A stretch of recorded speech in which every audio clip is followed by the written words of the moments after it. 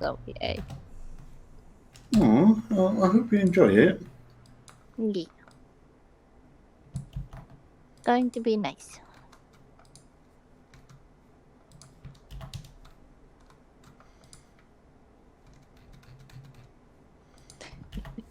Are you looking forward to do more chifundoing? I mean, Is yes. chifundo an adjective, noun, verb, and adverb now? I'm just checking. Chifundo just is. Okay, I'm just making sure that chifundo has achieved status as all qualifications of all types of word usage except for contraction. And once we figure out a contraction, that's going to happen too. I mean, if you can find a way of contracting a single word, then go ahead. Watch me. I didn't say you couldn't do it. Challenge accepted, I guess that means. Sounds like it. So, what if you... So, subtracting, that means getting rid of or taking away. A contraction is, it's when you either shorten a word or you shorten multiple words into a single word. So instead of saying I am, I'm is the contraction. Huh. So, chifundu. Doing fun spiritual stuff. Hi, Dazzle. Hi, Dazzle. The army of Fiaura has a new officer. Hi. Welcome, son. So basically, chifundo would be chi for spiritual energy stuff. So doing fun spiritual stuff. Yeah, doing fun spiritual stuff would be chifundo. So thank you for the host, Chris, Pony Chick, and Fraser. Tarvi, 10 months in a row, 13 total. December, you're going to get your 1 year badge. Jam and Crafty Brony, thank you for 4 months Twitch Prime, which means you have to manually come in here and do it. This doesn't happen automatically. So thank you for manually coming in here and doing it. I'm going to start the push to get Twitch partnership, which is basically we have to get 75 concurrent viewers 10 days in a row. So does that mean you're gonna stream 10 days in a row now? Yes. Well, no. 10 streams in a row. Also, Pete, you may want to have a look at my subscriber count, seeing as I just subbed again. You have a subscriber count? As in how long I've been subbed to Fee. Oh, okay. I got pretty close. I already announced yours, Hetty, like a while ago. No, I literally only just tripped 24 months today. Oh, okay. Yes, but I announced people will be getting 2 years this month. Because we started getting those in. I know. Never mind. The officer barracks is going to be full. Thank you, Hetty. You guys might end up having to double or triple bunk. I'm not sorry. You can either cuddle or sleep in shifts. Your choice. Which would you prefer, cuddles or shift sleeping? Either. I vote cuddling, please. I'll take shifts, thank you. Oh. It's platonic cuddling. Okay, what is? So platonic's what the kids are calling it now. Oh, I'll cuddle. I have no idea what's going on. Should I leave? No, just no fun. So, Chris, how are you today? I'm fine. I'm stable for now, and hopefully I will stay stable. But I can't sleep because Lady Week. So yay! No. Not sleeping happens. I mean, that's just become a sad accepted fact of my life as well, Chris. So I understand thy pain. So that's why it's good to have the streams to look forward to, because then I can watch, or if it is scary, I can still have the green making colors and noises, so I don't feel alone. Yay! I get to go through the fun of learning how to drive a standard tomorrow. Well, I have no idea how many calories I just burned off, but that's probably the fastest I've completed all of those songs on Beat Saber. Woo! I had to do something. I was falling asleep in my chair. That's supposed to be my job. Hi, Natrid. Hi, Vanilore76. Hope you guys came for tabletop gaming. We're going to be playing Fallout Equestria tonight. This is episode number 106. Woo! Yeah, I need to mark that on the stream, man. Hi. This bag of hugs for $5 sold. Boop. On the upside, I'm no longer freezing. On the downside, I'm sweating. But wow, 106 already. What? 106 episodes. Wow. What do you mean already? It's been almost 3 freaking years. It's flown by so fast. It's flown by agonizingly slowly for me. I must admit, it still doesn't seem like 5 minutes since Blooming Cider Fest 2018. Right?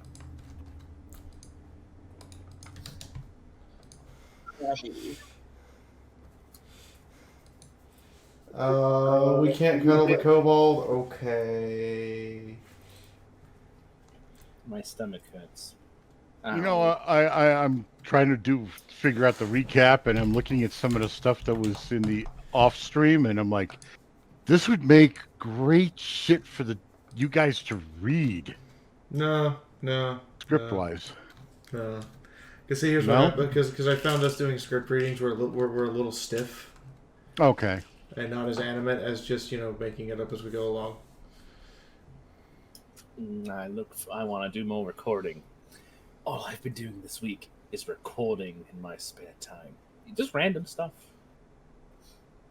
Doing voices. I started doing a project to try to make myself a bit better. I've taken some voices that I can do, and I've tried to be able to put emotion, happy, sad, angry, throughout every single one of my different voices to try to get it to work. That's good. I had a monologue as a villain in my TOE campaign with a voice that didn't think was capable of it, and I actually was able to turn one of the party members to my side because they literally felt sorry for me. GG!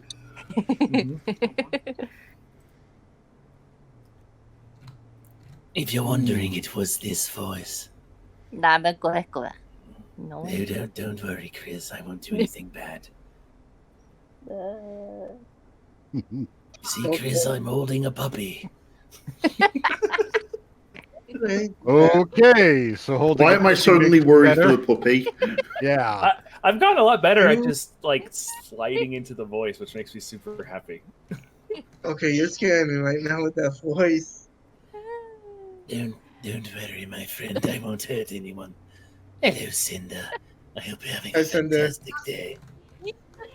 Fee, are you with that voice? Fee, are you having flashbacks to Command and Conquer Generals with the chemical general? A little bit. Hi, Chosen. I sent you a thing, Chosen. I'm waiting for you to see it. Hi, Chris. Oh my God, she's being sociable. Everyone, quick! The apocalypse is finally upon us. I mean, it is 2020. Why not? Oh yeah. It's gonna. Yeah, we still have a few more months to go. Yeah, California's on fire again. So. Oh no, Oregon's on fire too now. So you might find this kind of funny. So for my 3.5 for D&D, I'm running Eberron, and I had to voice a character that I wasn't prepared for, and I decided to go all in on the character. The party ran into a mind flayer. Oh, nice. But the thing about this mind flayer, this mind flayer is very sociable, very flamboyantly feminine, and I am talking about exactly how it is canon in the story. So you're just Yeah. so you just had to be a super gay person who's like, by the way, I'm going to eat So your brain. I had to be amazing. You had to be amazing, but then remind everyone, I'm going to eat your brain now. Yes. Yeah. Hello there. Welcome to my mansion. Too bad you're not going to leave. Welcome, son. One thing to remember about Eberron. Okay. The way Check. Dazzle, Nope. I will allow you to tell your story momentarily, Ivana. Dazzle, I need you to say, welcome to my dungeon of doom, gloom, and death in that voice right now. Welcome to my dungeon of gloom, doom, and death. Wow. So that's the let's voice I could do, apparently. Can we get Milk to say it too? But yeah, one thing to remember about Eberron that's sometimes people forget is in Eberron, you don't necessarily follow the traditional alignments. So you can have evil metallic dragons, good mind flayers, etc., etc. Oh, yeah. Zorshalik, who is that mind flayer I was voicing, is exactly them. They're one of the headmasters in Droam, and they hate senseless killing of any kind. They're a very lawful type person. Doom, gloom, and death. But boy, they're so much fun to play. Okay, Cinder, you're my employee. You're not supposed to pay me. It's supposed to go the other way around. What's going on here? Are you? I can donate. This just goes to show. Wait, when did I become a tax write-off? Hold on, I want clarification of this. How am I a tax write-off? It's a charitable donation. I'm a business. Yeah, I was going to say that. Granted, I'm a minority business on religious, gender, sex, and racial grounds, but I'm still a business. So, for it to count, you have to be registered under certain parts of 501 for it to count as a tax write-off. Oh my god, I just realized that I'm like the most minority business ever. Huh? Yep. Chris. Yes? I am a business owner who is mixed race, gay, or bi, doesn't matter, I'm in the LGBT, a non-Abrahamic religion, and trans. Warning! Stream tip overload. All hands, Surprise! prepare for exploded broken Fiaura in 5, 4, 3, 2, And just remember, 1. anything bad you Detonation say about imminent. Fiaura can be constituted as a hate crime in multiple ways. Sorry, you're a terrible person. But who would say anything bad about Fiaura? The name's so nice. You can literally tell them what I'm doing. They can hear you. Oh, she's going for the whiskey. Cool.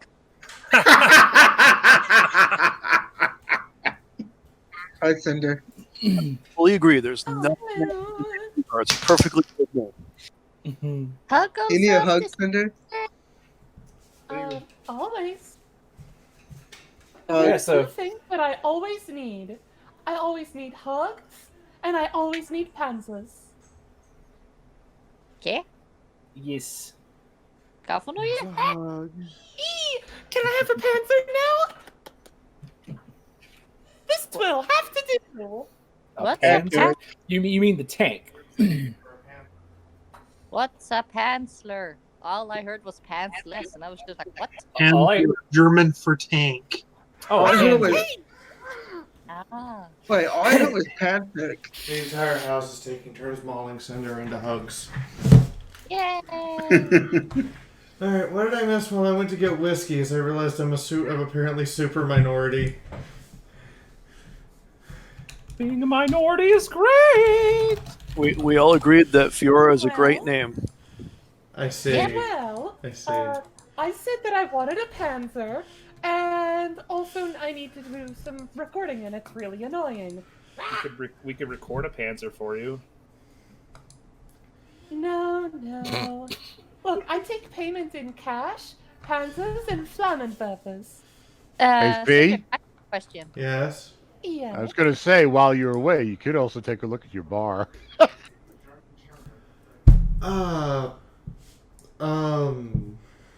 Yeah.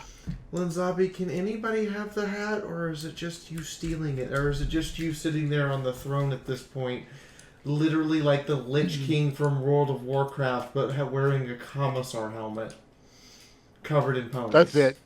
That's it. I'm the Lich King with the commissar helmet. Cinder, you said you took payment in Panzer. Does that count with plushie Panzers? Sure. You do know they make plushy Panzer house slippers. Look, I am very swiftly developing a meme that I hadn't intended. Okay, so a new role. Normally I would be all about house slippers.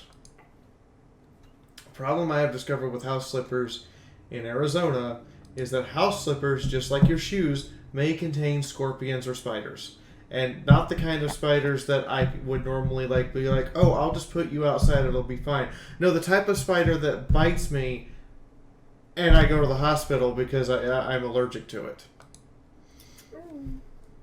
While I would normally be all for Panzer house slippers, I have discovered that house slippers are a bad idea when you're half awake, if you were to be half awake trying to put on slippers and forget to check them. Also, Arvana, I have one response to your picture of those tanks. Deus Vault! It's a bunch of Crusaders. Excuse me. There's a steward in there. There's the one steward in there because they have to have their frickin' priest. Wow. I think Adagio was trying to say something. Yes, Adagio. What? Weren't you trying to say something? I was just gonna say, if it weren't for the fact that it was Arizona, I would be all down for sending those to Cinder and Fee. Yay! Can I just... Are those Covenanters? Yay! No, they're Crusader 2s. I need to think about what type of voice I want to learn how to do next. With one token steward, because a steward is what I need for artillery observation. Again, they literally had to have their guy who calls in the priest. And I just made like 6 tank references. A new seeker is after Fiaura. Thank you, Jim and Craft and Brony. What are we up to for here? Oh, we're up to 34. Okay, can we hit 40 tonight? Can we hit 40? That's a good question. Yeah. Probably. I mean... So I figured out how many calories I just burned off. Oh? Near on 400 for half an hour's worth of aerobic activity. Nice. Beat Saber is killing my weight. Yes. Yes, it is. It's very good for that. Do we have Beat Saber? Yes, I do. I'm planning on buying We don't have an open spot to actually play it, because the open space that I usually play it in is currently set up as our stockpile. I could... if Dirge is okay with me buying furniture, I'm getting a pantry and the spot will be open again. Yeah. Okay. I'm gonna have to move it anyway, because we're gonna put the big table up in there. And that's the area. Well, I have a different area that might work. Yeah. I have a spare monitor, and we do have the area between my bed and the refrigerator. Yeah. There's also room in here as well, but... Alright, just try not to die. Yeah, fine. Dying's my job. No,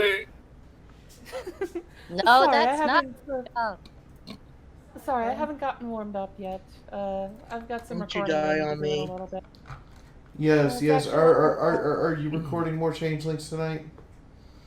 A little bit, which is actually really annoying, because I haven't gotten any good feedback. So, grah. It's Equestria at war. The only way you get good feedback is to badger people. Well, if I wanted to badger them, I would get the purging or the Flammenwerfer. But no, that is not allowed anymore. Okay, you just sounded like a French circus guy. What's happening?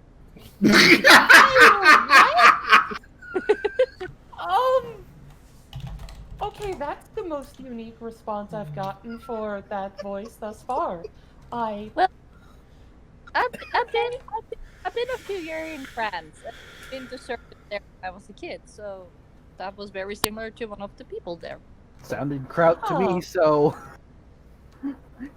German, maybe a little bit more Eastern, but whatever. Yes. Huh. Okay. Huh. I'm sorry, I'm having an existential crisis now. I'm sorry. If you'll excuse me, I think I've somehow found myself on the wrong side of the Maginot Line. It's okay. We'll just call it Belgian. That covers both ends of the spectrum. Hey, look at it this way. Now you can voice act for the Changelings and for Aqualea. Yes, because oh gosh, they're gonna make me do as many countries as they can. Countries are great. They're lovely. Ooh. We're only missing $25. Yay! I've tried to donate before, but I'm so inept I can't find the button, and at this point I'm afraid to ask where it is. Alright, if you just scroll down, there's this big button that looks like sunrise is staring up at a literal glitter bomb about to wash over her that says tip your streamer. Oh, okay. I'll have to do that later. Yeah, I was just like, it's literally, like, it's the brightest, shiniest button for obvious reasons, because it's also the first button for obvious reasons. The depths in which I am inept. It's unfathomable. It's a wonder that you get your voice lines done. Or I think that someone just follows you around with a microphone and just records things, and then that's how your voice lines are done. I know, right? It's so weird. Like, I'm able to do my voices, but like everything else, I just fumble everywhere. It's great. Okay, Fumble? I've actually got to step out. Oh. Now. Yes, you have to record. Bye-bye. Are you okay? Oh, See ya, right. I need to fulfill the memes. Blood for the blood god, all that fun stuff. I don't know. I think I'm a vulture or something. Yada yada. Hug. Oh. You know, now all I want to hear is someone reading through the 40k heresy chart, just going like, whatever, heresy this, yeah, you're gonna burn over there. God. Good luck, Cinder. Bye bye. See you, Cinder. Have a good day. Have fun recording. Most of the time, I figure anybody doing the corn stuff who's got to do it like an old professional wrestling guy.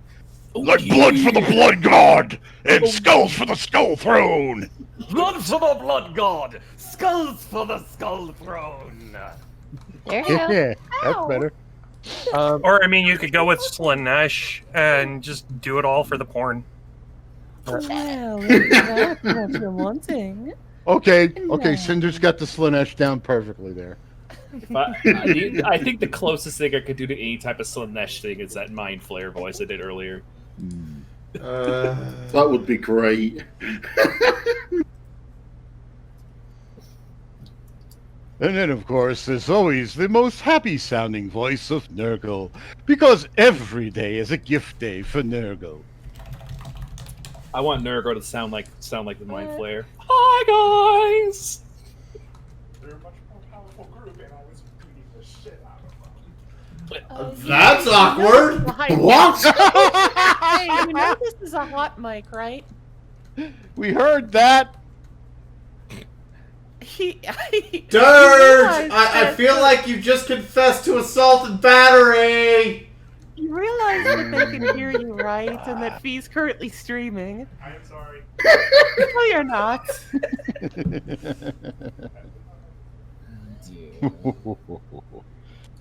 Oh, but yes, think of Papa Nurgle as a somewhat odd-looking, smelly. You don't want him to touch you, Santa Claus. There you go, Cinder. Check that out.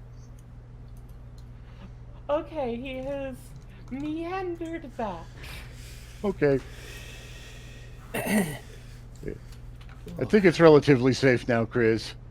Wait, what did you send me?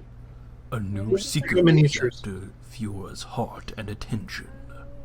Happy greeting card. Why is there a four-legged stormtrooper Woo! approaching? Okay, there are now just tons of gay rainbow unicorns all over my floor, mixed with coins, and I'm confused. Is that a clover on the floor? Yeah, there's a clover on the floor too.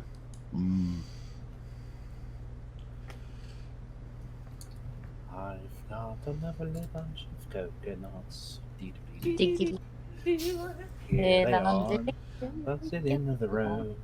Big ones, small ones, some the size of your head. A flick of the wrist. Ivana, I think you've got more challenges there than that were actually ever built. There, that's. Are you doing Flames of War? Yes, this is one container of Flames of War miniatures. Can I ask what the thing is with the Tog turrets? Challenger. It's a it's basically the stretched Cromwell. comet. Yeah, it's it's a Cromwell with a turret to mount the 17-pounder. Do you guys just put that gun on everything? It was all we had. It was either that or a 6-pounder. You could have just asked us for the 90. No, at the time we were mounting 17-pounder, you were umming and ahhing about putting 76 mil on your Shermans. Oh, I know it's a little freaky weird, but I've got to get this when it becomes available, just to mess with people's heads. Live stream Crazy Post, folks. You just want the flaming gay rainbow challenger so it goes faster and blows up bigger? And it's got unicorns on it. I'm a unicorn. And then I just had to back that up. Oh yeah, I get to actually smack them with friendship. Yeah. But yeah, Tog used a leftover Challenger turret. Or at least that iteration of Tog 2. Because I think Tog 2 ended up with about 3 different turrets on it at different points. By the way, Adagio, I love that meme. That gif. Meow.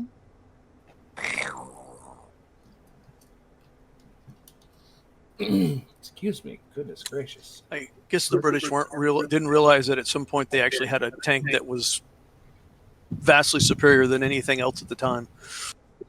But yeah, And that's not it. I'm pretty sure I have more Cromwells and definitely have more Comets somewhere. But this is what I have in the one container.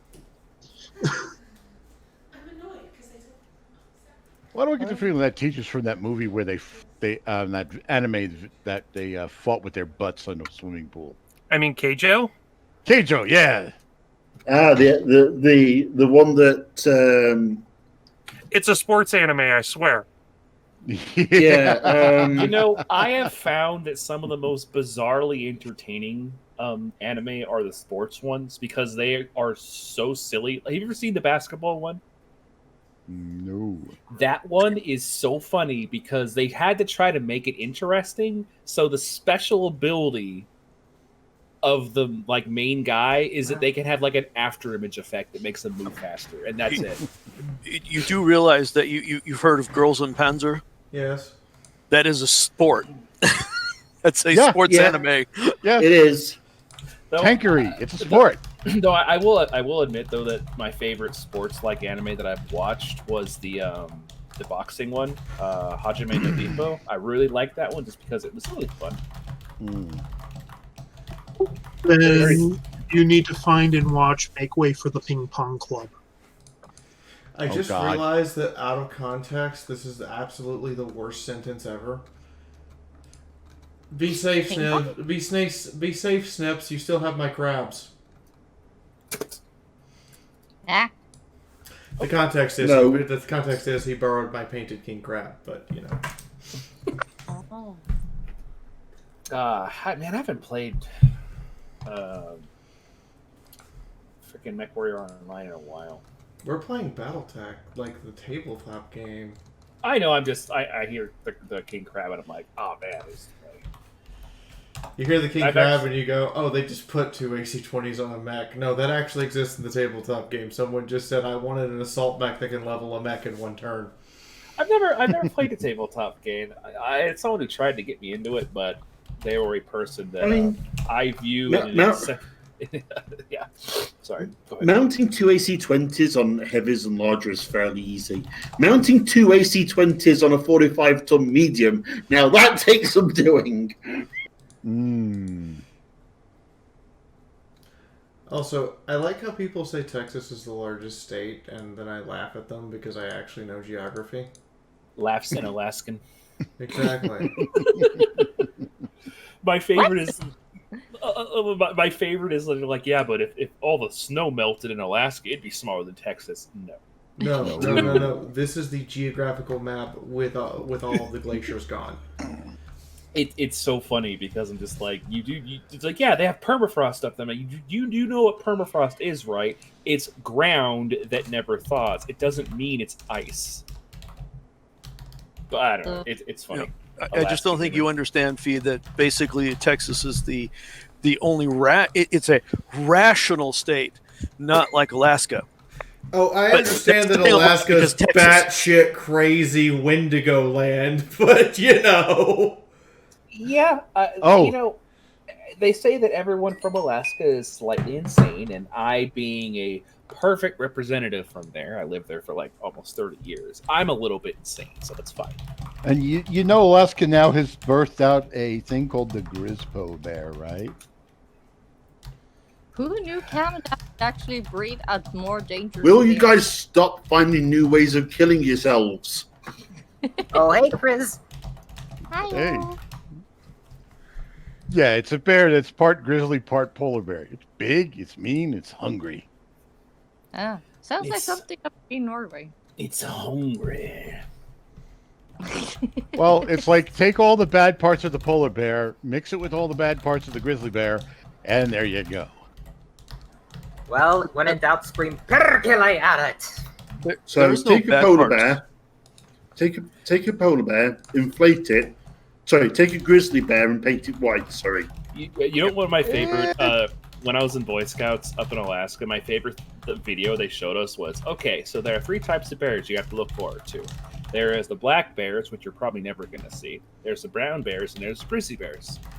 So black bear, you can't really hide in a tree because they can climb trees. A brown bear, you can hide in a tree because they can climb trees. If you try to climb a tree with a grizzly bear, it'll just knock the tree over that you're in. Yep. Pretty much.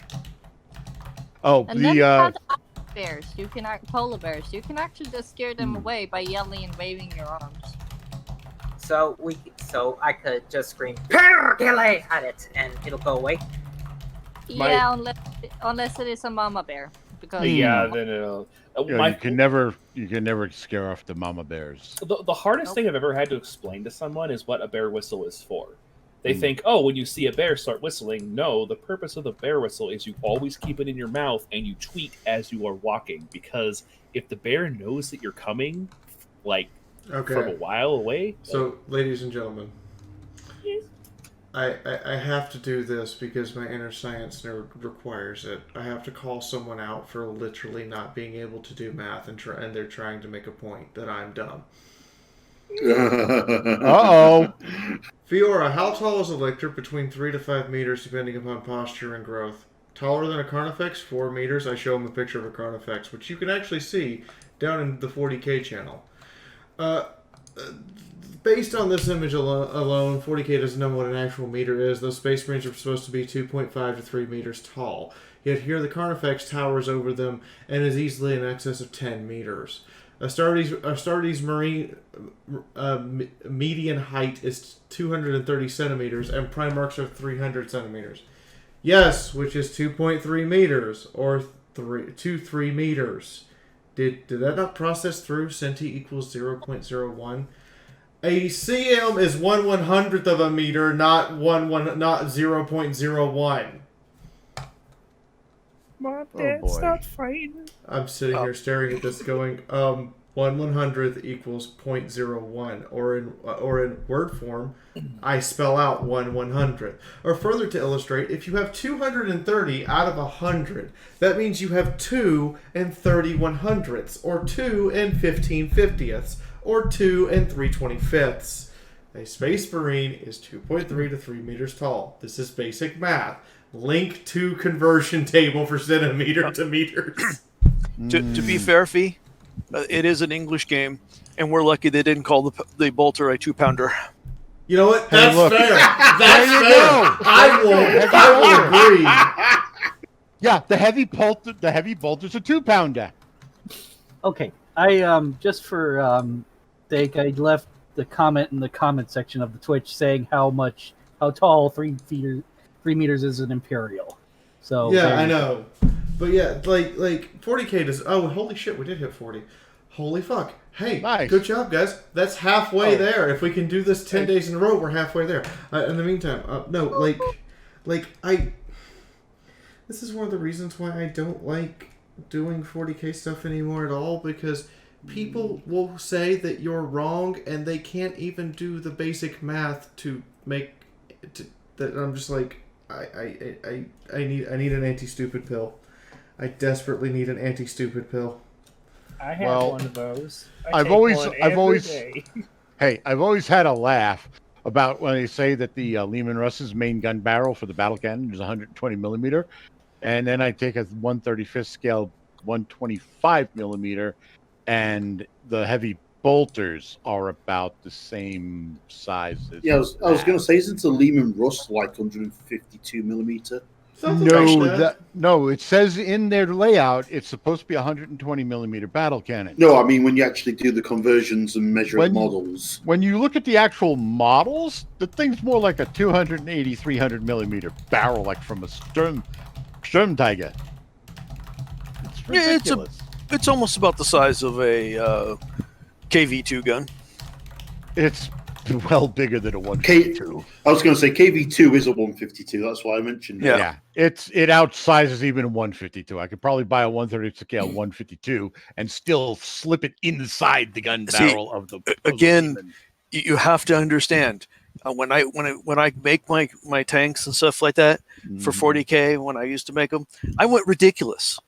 The whole point of the concept is that you everything is ridiculous size. Yes, everything is. And if you want to the looted orc tank, just put a spiky KV2 there. if you want something that's scientific, go play a modern tank battle game, because that's what you're going to get. This is 40K. It's not supposed to be. It's supposed to be fun.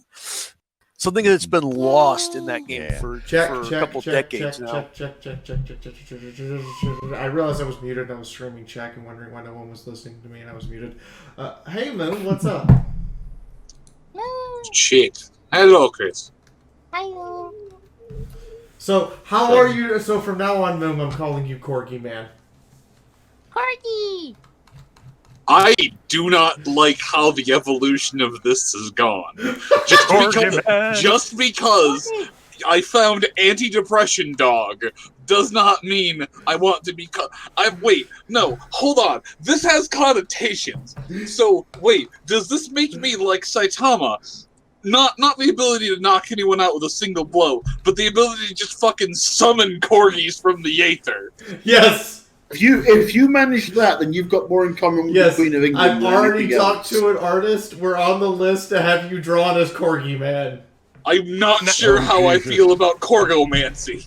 Now we just need one more thing.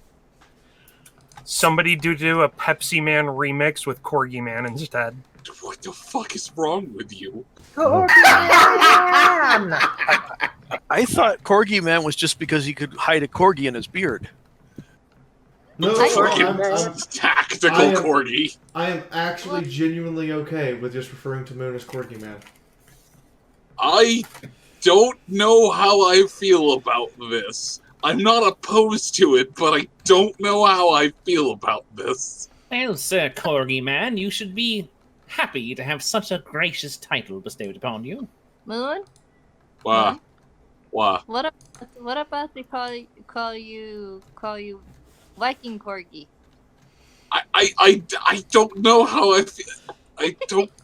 Now I'm just imagining a giant bearded Viking raider covered in chainmail posing like the Doom guy, and under his left arm is just this cute little dog that's panting because it's not sure what's going on. Oh, that reminds me of something. I just had a sick thought. Hold on, I have a sick thought because, okay, in XCOM when Fee played, her favorite class was what she called the Vicorai.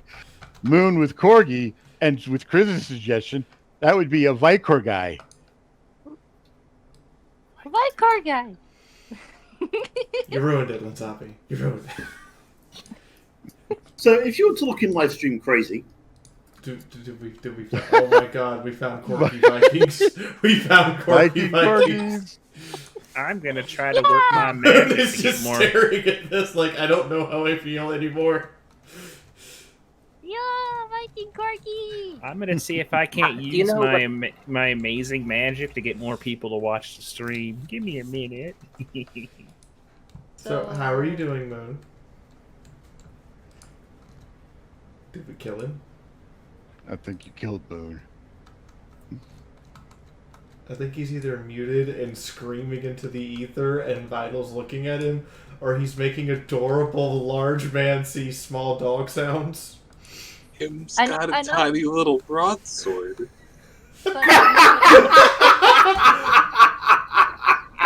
And the problem is they squeak when they swing them. This is our Geo people. Alright, so... Wait, they squeak when they swing their tiny broadswords? But do you know what we're gonna call the little Corgi Viking?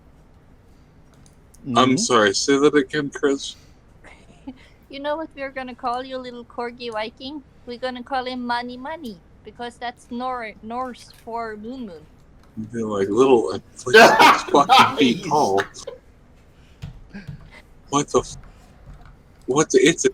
It's a forever tiny wolf pup. Yeah, Money Money. Yeah, this is really not help. This is really not helping with my dreams of running in the Iditarod. Now instead of just having like an 8-stroke engine, just a fucking armada of corgis. No, Moon. I totally imagine you're one of those big biker guys that also has a corgi riding in his leather pouch, and when he pulls it out, he makes the most adorable dog noises. Look, let's not talk about my motorcycle setup. You do know that is the one biker you absolutely steer clear of because you know that's the one that can absolutely flatten you. So my plan is to get a cruiser, get a sidecar, fit the sidecar to be for a dog, get a tiny helmet, get tiny tiny goggles, ride around with the dog. So, one announcement is is as planned with the start of this month. We're gonna start pushing for partnership with Twitch, and to get that, we have to get 75 concurrent viewers. So my request to all of you is, even if you go to bed, if you don't mind leaving your computer on and just leaving the stream up, it'll kill itself and you can mute it and everything, just so long as it's still going in the background. It'll kill itself when I kill the stream, and your computer will go into sleep mode if you have sleep mode set up. But please, watch as long as you can, because the more watch hours we get with an excessive number of people, the faster we can get there. And the faster I can put in the final application, because literally this is the last thing I have to do to get partnership is have greater than 75 concurrent viewers on average. So every single person watching helps. In the meantime, Moon, do you have any announcements besides the fact that your funding goal for your Dead Tree's new project has been exceeded? For Dames of Astoria, yeah, no, we hit the first stretch goal. We're more than halfway to the second one. So if we hit that, it'll be a hardcover book instead of softcover. Hey Moon, you remember that T-shirt which you said you're not sure whatever situation I would saw. come up.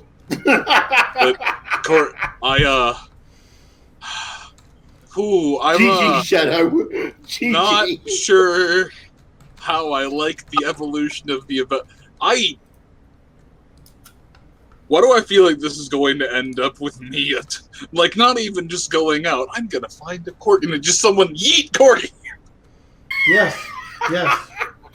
Oh, Isabel. As a side note, I talked with L9. He's agreed to put me. He's agreed if I can somehow summon a total of $30,000 in funding, I can be an executive producer for your new game. And I just kind of died laughing. I'm like, that would be a meme in and of itself. I mean, we have an end goal in mind. That is what we need for the end goal, but we also have a realistic starting point.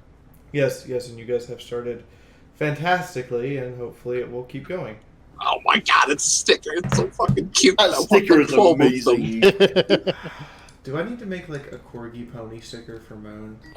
What? No, don't. You don't need to ponify the corgi. The corgi is ponified enough. I meant just put a pony standing next to a pony. No, just get something like that. If you're going to do anything like that, just set the corgi next to the pony Moon. That might be acceptable. We just need a refrigerator magnet that we can stick onto the It's Moon's got ass. a battle axe and it's doing a blap.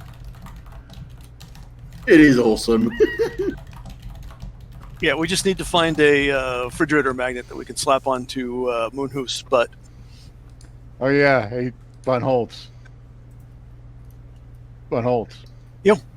I've noticed you have Commissar Holt as your avatar image now. Yeah, well, it's because Fee changed my name, so I counterstruck and put the picture there. Well played, sir. Well played. That's fair. Also, Carl, thank you for buying subs for. I cannot pronounce that name to save. I cannot pronounce two of those names to save my goddamn life.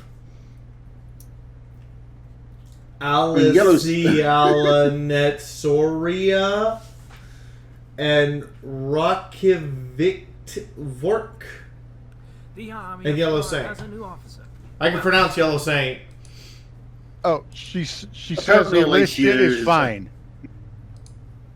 I'm just gonna refer to you as Alicia or as Solaria, and I'm just gonna refer to Rotvik as Rot. Oh, she says Alicia is fine. Okay, Alicia. God, I sound like I have a lisp every time I try to pronounce your name. Now that's just voice acting practice for me. Say Alicia 10 times without lisping. Ah! Alicia. Deep breaths, Ew. Fifi. Deep breaths. Anyway, are you ready to begin tonight? I mean, Masami. yes, I am. We were doing opening and like. Oh my god. Moon. And I've the seen stuff. crazy posts. Von has found And the the thing. perfect pillow for you. In the meantime, we are going to move over to the other server. You guys are free to hang out here in voice if you wish. I will be back after stream in this voice to hang out after the stream's over for a little bit. Because I'm full of energy tonight because I actually slept. Ooh. Okay, cool. I got all my YouTube work done. But we're going to move on to the other server. I'm going to play the intro, and Lazabi's going to give us a recap. So we will get the game started. Sweet. Okay.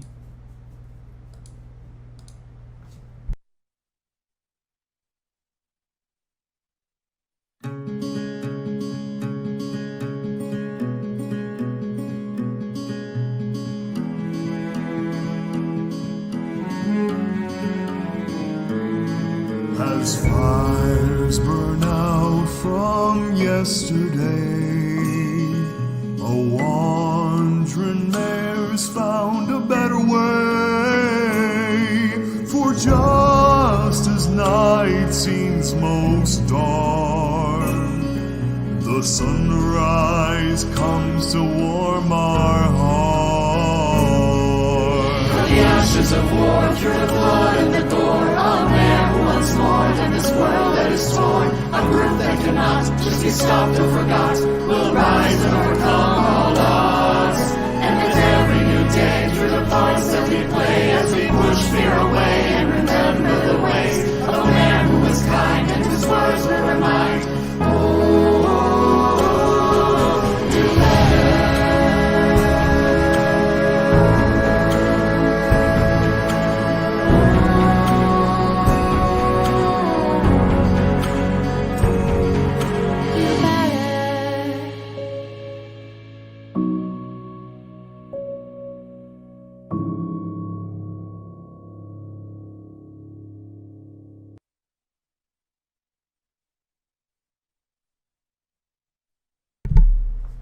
all of you guys can hear me. Yes, we can hear you. Okay. Because everyone's lit up and I didn't hear anyone talking, and I'm like, did I blow up a small house or something? Yes, always. You boom horse. That's fair. Ironically, yes, you did last week with a firebomb. Technically 2 weeks ago. But also, if we're being super technical, less than 24 hours ago. Okay, you know what? I'm just going to give that one to you. So I do have, I believe, 3 pieces of artwork to show off. Yes, we have 3 pieces of artwork to show off for you guys. But before we do that, Linzabi, you small angry gremlin that is covered in bug carapace, and I wonder if you squish like a cockroach or an ant. I don't know. That's a good question. They do have different carapace structures. To Google. Yeah, but don't I also have an endoskeleton inside me? No, an endoskeleton by nature is... You don't have an endoskeleton. You have an exoskeleton. You can't have an endoskeleton and an exoskeleton. They actually fundamentally cannot work together. Well, that's odd because according to all the write-ups, all the Tyranids have both. No, they have some scales. They have scales. Also, they have a hide and scales.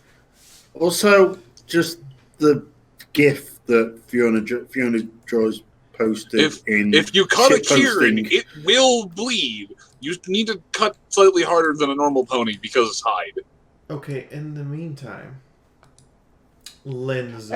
And what's with all this talk about trying to make me go squish? I haven't done anything wrong to any pony.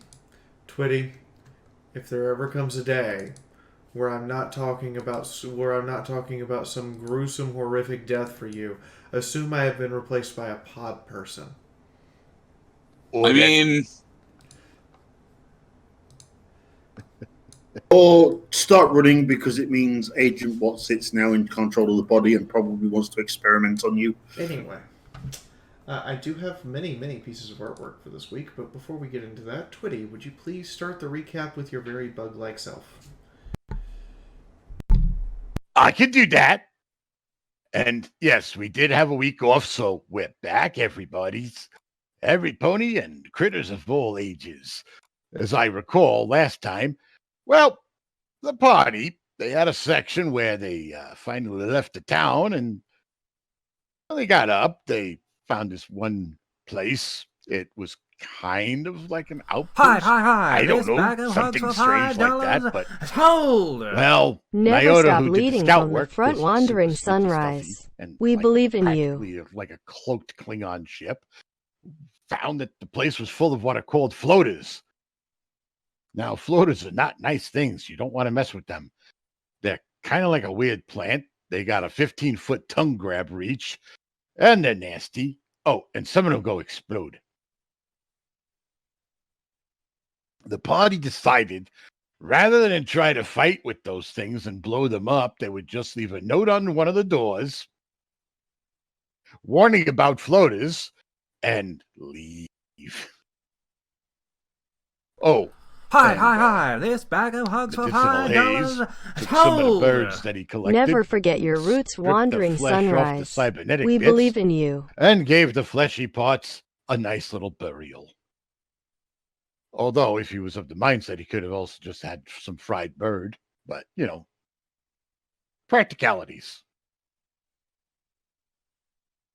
So, another thing, apparently, I'll just mention this. I won't go through the whole thing.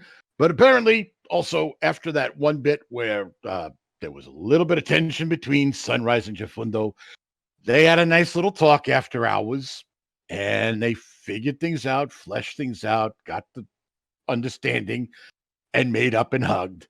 And everything's back to normal with the party. And we'll see whether or not they... Yeah, see? Hugs. So we'll see what happens next time when the party runs into other groups of ponies or critters or whatever they find out there on the trail. with all of that said, I'm going to start with the Hi! artwork This for bag week. of hugs for $5. After It's I cold. thank a bunch of people. Trust the power inside of you, wandering sunrise. Bell Bronze, We believe thank in you you. for the tip. Bound Book, thank you for the tip, saying this. Who started this Sunrise We Believe in You trip at this point? Because there's now 3 of you. And Candlebright, as well as MT, thank you for throwing the one corgi in the bowl just to, throw a corgi in there. No, you get that corgi out of the bowl and you get it Snuggles immediately. Anyway, it gets out of the bowl when the jar fills up and it gets tossed out. And then we give it Snuggles. To prove that we listen to you guys, I did put up a channel that said request artwork here and we will start filling it out as soon as we can. So the first piece that came up from that channel was the idea of doing the Marvel Civil War poster as Dead Tree. I got time for $3.50. We got you something. So here you have redone as I'm gonna have to post this in several places, so give me a moment to get around to posting it everywhere. But we have by Buvani, one of our newest artists, and also our Russian artist, who's I'm gonna say this like there is a list of things that this person is that genuinely surprises me. He's 16. Yay! So legally, his parents had to sign the paperwork for him to be my artist. Oh yeah, there's a new version of this. I still have the old version. But his parents had to sign the paperwork. He has done free artwork for us despite my protests. And this includes a piece that I didn't actually expect. In the meantime, we next have... you guys asked for us to do a meme picture. I'm normally against doing meme pictures, but you asked for it. So...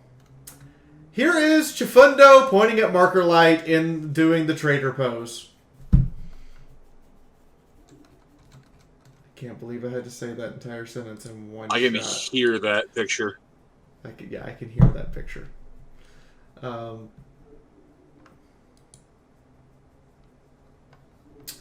the meantime, we also have Scapola Mina ruthlessly gunning down the guy, and we even got the different colored lasers fixed on it. Yeah, that Pegasi, he's having a bad time. It's the rave light show of death.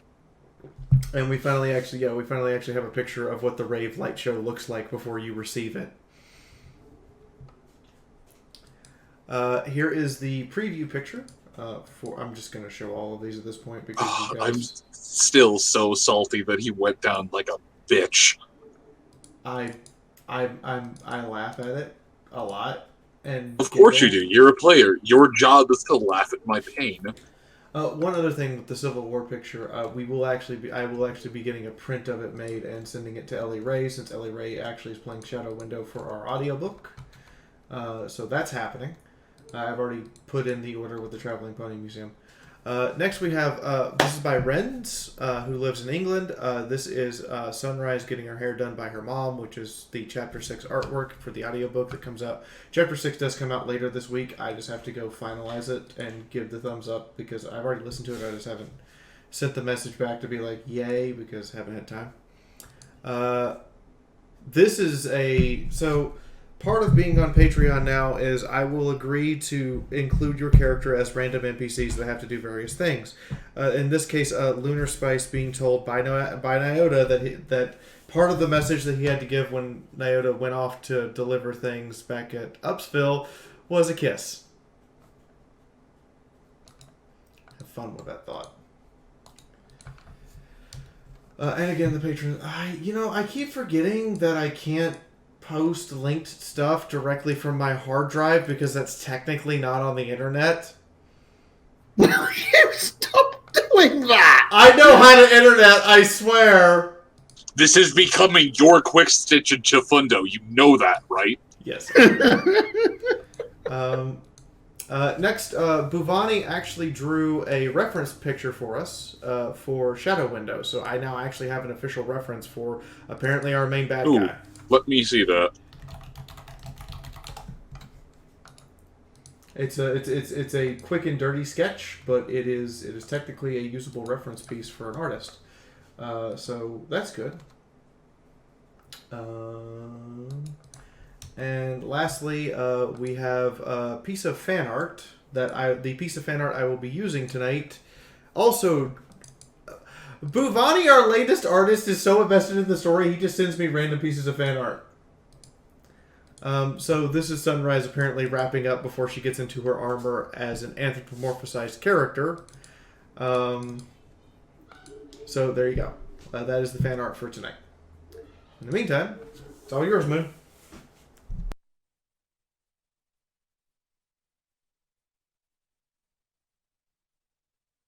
Oh, right.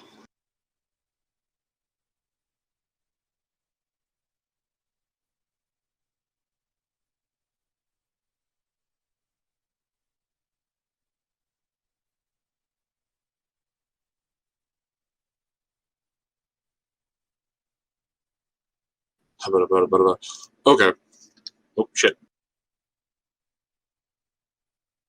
Someday I'll have Discord back outside of browser. Someday.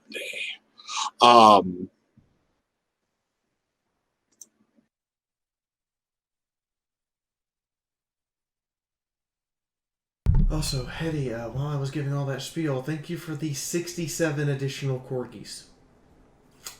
I just feel like my bit jar is always going to be full of corgis and gay unicorns now. Yeah, pretty much. Pride flag. Do you have a problem with that? Nope.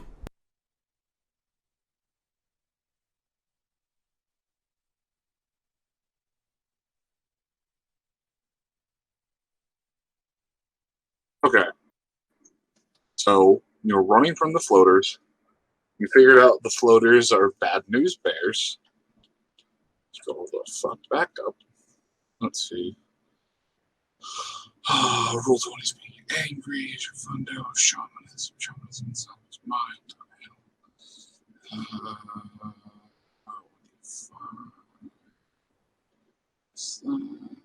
Yay! Mina fucking crack the alchemy. Mina, what did you crit so hard you got 2 crits? Wasn't that the figuring out what the gas was? Ah, okay, so that's where that is. So that was Naota having knowing the word, knowing their hearts, and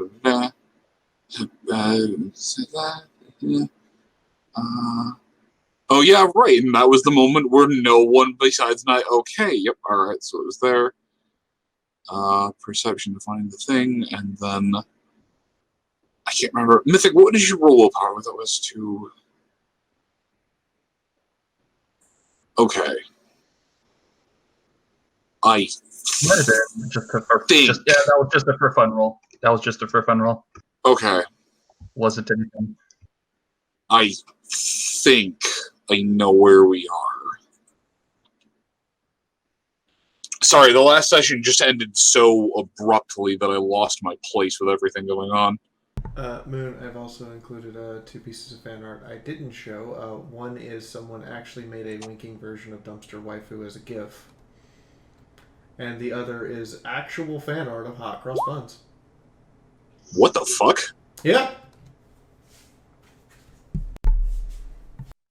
That is rather sleek. I'm trying to figure out, is that a gun or some gum or a lightsaber? It looks like it's a toolkit. Okay. Or a radio. Oh, yeah, that makes sense. So, I'm sorry, I'm just staring here trying to go, what kind of gun is that? But he does have his Dashite mark, and he does have his wing. Yeah, I noticed that. Scar The on his wing, eye, and and the opposite ear is missing. He does just have this perpetual look of, God, I hate all of you so much. Yeah, so you. Yes. And then, shut up. And then here's the dumpster down here. My God, you're precious. I love you. It's just the best trash. Is that a rifle? No. That is the person making this asked if there was some weapon or something that we kept throwing away. That is the automatic shotgun model that you've tried to give me 3 times. Yeah, I just noticed that. Like, wait a minute, that's... Why do you hate this gun so much? It's not that I hate that gun, it's that I really like the gun I have. No matter how many... But this gun can get you learning to make stuff more better. You also do realize, Fee, that the trash waifu was full of guns anyway. Yes, that's why there's more guns in there. But he wanted to, specifically if there was just like some weapon we kept getting and just kept tossing. It's fantastic. I don't know why you've waged war on the auto shotty. It just wants to put more slugs down range. I have not waged war on the auto shotty. I just like my gun. It's my gun. I don't know. I feel like you're just being pretentious. Like, look at this gun. This gun goes barap, but faster. Use the gun that goes barap, but faster. Accidentally loads of beanbag rounds. Yeah, no, because it has an actual magazine, it would just be beanbag rounds all the way down.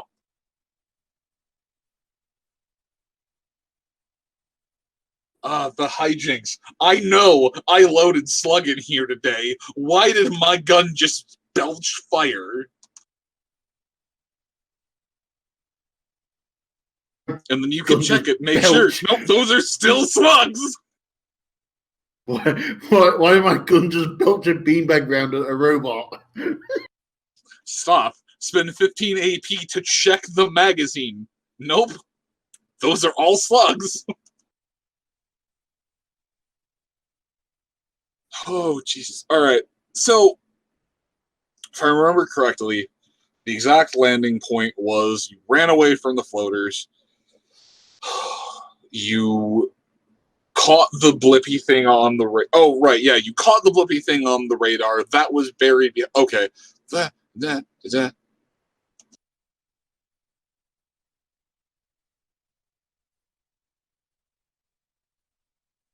Okay. So you're just walking, still on this path. Is that about right? Yep, we're back on our hooves. For the next 5 minutes at least. Back on the hooves because we can't be trusted with any kind of mechanized transport. You have in fact lost vehicle privileges. You've either blown them up or bartered them away. Let's see. We yeeted the car with a nuclear warhead in it at someone.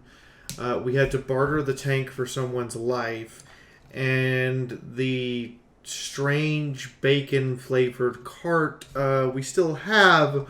We just have to manually pull that. No, that was left. Oh, right. Because that was their cart, not ours. Right. And you need to point out that we traded the tank away to a dragon. Yes. It sounds much more funnier that way. It sounds much more. We traded the tank for the right to play the dragon card to get someone out of jail. Yeah, you. That's fair. It was. I was just kind of surprised that was actually the route we finally ended up going with. Also, the car we exploded, Chifundo and Sunrise ejected out of first. That's also. We have literally revoked our right to ever own a motorized vehicle. No, it's at this point in time, if you want to find a motorized vehicle, you're doing this Fallout 2 style and building the fucker from scratch. Okay. You're taking the solid chunk of downtime. I'm not going to RP through that. I'm not going to run. And then you put this pipe in place, and then you welded this axle, and then you did this. It would just be a solid chunk of downtime because no, just no, do not pass go. Go straight to go fuck yourself land. Okay. Okay, next time we're in Silverfang, we'll get Haze, Quick Stitch, and Sunrise on that.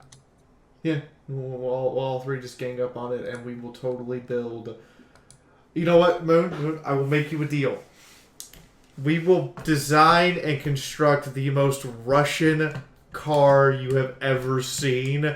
Like, straight out of, like, a build-a-challenge type of TV show. Oh my god, Team Russia built this. It's funny you specifically mentioned Silver Fang. There actually is a contact there you'd be able to tap to get some kind of vehicle base. But, you know, that's what happens when the world is alive and things move when you're not watching them.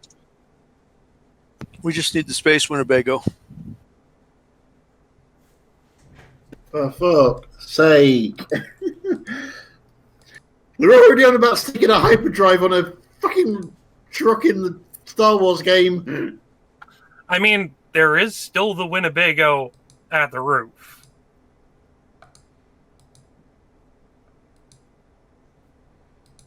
The flying Winnebago. You know what? Oh, I'm well aware of the best vehicle I've ever created. You know what? That's true. That's true. We could totally go get the Winnebago, and then we could go to Plaid when we're traveling. Hayes still has another spell matrix that just needs to be recharged. No. I want to sit here and point out, I'm sitting here learning how to teleport everybody, and you guys are like, dude, let's build a car. And for Quickstitch still has Santa's rocket fuel. And somehow, all right, so real quick, hey Sunrise. While we're all doing this banter, give me a luck check. I'm gonna give you a luck check, and I'm gonna regret life. Yay! I've made you sad. The balance is complete, and the wheel moves again. Yep, I regret life. Cool. Damn. Give me a moment. I told you it was. I already looked at it and said my luck this week is not with me. I'll be right back. I have to go take. I thank you all for you're jumping into fine, the for war. fuck's sake.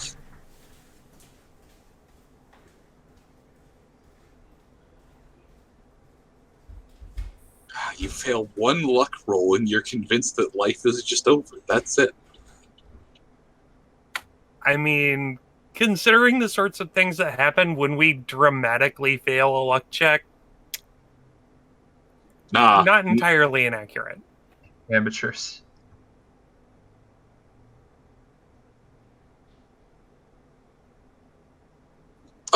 Hey, Nyota, what is the caption to embed a link in Roll20? I'll type it out in Discord for you. That works.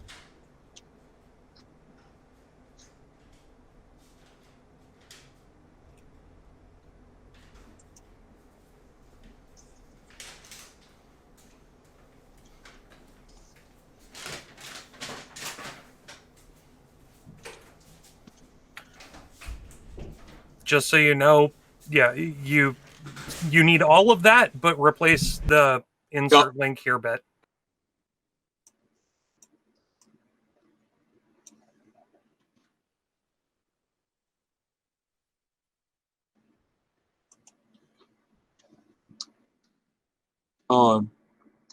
Usually, it only works with JPEGs, pings, and GIFs.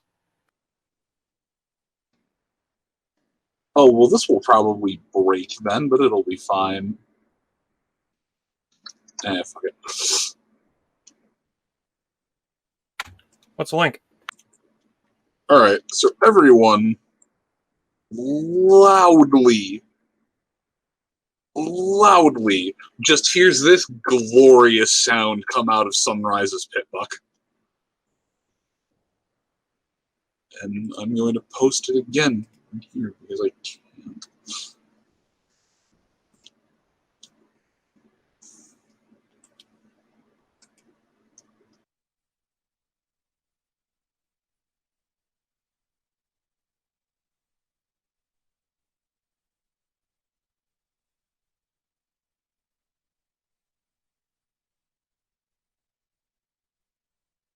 Considering the amount of weird shit that goes on, Nyota raises a hoof, looks around, puts the hoof back Actually, down, hold and on. keeps going Hold on. on.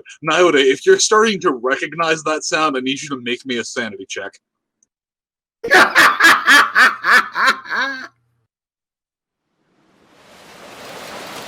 Did you say sanity check or sandwich check? I don't know, man, but a sandwich sounds pretty good right about now. That's willpower, right? Yes. Yes.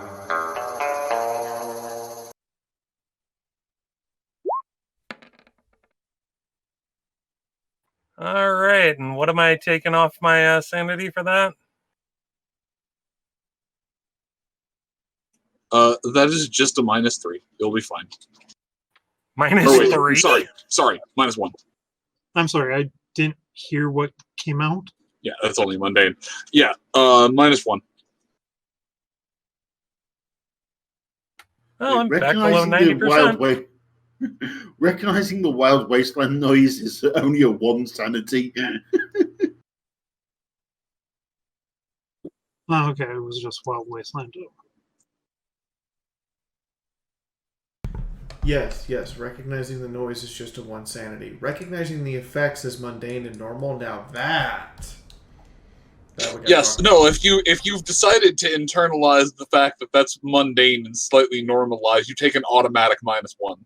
Who spoke up a moment ago? Please take your -1s. It's steaming hot on a plate.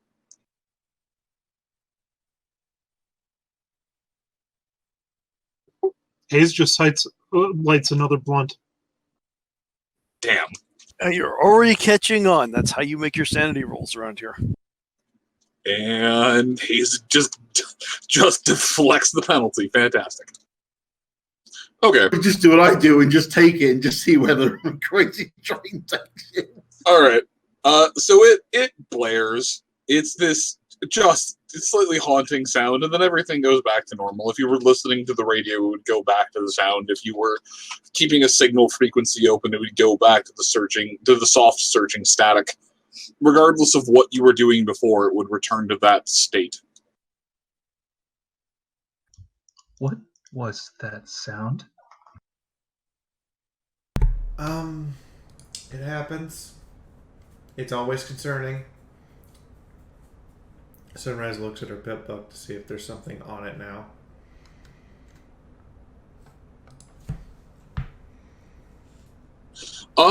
Yeah, actually, there is. There's a little, one of those location markers. Oh dear. This one? Or some other one? No. Just, like, think for a moment, not character brain, player brain. Okay. The location marker that will appear on the Pip-Boy map. Oh, so Pip-Boy map. Jesus fuck, no shit. So we're going back to Fallout 1-2 encounter. No. I'm just trying to, like, so you understand the loadout that's on the screen. But yeah, it's just a bit of ways up the road, past the bend slightly. What's the name of the location? Because it literally just says mysterious package. Okay, so we just have a mystery package.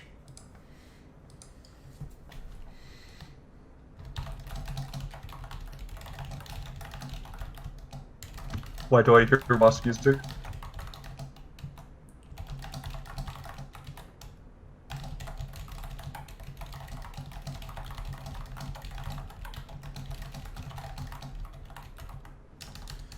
Sunrise starts in the... It says there's a mysterious package this way. And starts walking towards the package. Hayes nonchalantly trots along with her.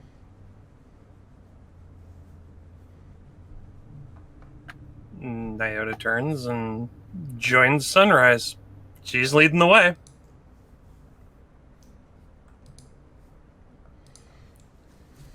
Follows as always. TK on one of his sheathed sword handles as he follows along as well. Do I notice anything out of placement? Other than my Pip-Buck has detected a package somehow? Give me a perception check.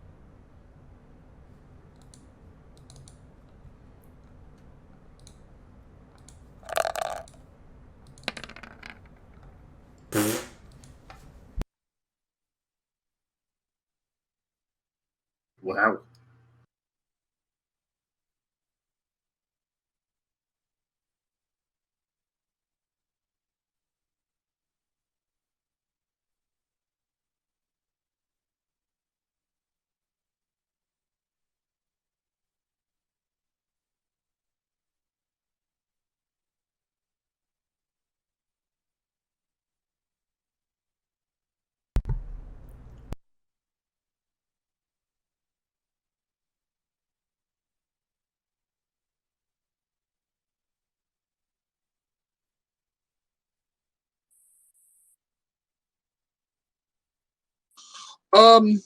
There is a little bit of recognition of the area. Some of the I forgot that one.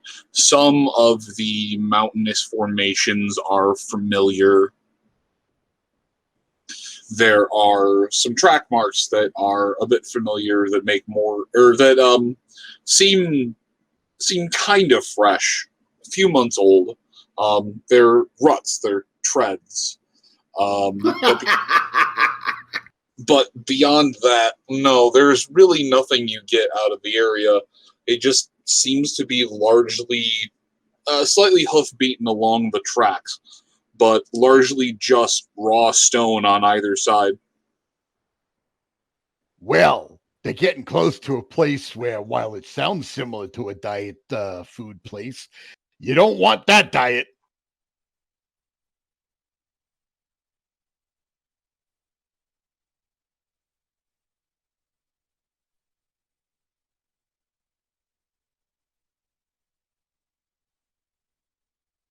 Can I roll something to recognize we're walking parallel path to the...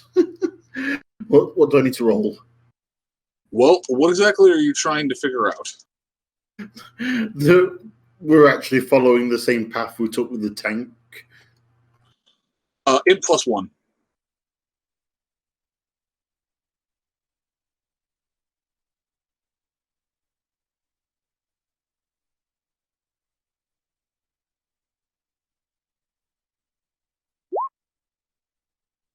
Pass on the nose.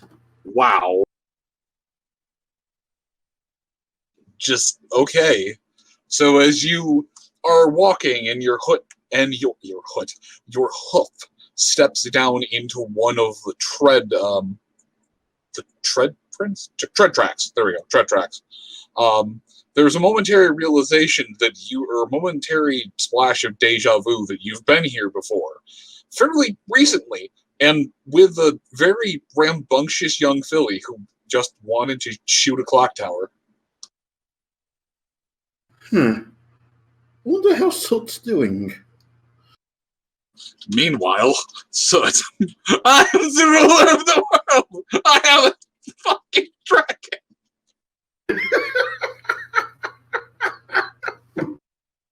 Just remember, her companion is a steadfast size 4 or size 5 dragon with a cannon arm. To which she's the loader and the gunner. She, in fact, rides around in the cannon arm, firing the gun. It's a weird biomech.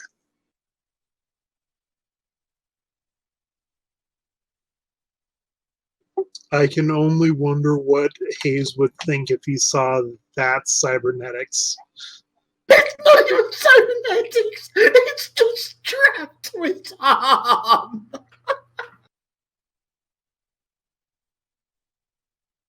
Yeah, it's kind of like a strange version of a Timex watch. So wait. Jackal now has the James Bond gun watch. If the gun watch was an Abrams turret, yes, he has the gun watch. I mean, considering the size of Dragon, yeah, it's basically a watch for him.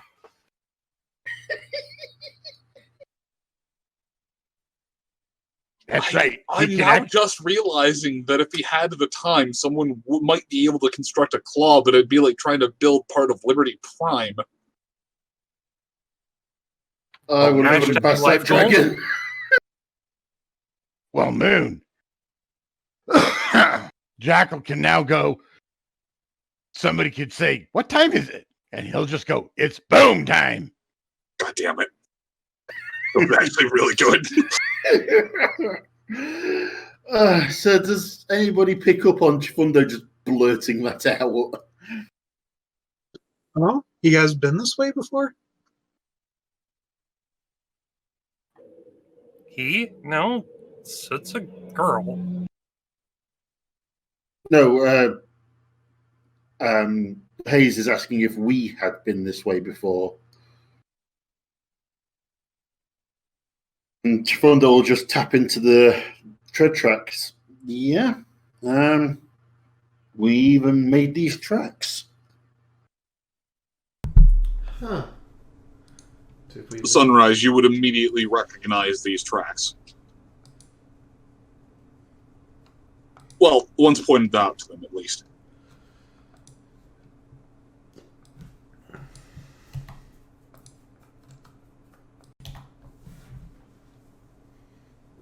What were you doing up here? We were helping a pony who hadn't told us all the prudent information against a bunch of racist unicorns. I mean, we didn't exactly ask that many questions. Yeah, sounds about right.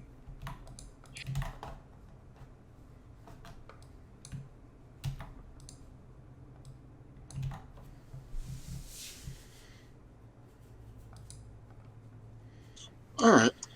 You continue on walking?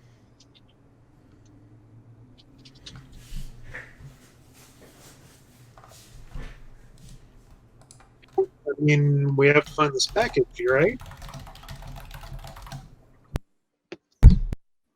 Yeah, we do have to head this way. No, I just didn't know if the conversation was about to start.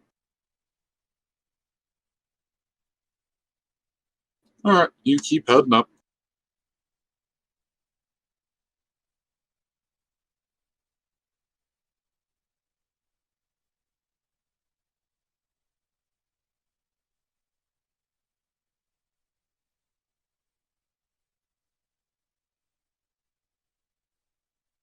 The bacon wagons are multiplying.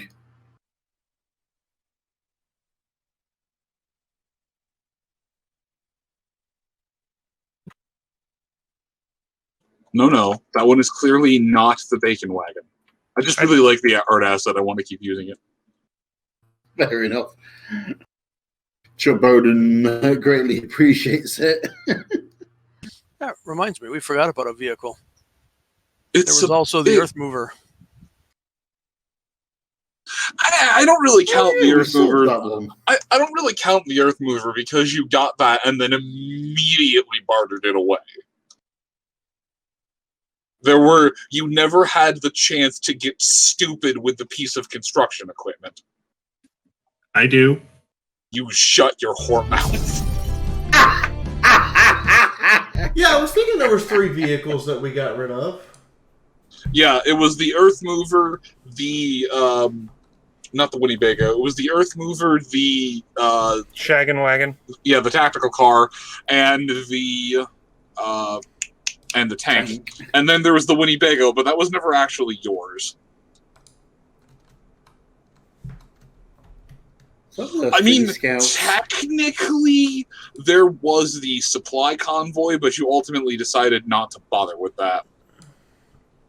And then I suppose there is the dumpster, but she's not really a container or a vehicle. She's a friend and a companion, and also a container. Asriel, Asriel, the Earth Mover was never even intended for us to so much as look at, let alone actually get working.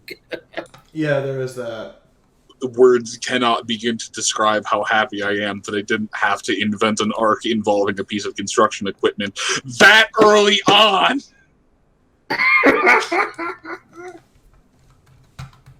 Oh, good God. All right, everyone, please give me perception checks.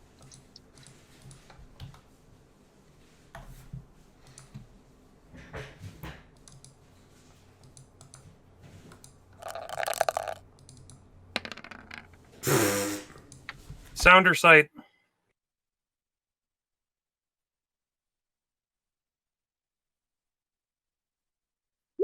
It is sight. You are not tough. No, it would adjust what I actually roll. Yeah, I know. This is a sight. I'm aware that you have different for hearing and for sight. I'm just saying that this would have been an impossible test to make with hearing. I mean, it's an impossible test to make with sight too, apparently.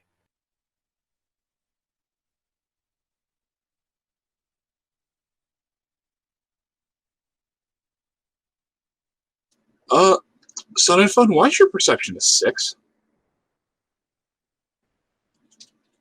I thought it was higher than that.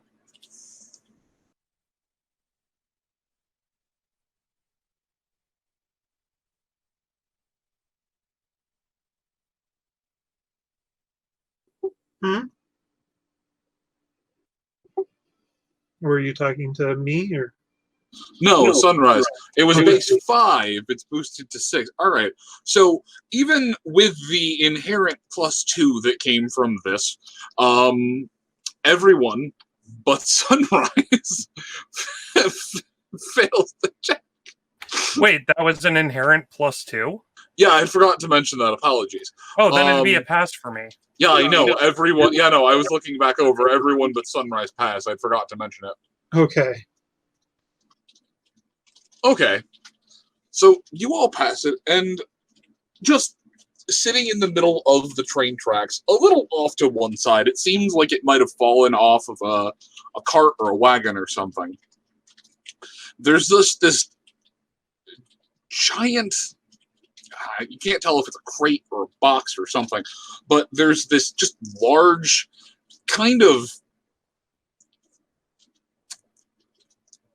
unobtrusive yet it's hard to describe. It's just a brown cube about half a mile down the track as you're going. But if you can see it from this far away, it's decently sized.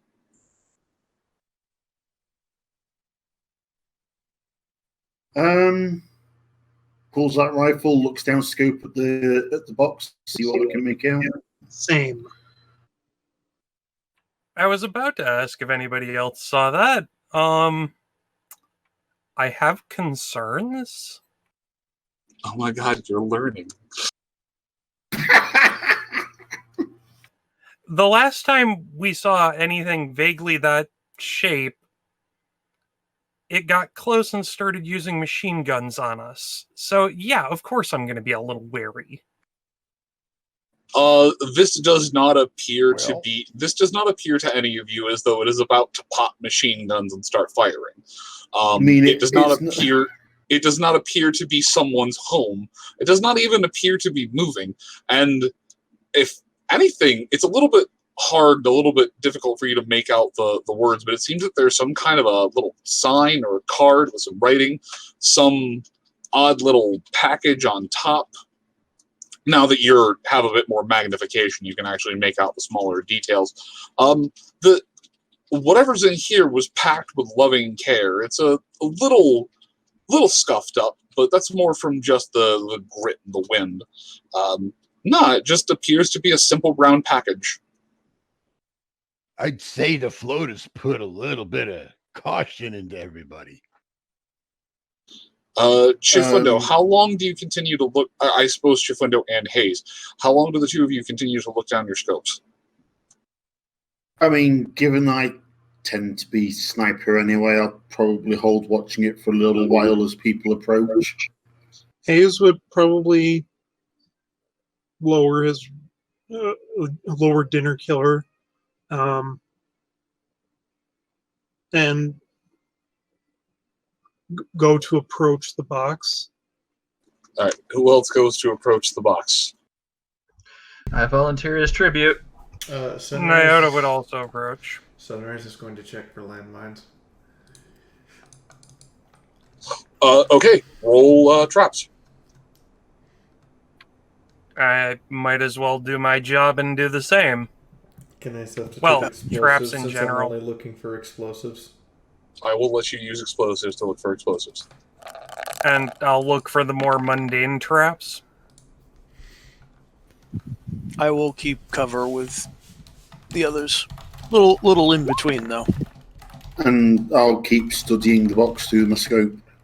Seriously, roll 20. What did I do to you? It's a pass. No, like, I have not rolled below an 80 since, jeez, like, our 3 sessions ago? There are no traps of any kind. There are no traps of any kind around here. It's a matter of you're not being zany enough to appease roll 20. In fact, actually, it's pretty sparse around here.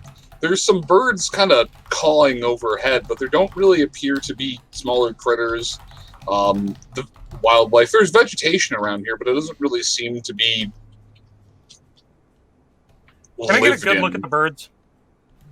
You can. Do you have any kind of vision enhancing equipment? At the moment, no. Okay, make me a few. Hayes will look at the birds through his rifle scope. Okay, Hayes, make me a perception check. And I guess, Nyota, make me a perception check at a -2. They are fairly high overhead. Nice. So what I gotta do is lower my perception to 3 and I can pass. I guess, why, you know what? That was impressive. Okay. Nyota, please make me a survivalism check.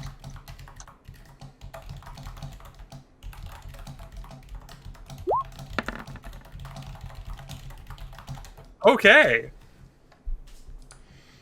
There we go. The curse is broken. Hooray. Give me a moment. Ow.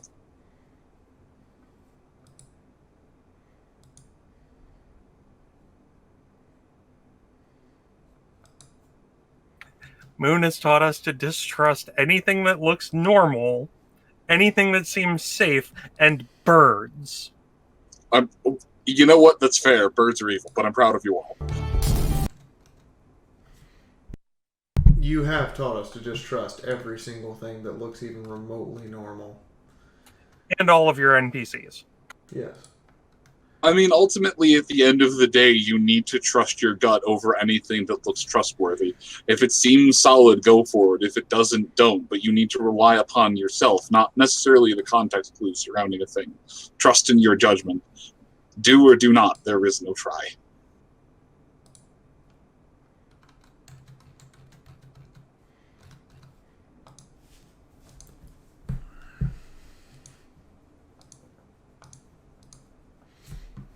Alright, also, apparently I never just statted birds.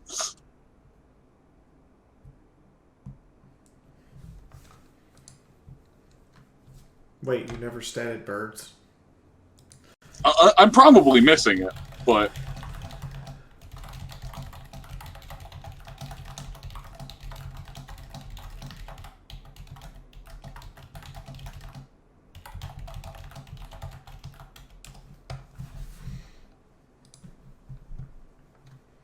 No, Cinder. When in doubt, we don't apply a 10-foot pole. We fire a bullet in the direction of what we're looking at from 200 feet away.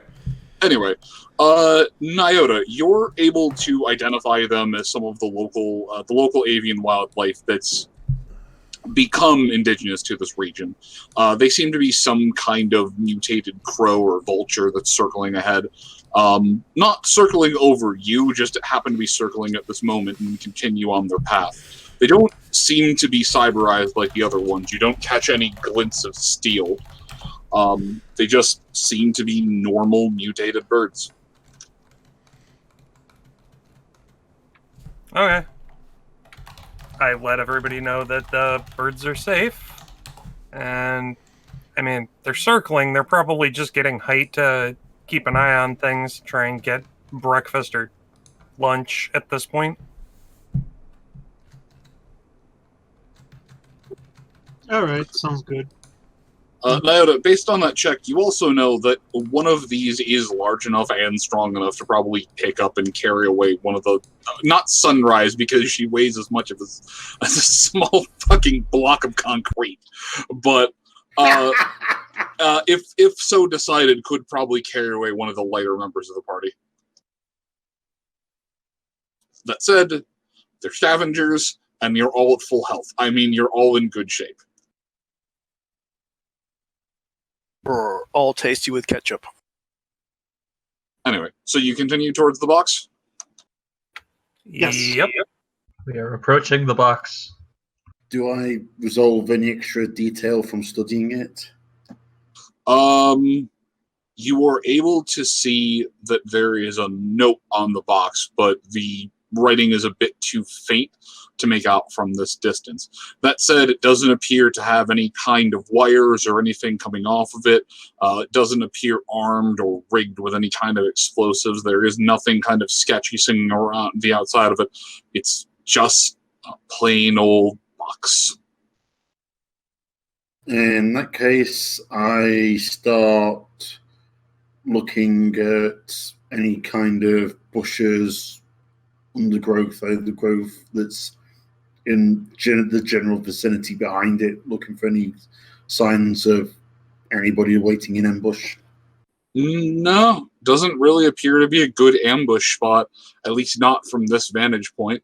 The shrubs are all a bit too small for anything worthwhile, and while, yes, you could at some point in time be attacked by the scourge that is the squirrels, this doesn't seem like a likely candidate, as there are not a lot of trees around here.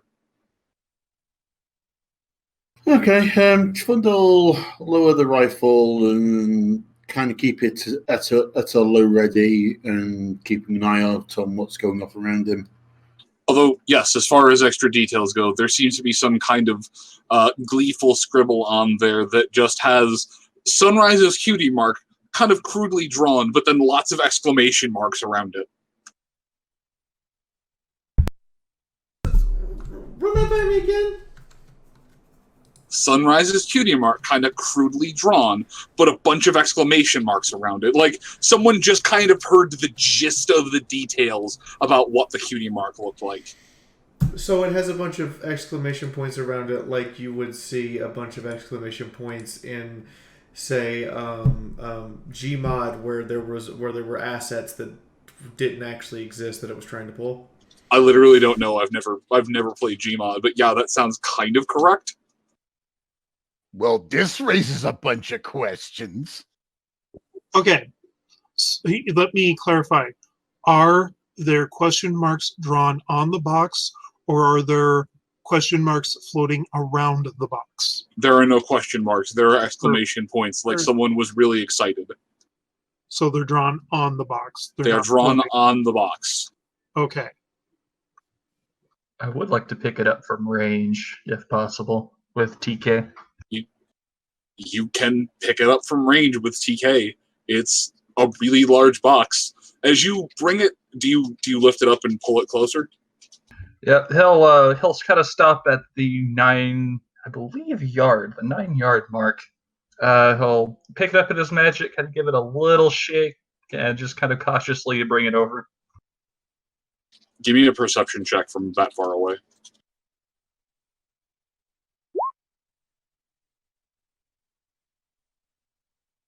It sounds soft. Also, from this far away, to give you an idea of the size, it looks like you could fit. It looks like you could fit a decent-sized mini fridge inside of this box, or inside of this package. That's a pretty big package, then. All right, just kind of slowly bring it over.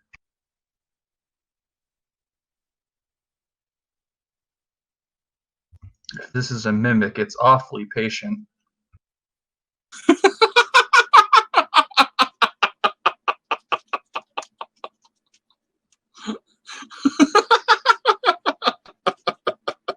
God damn it.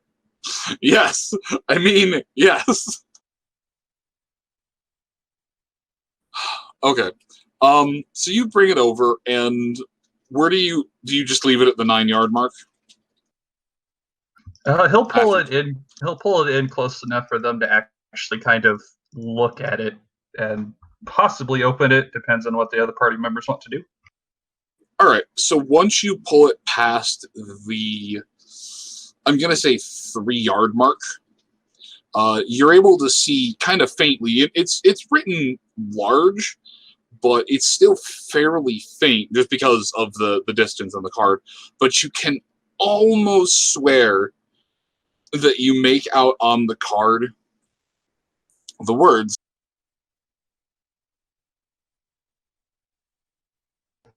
The words. No, not the words. Sorry, hold on. The words, "We believe in you, Sunrise." Yep, guys, it's a meme. We shouldn't deal with it. There appears to be some smaller package on top as well.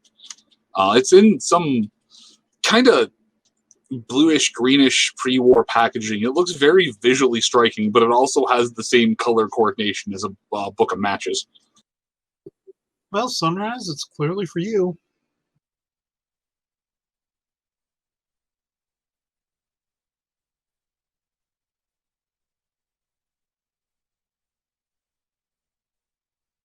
Man, I wish my presents were this nicely colored. He'll go ahead and kind of float it over to her. Even out in the middle of nowhere, Sunrise gets presents.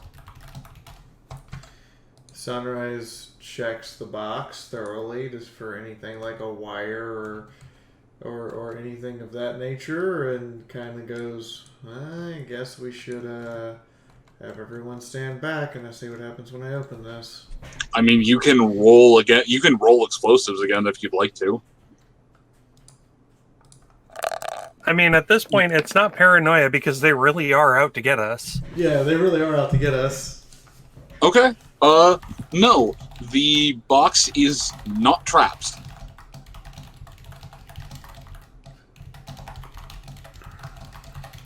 Sunrise motions everybody to stand back and take cover. Puts up her face mask and secures it in place, and goes okay. Goes and dumps the wife through between himself and the package. It's not trapped. It's not pink. Shield bunker. Shield bunker. So everyone's behind the dumpster in shield bunker mode. Yes. Okay. I mean, Nyota's just chilling out, waiting for you to pop the top on it. She opens the box. You know, hey, Mina, do you think... I'm going to describe this to you, Moon. She opens the box as carefully as if you were trying to preserve the wrapping paper on a Christmas present. Okay. There is a smaller package on there. There is a smaller package on there that is recognizable to you, but you're not sure why. Pink from inside of your head just makes a long, loud. Those are my favorite. But if you're slowly opening the package, it comes open without too much effort. What's inside the box? Another box? Inside the smaller, just kind of oddly shaped crate. But inside there, packed lovingly, am I still loaded? Yeah, I'm still loaded. Alright, there appears to be just socks, underwear, soaps, shampoos, small, nice little candies. Things that you recognize, not necessarily pre-war brands, mind you, but definitely things you've seen before, shapes you recognize, scents you recognize. Some of the candies are actually pre-war, but it just appears to be a large care package. Is there a bath bomb in there? Yes, there is a bath bomb in there. There are several, actually. Sunrise blinks a few times. There are many pairs of socks. With this confused look and goes, Wait, Moon, I have to ask this question. Uh-huh. Are they like little booty socks that you wear around the house, or are they like, striped pony socks that you wear to seduce someone? They are comfort socks. Okay, I'm making sure. Yeah, no, they are things that could sexy sleepwear, but family friendly. Kind of. Yeah, like hiking socks, outdoor style, gym socks. Very much a box of creature comforts. She looks at Nyota. Did you get this, or is this just from some random person handing me what equates to a Valentine's Day box? There's enough things inside of there that you could properly care for the party with these. Are we being rewarded for being on track instead of having threatening pitches? I think so. Yes, Mythic, cute sleepwear.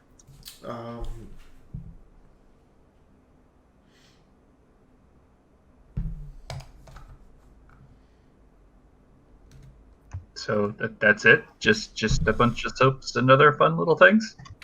Well, there is that smaller package, but I'm betting that's specifically for Sunrise.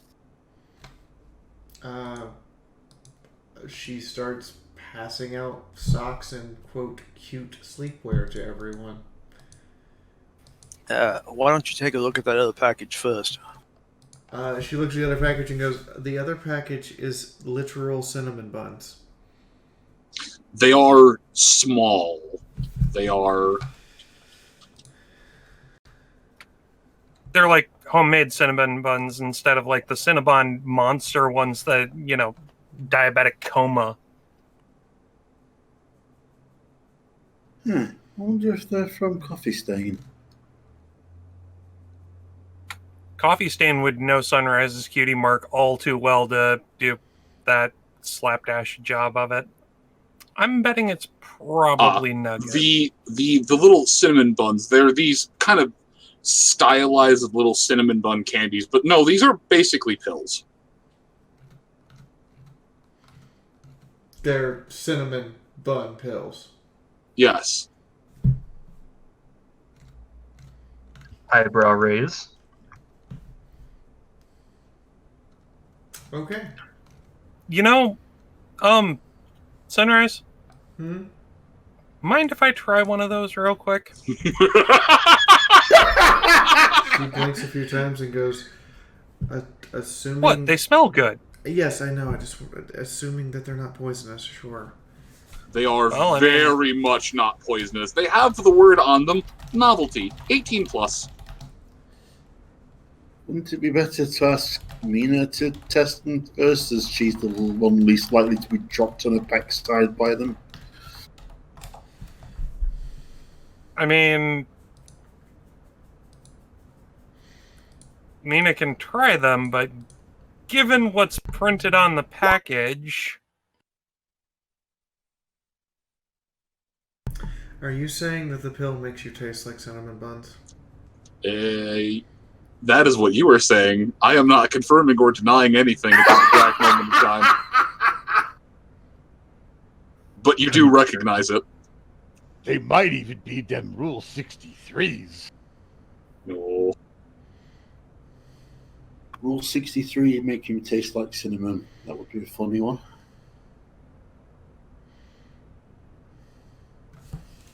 Yes, you taste like cinnamon and you're gender swapped. I mean, at the end of the day, they are Sunrises, so it's it is a 2-pack, though. Yes, there's lots of... Also, the material on the socks, on just the everything, is very nice, very good quality stuff. I mean, I'm not immune to poisons and such, but if you want me to try them, I mean, I definitely won't be affected by any kind of drugs in the negative ways. Moon, you said this is a 2-pack? It is a 2-pack. Also, Sunrise, do you look the box around? Yes, I flipped the box around and read. There are instructions and warning labels. This is very... She stops him from taking the pill and starts reading the warning label out loud.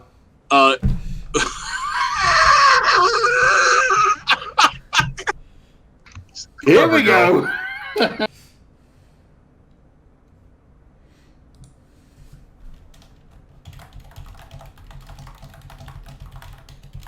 Oh. Yeah, she's reading the instructions and warning label out loud, and if you actually send it to me, I will read it right now on stream, no questions asked. Oh dear God, okay. Good, Moon doesn't have to make himself mortified. Be forewarned, we may have to put up the not safe for Chris marker. Yeah, I was going to say, Chris, go get a drink or something. And remember, this insanity is supported by you. What's wrong with all you people?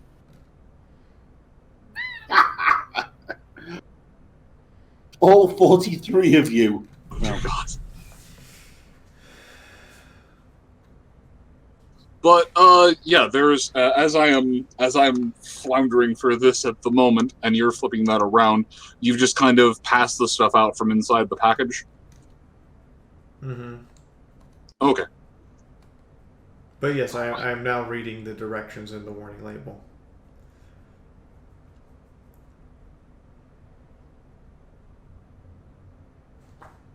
Okay.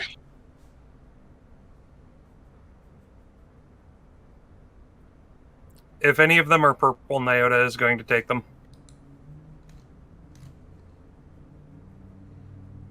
Oh yes, the socks. About half of them have some kind of pair or mate, but the rest of them are all completely mismatched. That said, as you look through each of them trying to find the correct sock, you'll find that there's enough to make a pair, but at least several of them are going to be woefully mismatched with some horribly clashing colors. So, Wasteland socks. No big deal. Nyota will do his best to put together a matching set, or as close to matching as possible. I'm waiting to read whatever abomination I'm going to get sent. Yeah, I know. I wasn't expecting you to actually read it aloud. I'm going to read it in Sunrise's voice just for added flair. Oh, this will be good. Do we need to get Cinder script in here to do that? No. Actually, if we really wanted that, I could send it to Inky and she'd pop in here real quick and do it, no questions asked, if she was available.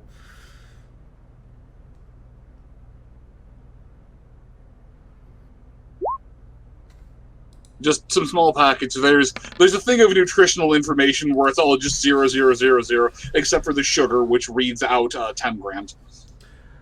Auntie Nan makes your hoo-ha taste like fresh, baked, delicious buns. Side effects are typically cosmetic.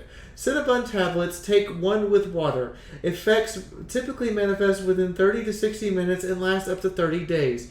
Eat and taste good. Warning, taking two makes you spicy. Concerned horse noises. Hi, I'm Wandering Sunrise, and apparently this is why it tastes like Cinnabuns. Time to cut for break. So, she eats both. If she eats both, she's equivalent to an atomic fireball. Oh God. Let's do actually need to stand up. Yes, if she eats two of them, she literally just tastes like a shot of fireball. I would like to point out that if Mina did take that, it would last 240 days. Good God. Hi, I'm Wandering Sunrise, and this is fucked! She blinks a few times, looks at Nyota, blinks a few more times. I have tasted like cinnamon buns for a whole lot longer than 30 days. I want a freaking explanation. Huh. Nyota shrugs, hoofs the pill back over. Well, now we have an idea of why, but not really the how.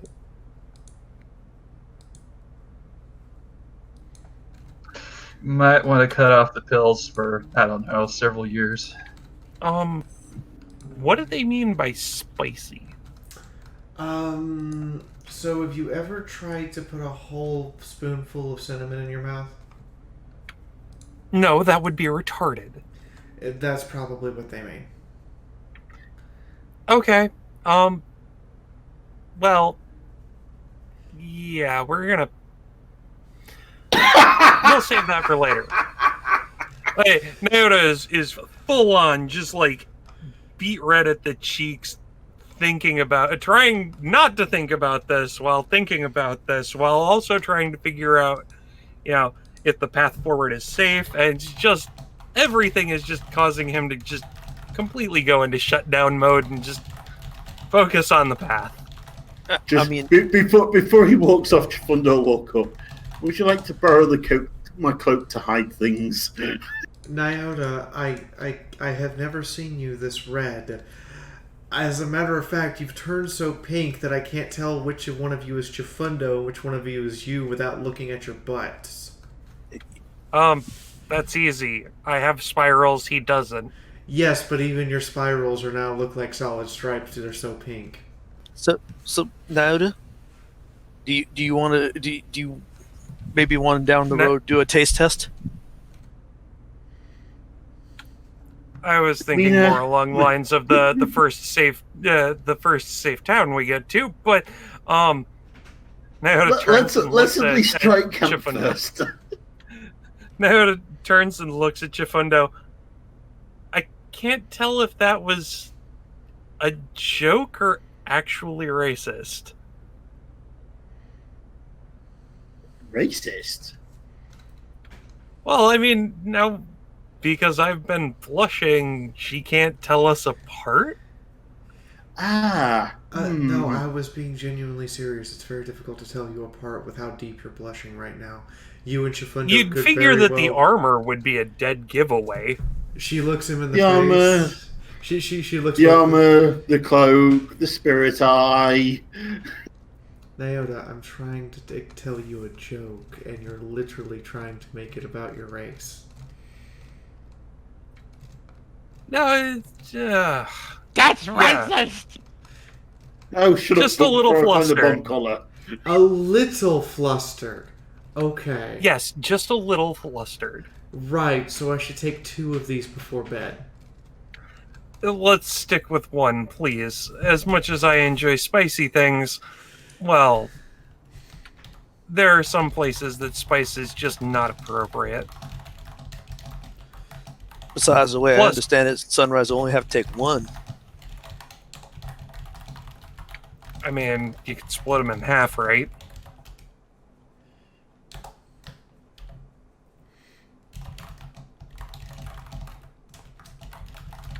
But he turns back to Sunrise. And besides, what if the spicy is also effective for you? You know what? I can imagine that it being spicy down there would probably be really unpleasant.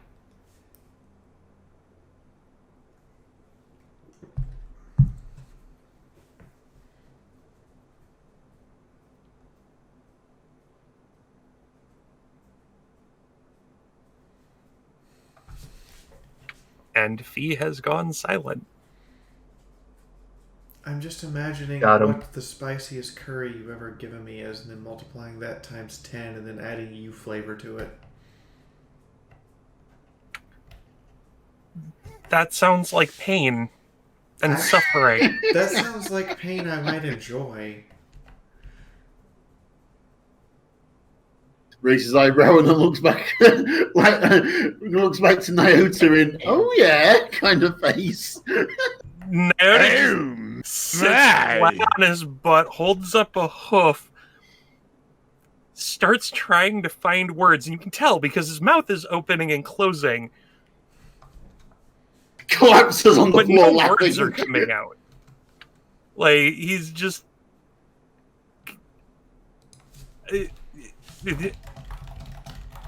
You guys are gonna need a lot more sounds and talismans. That was not somewhere I was fully expecting this conversation to go. Well, mine is thoroughly in the gutter now. Yes. Yes. Hayes hands Nyota some beer.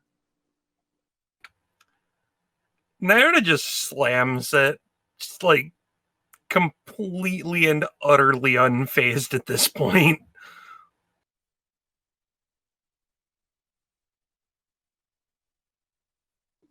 Okay. By the way, he handed you a whole gallon. Did we just watch Nyota slam a gallon? Where did he get that much beer? I'm convinced Hayes brews beer on a daily basis. He's a doctor. I still have 12 gallons left from... And Nyota is fine.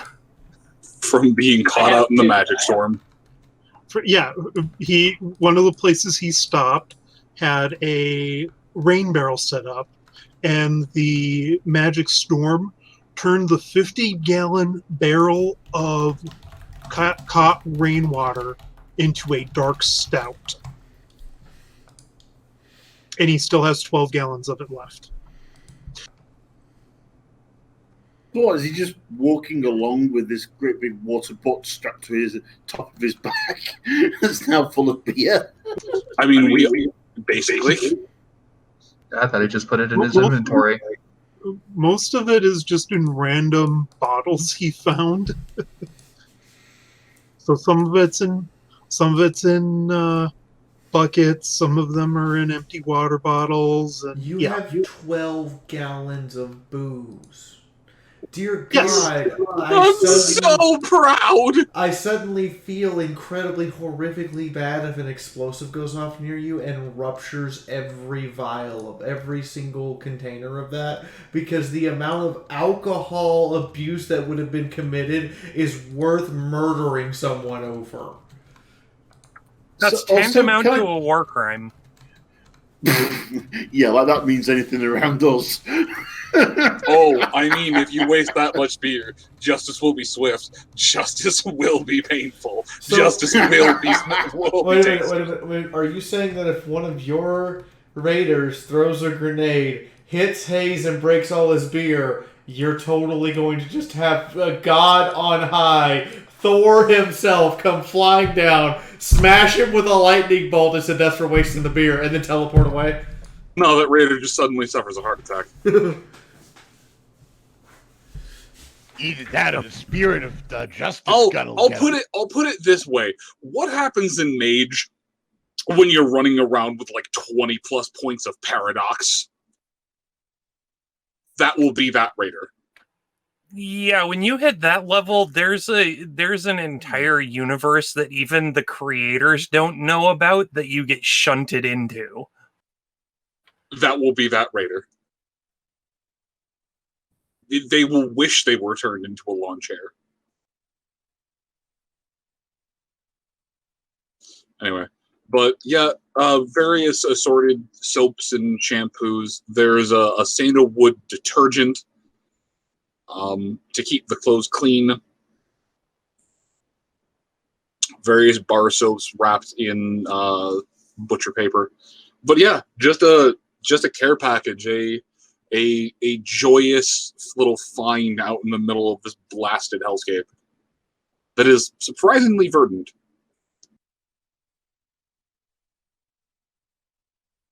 So, how did this find us? How did a package of pictures find us? How did murder crows find us? How did... I don't know. How did we run into Soot instead of... And they actually stopped being raiders over a month after the last time we met them. There are 100,000 questions I could pose about our adventure so far that literally I begin to ask if the world actually makes sense or if there's some crack hole in reality that has created the world we live in. Well, the disembodied specter of Alice just gives you a fucking side eye from inside of your own head. Take a point of sanity loss. The fourth wall is there for a reason, V. Would you go so far to say as it is a bizarre adventure? You all fuck all of you. God damn it. You sons of bitches. I'll be in my corner. Don't worry. No, Moon. I counter your point of sanity damage with Ghost of Pinkie Pie, so fourth wall break is allowed once per month. Oh, you've clearly used that fourth wall break by now. I would also like to say that as soon as you started saying that, I'm fairly sure Pink jumped into the duck and cover. Wait, how have I used that for September when this is our first session in September? Oh, god damn it, it's September.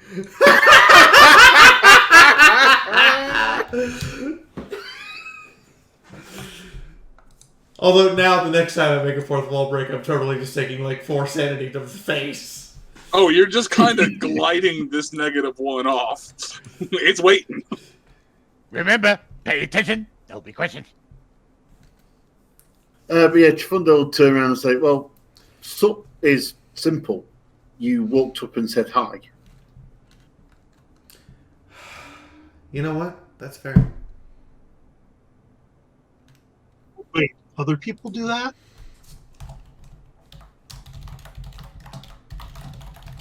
You know who the Enclave is, don't you?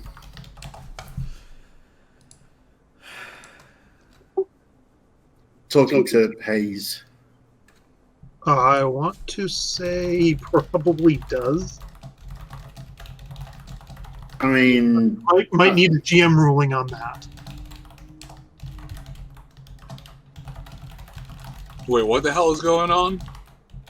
Chifundo just asked Hayes if he knew what the Enclave was.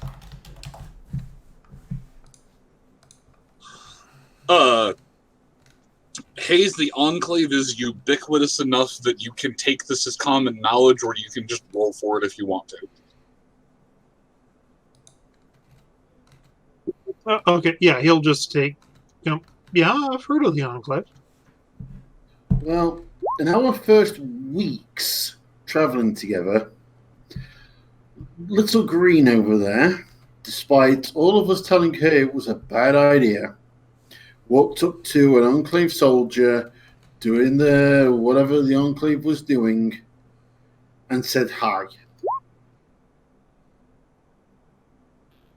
She used to literally say hi to everyone, and it made us a heck of a lot of friends. Oh, I'd still say hi to everyone.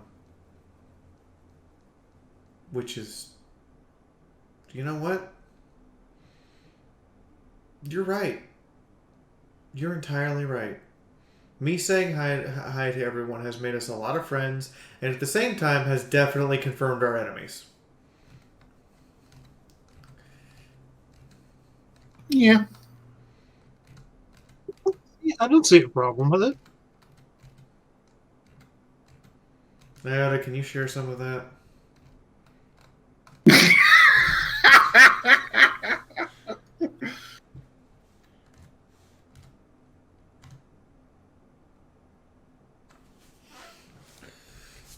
Okay, if you both are just kind of going halvesies on a growler, can I get some endurance checks?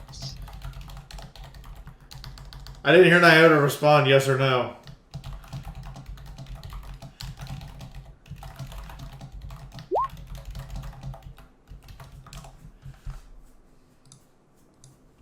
Adagio, if you're talking, we can't hear you.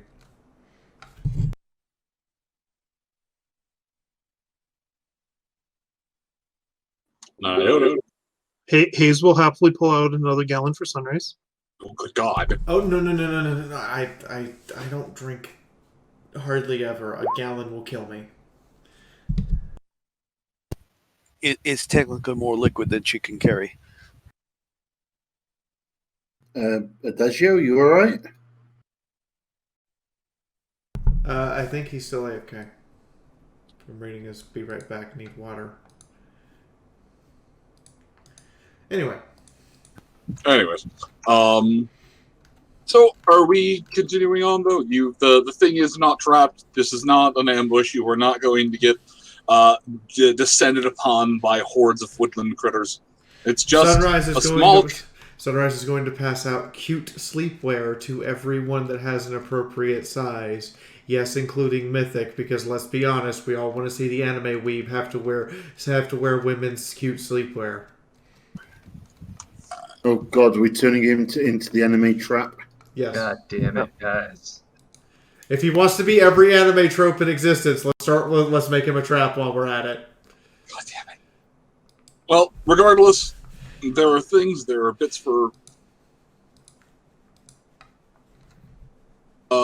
No, there's stuff that's there that's not just frilly... There's stuff that's there that's not just frilly lace panties.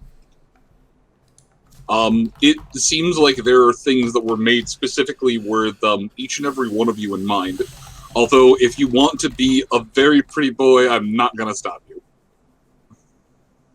But no, it actually seems like the stuff would be well suited to each and every one of you, and it's kind of obvious as to whom goes with what. Awesome. Okay, Moon. So describe who gets what. No, I'm going to leave that. Sunrise rolled a 10 on luck. Give me the ugliest color combo you can come up with, and that's what it looks like.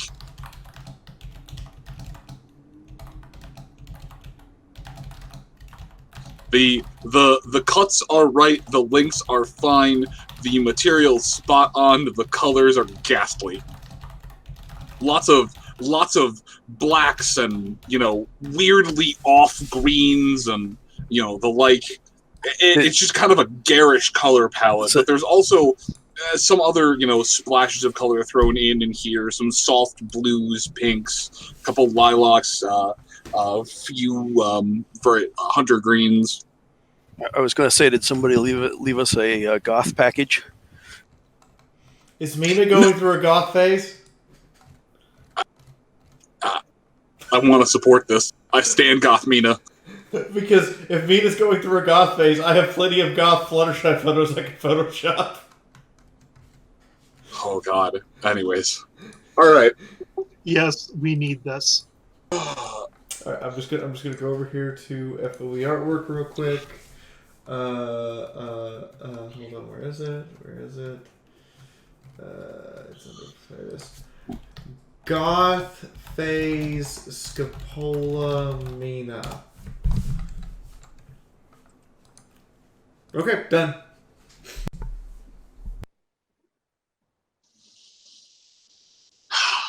Okay.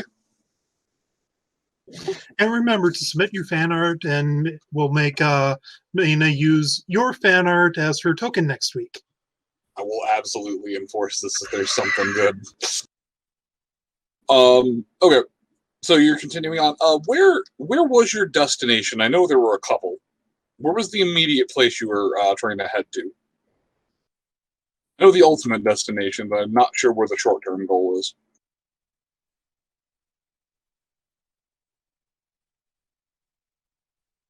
It's also decently well lit at this point in time. Middle of the day. Spirits good. Our short-term goal at the moment is to head for the coordinates that the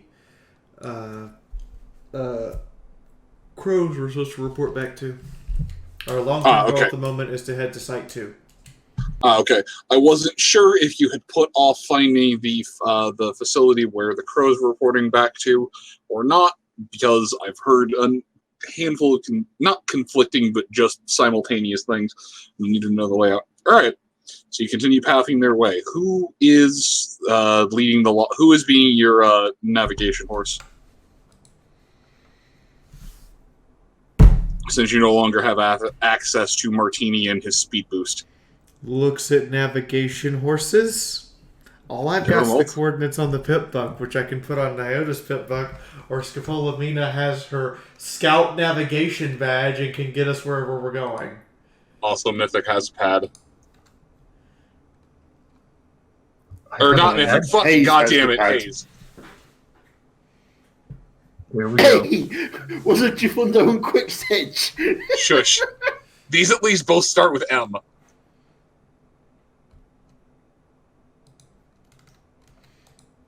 I mean, I can probably do it. I mean, I've never been out this far. Bullshit. You didn't get teleganked from this point. You were farther up. Yeah, we got as far as South Shore. Okay, well, I've been further out then, but I mean, as far as scout training.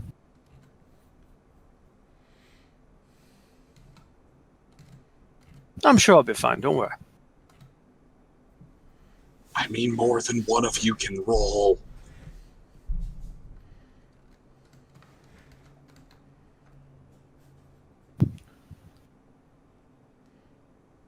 Do you need a roll right now, or you just talking about down the road? I do need a roll for navigation from you, just to make sure that you're still following the correct heading. Is that survival? Yes. Also, Mythic, apparently you think you have to go backwards. Yeah, shit, guys, we need to go back.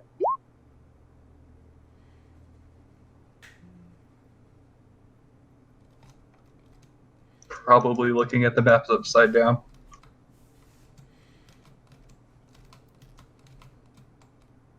Walks up behind the enemy protagonist and pops him up round back ahead. You know that thing you're looking at is not really a map. All right. Well, it's cool. It knows up from down.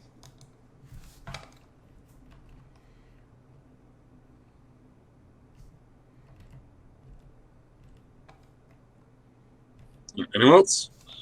Or just Mina?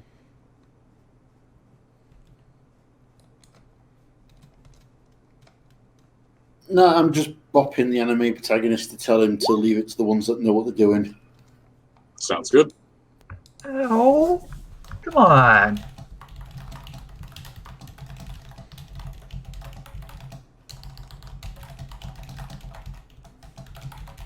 I mean, Naota should know his way around here as well. I don't think he's back yet. We're just waiting for him to get... Ah, there he is. So, what did I miss? You got asked if you could share that alcohol with Sunrise after a moment, and we're trying to figure out the direction to the coordinates that the murder crows are from. And Gothmina.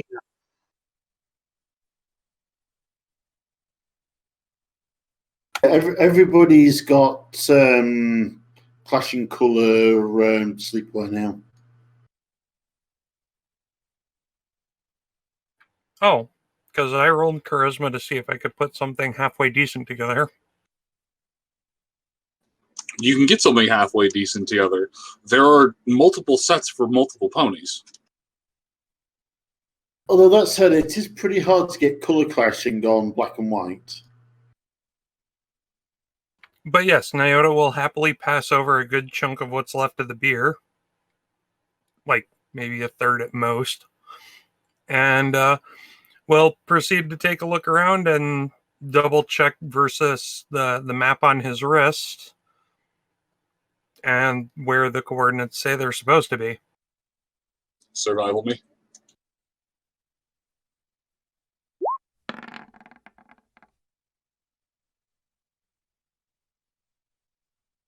All right.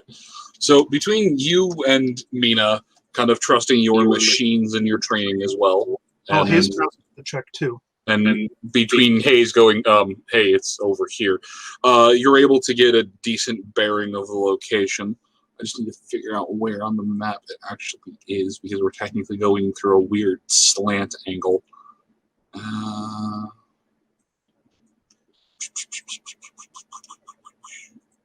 Why is that still here?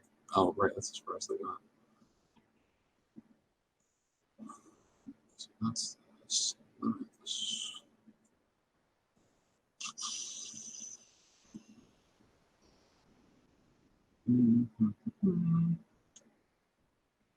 Yep. All right, so we'll put it there.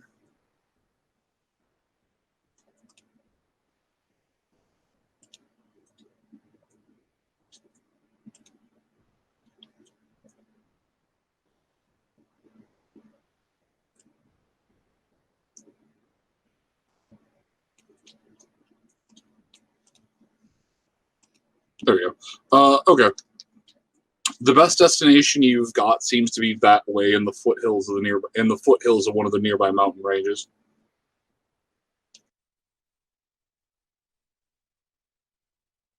Well, it's on the way.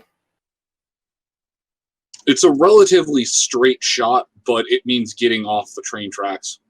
So you'll have a little bit of a rougher path to head forward on. Mina, aside from just ridiculously strong telekinesis, do you have anything to deal with brush? What do you mean by brush? You mean like plants brush?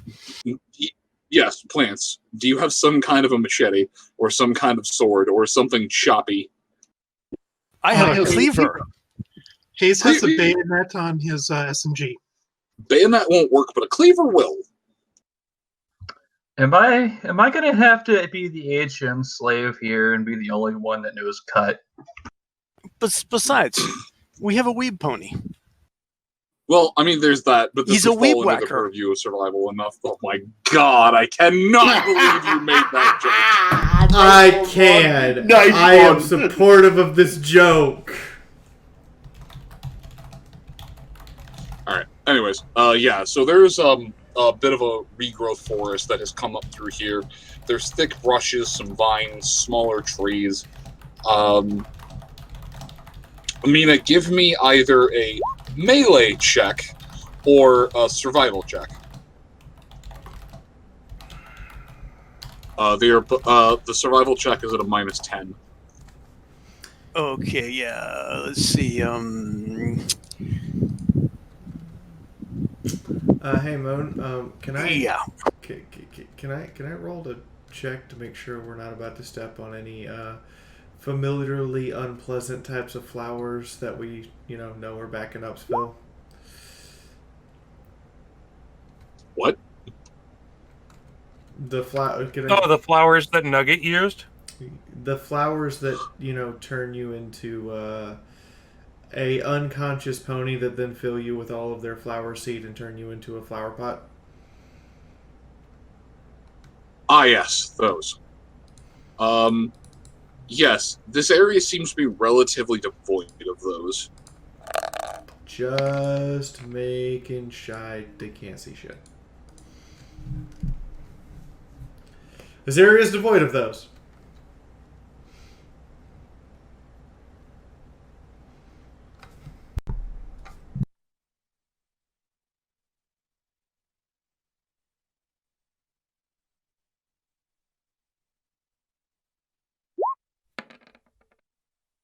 Does Hayes see any other interesting plant life? Okay, Sunrise, you're just like, wow, it's a tree. Wow, it's another tree. Holy shit, it's a third tree. I mean, if they're all alive, that is actually something to be impressed by. Not really. This area is pretty dense with vegetation. There's actually a lot of living regrowth. Lots of trees, lots of shrubs, lots of whatnot. They seem to be thriving in this part of Equestria. Which one, though, takes a minute to plant a potato?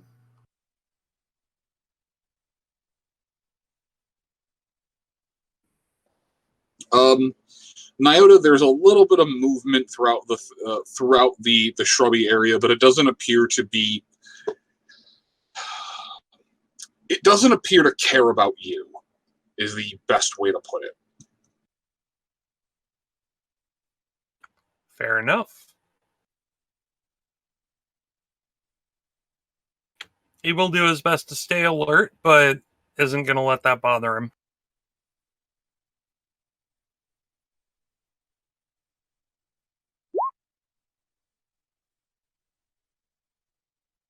Okay, and so the lot of you are just going to travel, or just going to continue traveling until you get there? Yeah, Hayes is going to look for green herbs, red herbs, or any other medicinal vegetation that looks promising while they walk.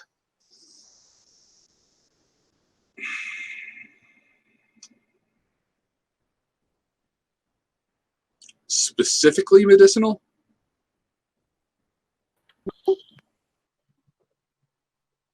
Well, anything not drug related is considered medicinal by Hayes. Quote unquote medicinal.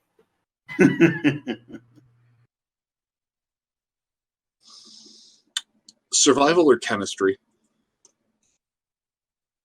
Well, survival. I mean, as long as he's keeping an eye out and kind of scouting, he might as well do the same.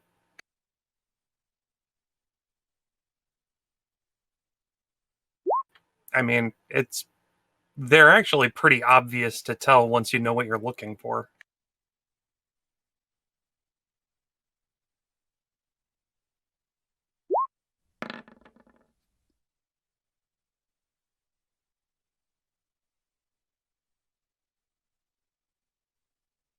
There you go, potatoes.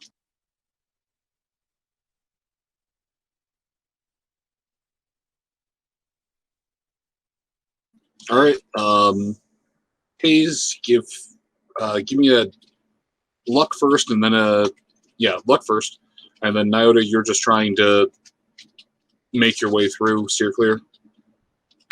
Steer clear of any dangerous plants, and if he happens to spot any, herbs that he could use for alchemy, he'll go ahead and snag some. So all right, that that's a separate check, please.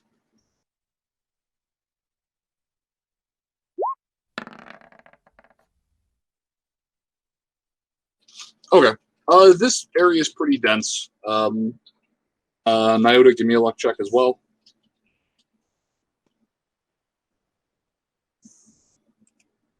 Hayes, just roll me a d10. And Nyota, roll me 2d10.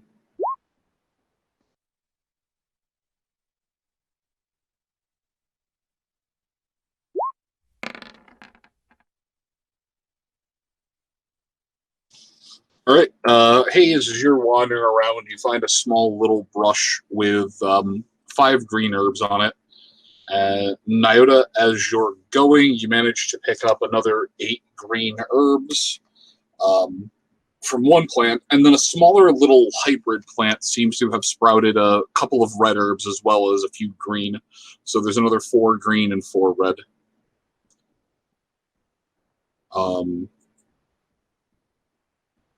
But as you carry on through, this appears to just be a dense forest. There's sounds of life in here. There is a sensation that you're being watched, but not a menacing sensation. Doesn't appear that there's something hunting you, just things that are studying you. Can I reach out to the spirits in the area?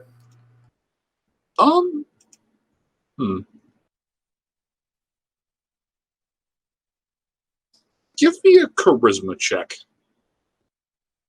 With or without penalty? Without.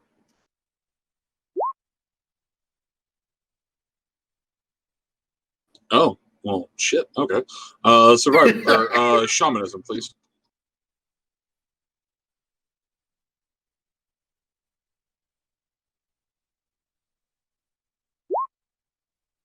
Jesus!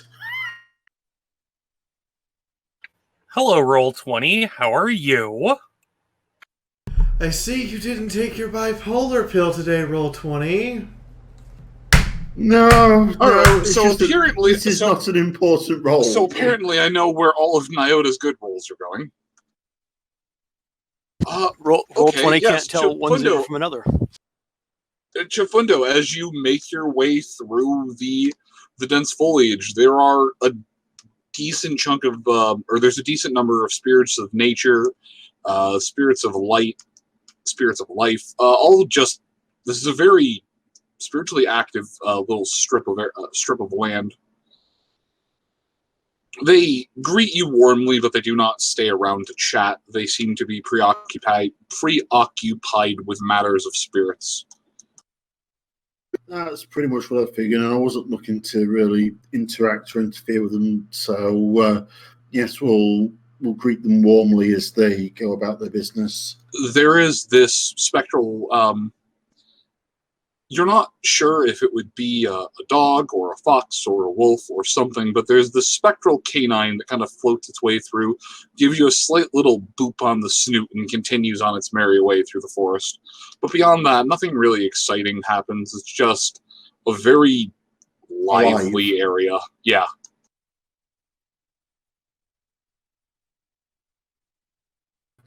I feel this place has truly begun to recover. The spirits themselves seem to be in harmony as I've only heard of in books and in tellings from the elders.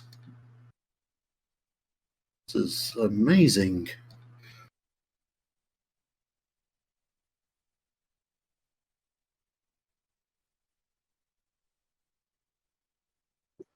If you say so. Oh, it is. It most definitely is. I gotta say, I like the scenery so far. I just hope nothing takes a snap at us. As you continue to walk through, there's the sharp crack of a stick that comes from not directly behind you, but behind and off to the left. I was just gonna reach out and smack Vic for that comment. Rolls around, unsheathed swords. But nothing else happens. Just soft, or just a loud crack, followed by oppressive silence.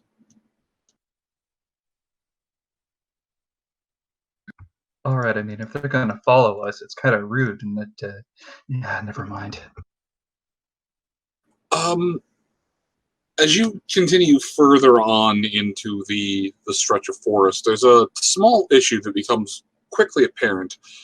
It's very dense overhead vegetation, and it is getting very hard to see.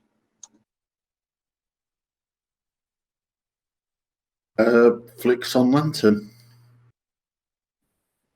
That'll do. It doesn't produce as big of a light as it should, but it's still enough to illuminate the path. Naota, would this help you find our way? I thought Mina was leading.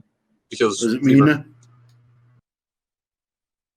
To whichever pony's leading, I'd offer up the lantern. No, I think it's kind of both of us. I think, didn't he make his roll? Yeah, we're just kind of both guiding the party. Oh, I have no idea. I just know Mina's the one with the cleaver. Naota's just pointing at, don't cut that one. There's a bit of a trail over this way. All right, so the two of you working tandem to start chopping through. Yes, guys? Oh, shiny. Wait, what? No, yeah, his is following along, but he's, not really paying attention to the direction that we're going.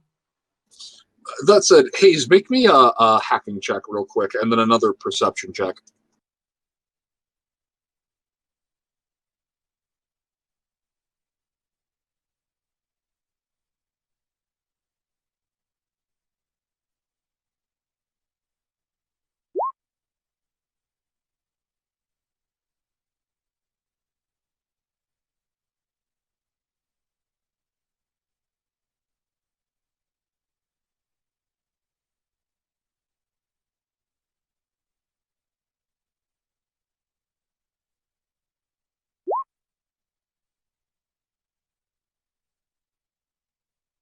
Exquisite.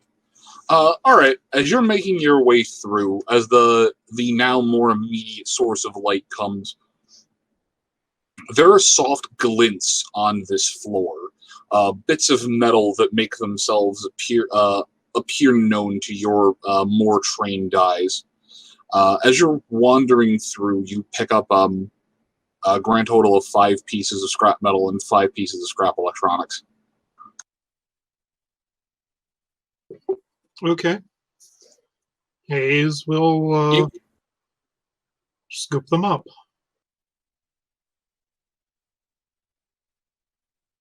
There's also at least a couple of the skeletons of architecture here. It's very clear that you're at least walking through the remnants of a couple of houses that have been reclaimed by nature. You said 5 scrap metal and 5 scrap electronics? Yep, 5 and 5.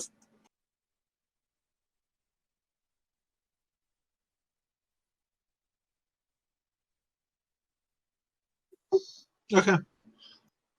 It takes a while to make your way through this. And by the time you finally make your way out of this forest, it is dark. Any semblance of the sun has gone completely down, and you're now operating purely off of what little bits of moonlight make it in through the overhead cloud cover and that single lantern. It's not. So, yeah. You guys want me to turn on the light, or? Well, we should find a campsite. Any decently sized clearing should do. You're in a decently sized clearing. From here, it's about another, I'd say, couple dozen miles. Yeah, a couple dozen miles to the foothills of the nearby mountain. The stretch of forest was really large. And being forest, it'd take a while to get through. Yes. Yeah. Mm-hmm. His clicks on one of his lighters for a little bit extra light. Actually, Mythic, I think we'll take you up on that offer, just so that we can get tents set up and everything. Alright, just please don't look directly at the light as I attempt to just adjust the brightness so as to not blind everybody. Give me an arcane check. It's right there. Ah! Why can't they do that with anything else? Okay, Mythic, you have a dimmer switch built. You have such control over your light spell that you have a fucking dimmer switch built into it. Finally gotten used to doing this. Did you just tell everyone that he has a dimmer switch in his light spell? Just that he has a dimmer switch. I'm saying he has enough control over his light magic that he can produce it at any level. Yeah, okay. Do me a favor, write down on there you do not need to roll for basic light magic anymore. Just if you're doing the weird and funky stuff. Want me to put that under a quest perk? Jesus Christ. Yes, please. What? Why do I have this feeling now that he could literally reach up to his horn and he's got a little slider on there that he could just slide it right down? I was trying not to say that. It's one of those rotating ones. You just rotate the horn around. I was about to say, yeah, just kind of reaches up, twists his horn a little bit.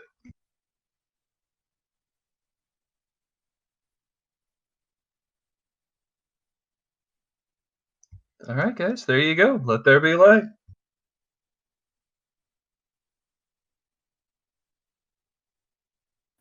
And yeah, Naota's gonna take his time and do the job right. It's been too crazy. I'm not even gonna risk it. You do not have to make any more checks to set up the camp. The campsite is... it just happens. You just need to spend the time setting it up, but you do not have to make any checks to roll it. You have perfect illumination. Fucking hormone users and their light magic. I'm just gonna ask Moon, if I walk up to Mythic, touch the base of his horn, and lift it to the tip, does it get brighter? And then if I rub the hoof down to the bottom of the horn, does it get dimmer? I think that counts as foreplay. Freezing. I don't want to say yes. I don't want to start this precedent. You want to say yes, just so we can do this to him every time we need light. When Sunrise walks up and does this, does it get all pixelated? I'm gonna have to say no. I'm going to say that you cannot reach up and just dial up the brightness of your unicorn. Oh, I can't just dial up and dial down his brightness. Darn, I was hoping I could make him smarter. That's what joke I'm about to make. All right. One joke about me being dead, but you guys are making the rest of the camp in the dark. Wise words from someone who would just blow out the light bulb.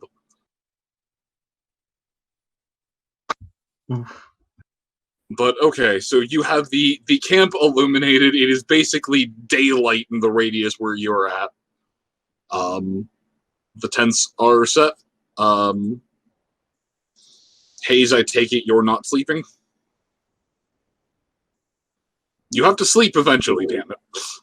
Oh, it's a matter of Hayes will always try to sleep. It's just a matter of whether he will actually succeed at staying asleep. Except certain times, like when he's building waffle irons with a griffiness.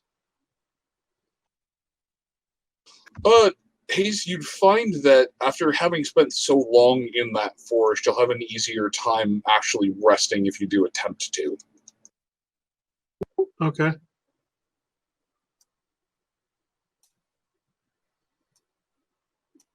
So. But yeah, who's going to stand guard as everything goes through?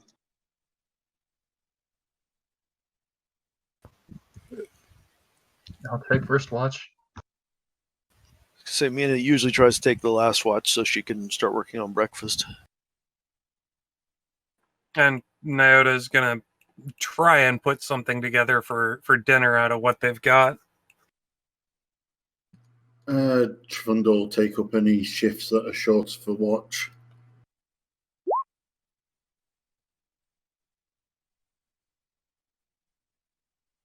All right, not Mythic. Nyota, you go to start cooking, and it's not great, but you make something that's pretty good quality food. Hayes will offer his spices. The spices improve the flavor considerably. To the point that they also add +10 to any healing this food would do. Ah, yes.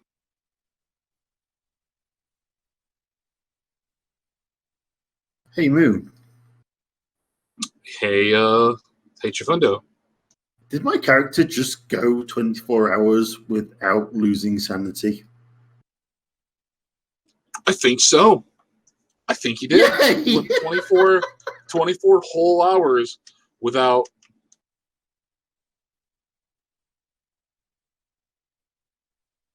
No. No, wait. No, he went 24 hours without going batshit. No. There was a check earlier. Much earlier. But he passed, so he's... Doesn't matter. It's 24 hours without a check. It is. That was last session? That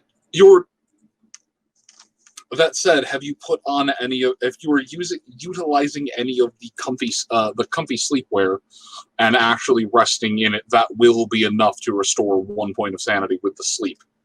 Due to the combination of that, the apparent mood lighting that Mythic can produce at any given point in time, fucking Hamon user, and the just the peaceful and tranquilness of the forest.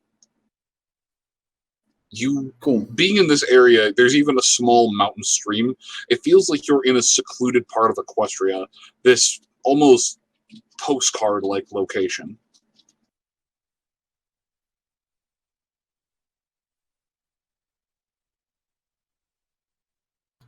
Awesome. So...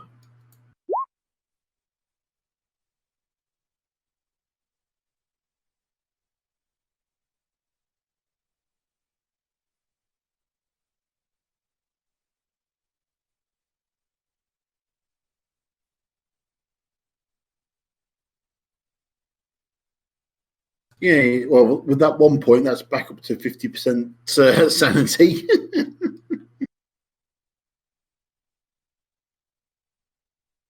And then come the morning, I'll actually go up another 2, I believe.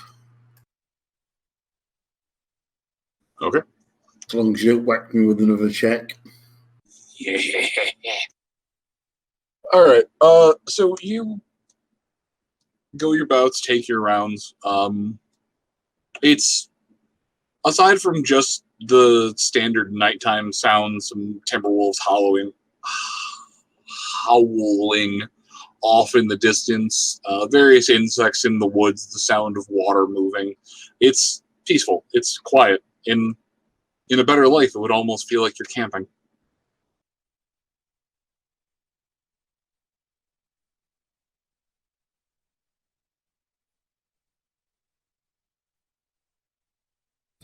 Who's taking first watch then? I volunteer as tribute. I was gonna say Nyota's the one doing the dinner cooking. He might as well take the first watch. Well, the thing would be is technically we would eat before the other people went to sleep.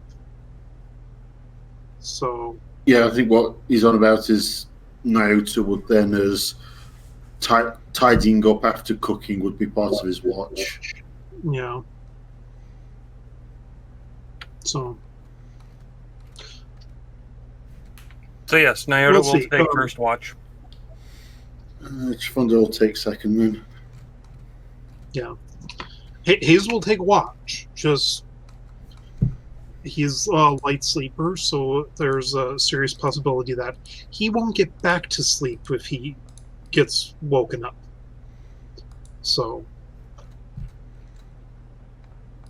All right, everyone who's taking watch shifts through the night, make me a perception check, please. Visual.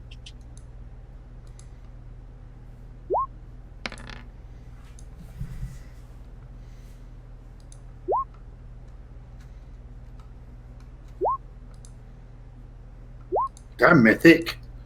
You know, I think this is the second time I've done this while on our watch shift. Not in this game now, but like this is the second time this has happened in this kind of situation. Moon, we don't see shit. No, you and Mythic don't see shit. Nyota doesn't either. Neither do- All right, so Mythic is literally blinded by his own light. Nyota and Sunrise are apparently having too deep of an in-depth conversation about cinnamon bun pills. Conversation. And this is why you don't go on shift with a significant other. That's just always going to end up with a deep talk conversation and not doing the job. All right, so in all honesty, through the night, aside from just the perpetual sound of the environment, the sounds of night, it's a quiet evening. A peaceful night's sleep is had by all who attempt to sleep. Awesome.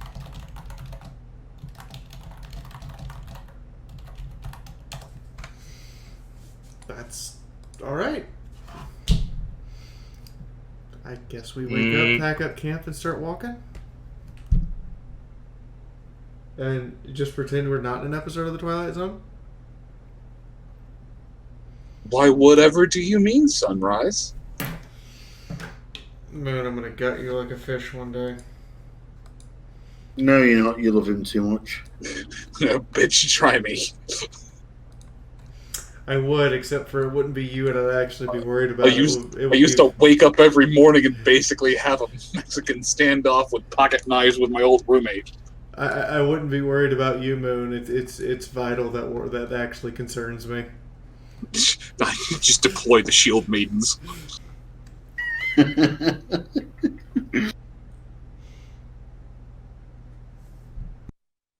Mina, you're making food, correct? I am. You okay? Yep. Just caught me in the middle of a yawn. Oh, okay. Sorry, you just suddenly sounded like you were the tiredest man in all the land, and I got worried. It's that whole sleep thing, you know. This last weekend, it was 120 degrees in my room. Oh, yeah. And what was the smoke content of the air? I don't know. I wasn't barely breathing, so. What was the air content of the smoke? Make me a survival roll to cook.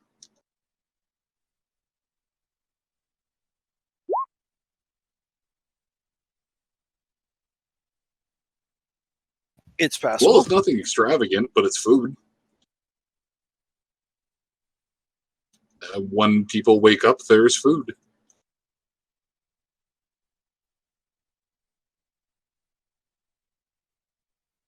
And Nyota will make coffee for everybody. Just give me a survival check to not burn the coffee. This time.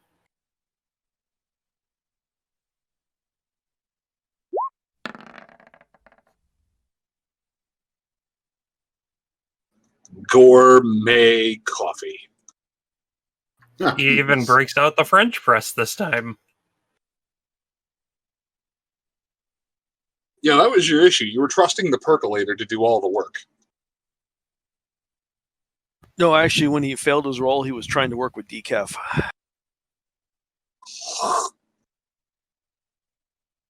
He just kept adding more, but the caffeine never came.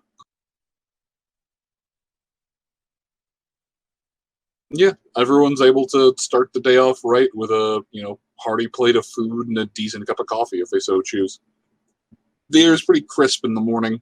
The sun hasn't made it through any of the breaks in the clouds. It's still got a soft air of woodland to it. The odd sounds of the life in the forest off in the distance, the stream babbling nearby. The mountain just kind of looming in the distance. The sound of birds overhead. It really feels like you're at a campsite. Considering how calm it is, before he takes the time to put on his armor, Nyota takes some time to stretch and do a little bit of, practicing before everybody gets, really rolling for the day. Sunrise puts her armor on first before she helps him practice, knowing full well she needs it to stop him from hurting her. I didn't think they were doing a combat warm-up, but... Do you think practice is? Lots of stretches. Well, I mean, shadowboxing. Or, her just trying to copy his forms.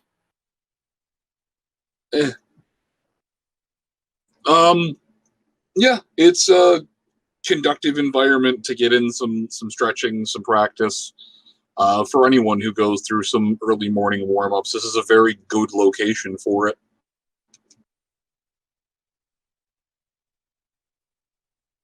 Like, how well does Hayes actually sleep? I'll put it this way, full 8 hours. Damn.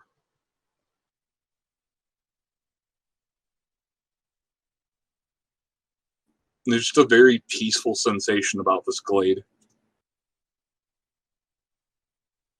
Which Hayes finds concerning. Hayes finds everything concerning. No, he usually finds most things high. But no, this is concerning. Fair enough.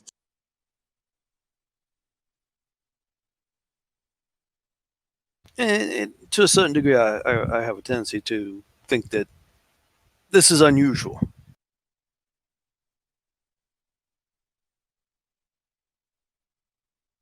Unusual is definitely correct. This is probably one of the most peaceful locations any of you have been to in the past, year or so.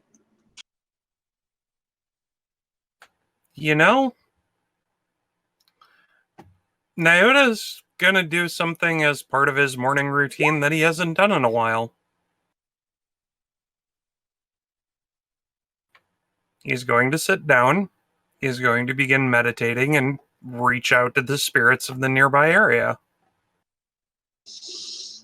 Roll me that shamanism. And he's going to let Ember guide him through the teaching that she's been doing for him. Okay, Ember's going to tell you to roll that shamanism. Oh yeah, I just making sure that that's noted. Did you just say to roll that beautiful shaman footage? No, but it's what I thought loudly in my head.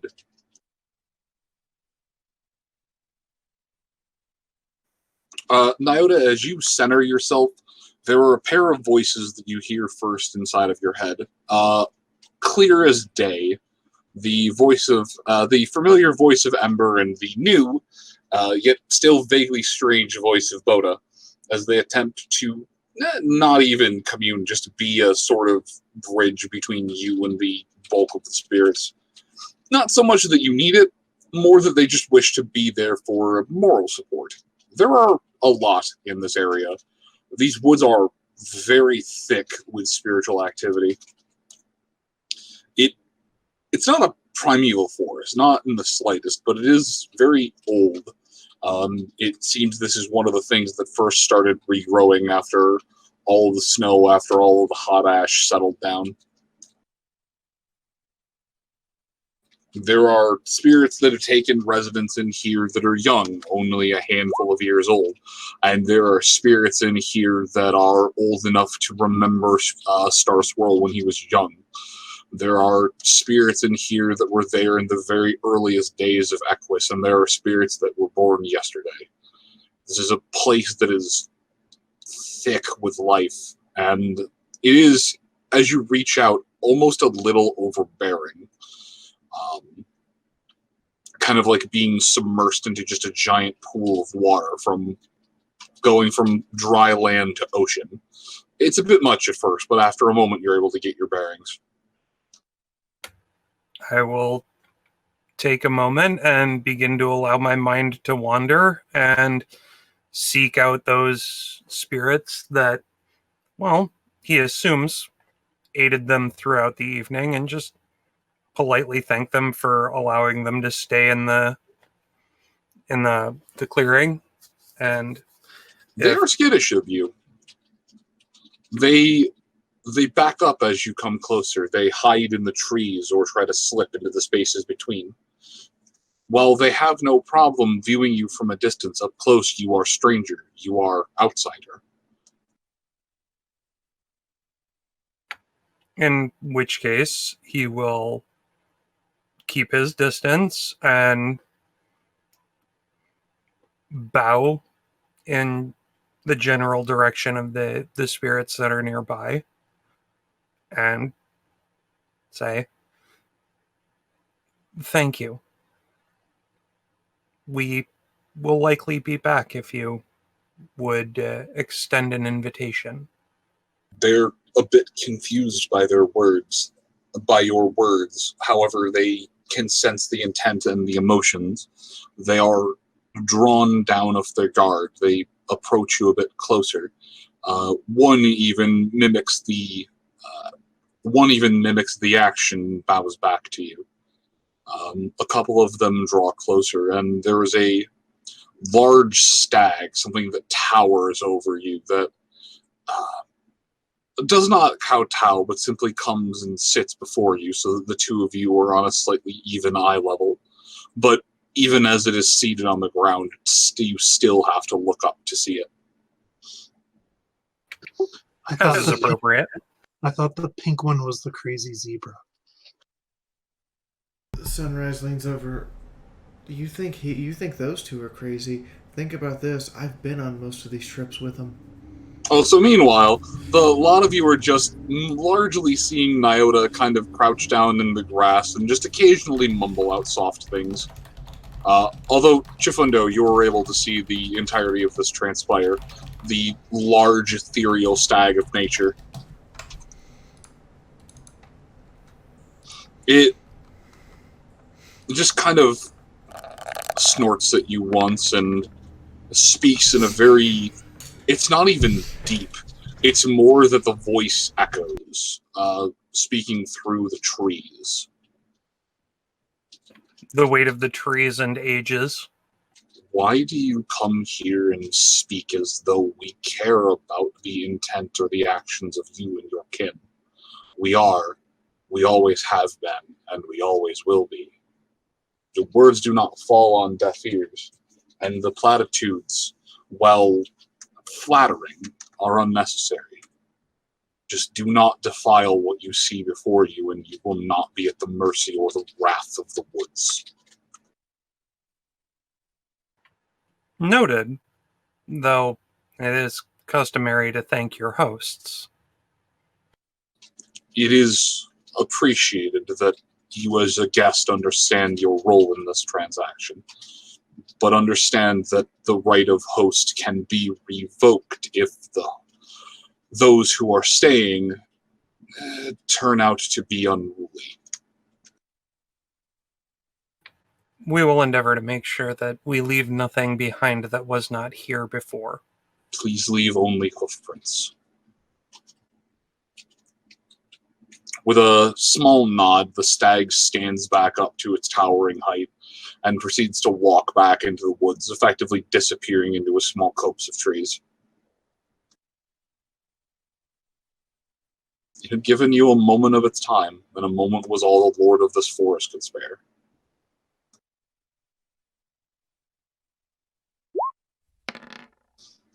Still, there is a not weight that is lifted, but a fortification on your spirit, as if you've truly glimpsed something rare and something beautiful. Your will is strengthened a bit from this encounter.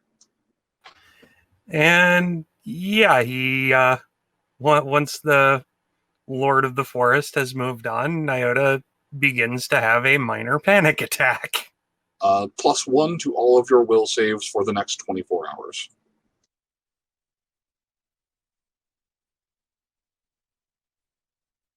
Sunrise, having rolled to witness and hear this conversation, walks up to Nyota. Are you going to be okay? Sunrise, meanwhile, having tried to tune into that little bit of connection that you and Nyota share,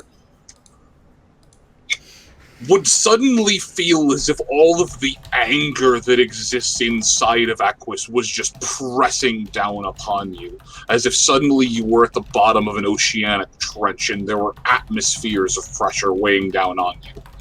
This is a being whose time is both limitless and limited, and yet it is sparing a moment of this time to converse with your husband. The weight of this gratitude and gesture is not lost on you. Sunrise gives the creature a bow similar to how you would bow to as you passed a monk on the road. As you checks lower on Nyota for his hyperventilating. Give me a strength check.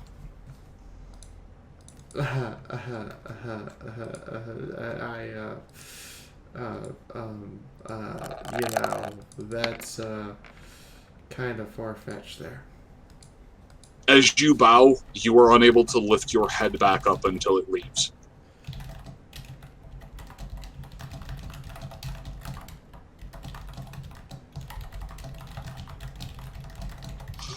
That said, as you are an earth pony, mostly, you do feel a strong inherent link to this thing, as if you have just spotted a wellspring of pure power. But after a moment, it dissipates back into everything. You're able to lift yourself and stand back up correctly, and then go check on your husband, who has devolved into a nervous ball of zebra.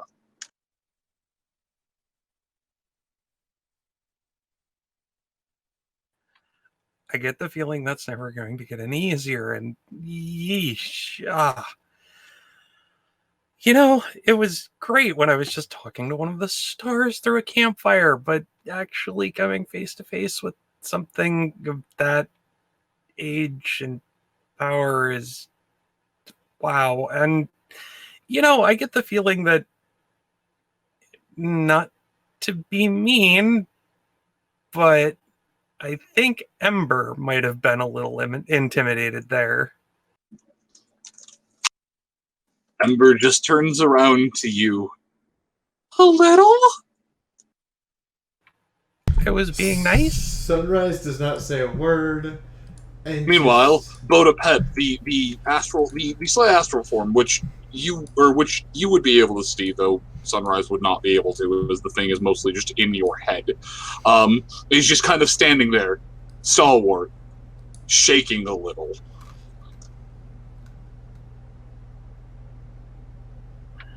Yeah,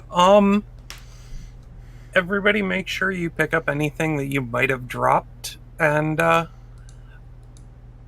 we'll remember this spot should we ever need assistance in the future.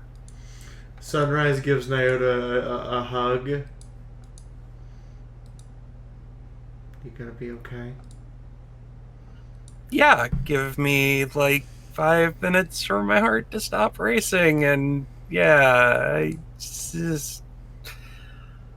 Whew. Now I understand what they meant by stressful.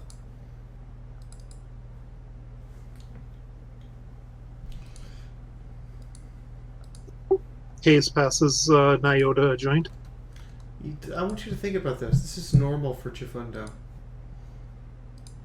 Nyota looks over at Chifundo.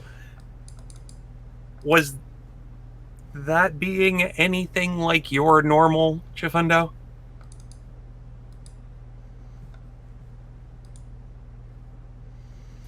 See, I am utterly convinced that this event is our like special thing that we've never experienced before and is magical and wondrous, and Chifundo, this is just Tuesday. I mean, honestly, that was Nyota asking Chifundo that question.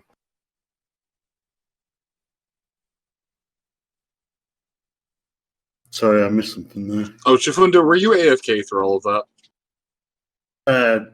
Just not, dozing a little bit, sorry.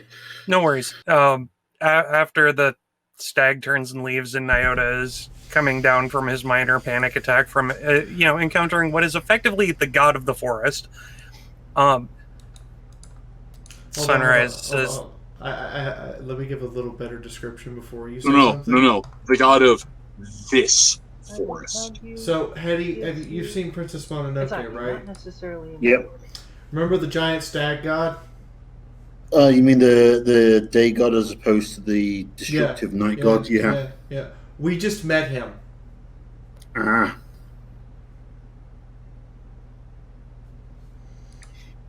And Nyota turns to Chifundo and... Was anything about that being normal for you, Chifundo? I mean... Like, what was meeting that being something that happens on a regular occasion for you? Oh, no, not regular. But then... This entire place is... unusual for the Wasteland. But no, I've spoken on occasion to larger spirits. Though perhaps this one was the largest.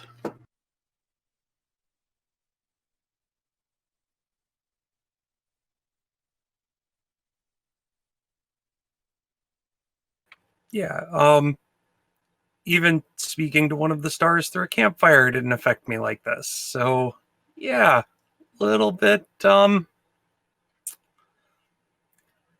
just make sure everybody picks up their stuff. Yes, let's... Hi, this bag of hugs let's for not undo any $5 of the hard hold. work that the spirits have done here. They may not appreciate it.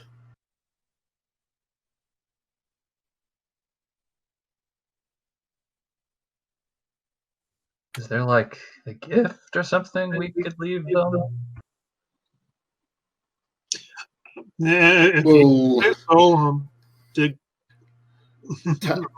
Taps his chin.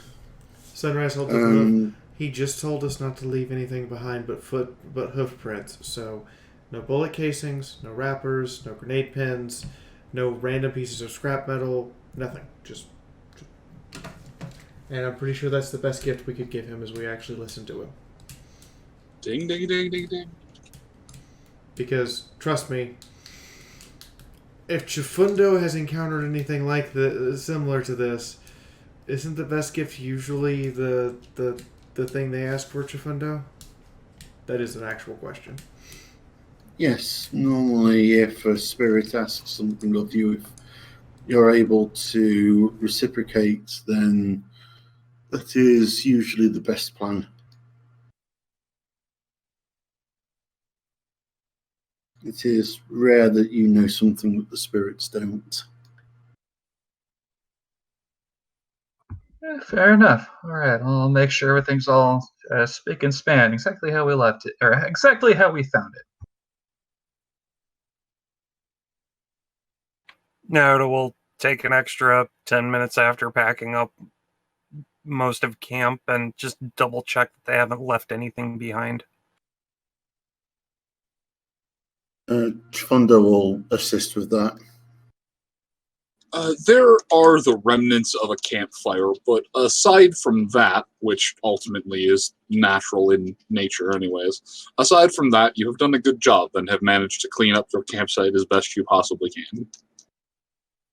And Chifundo will take the effort to scatter the ash around. The spirit of the forest will remember this.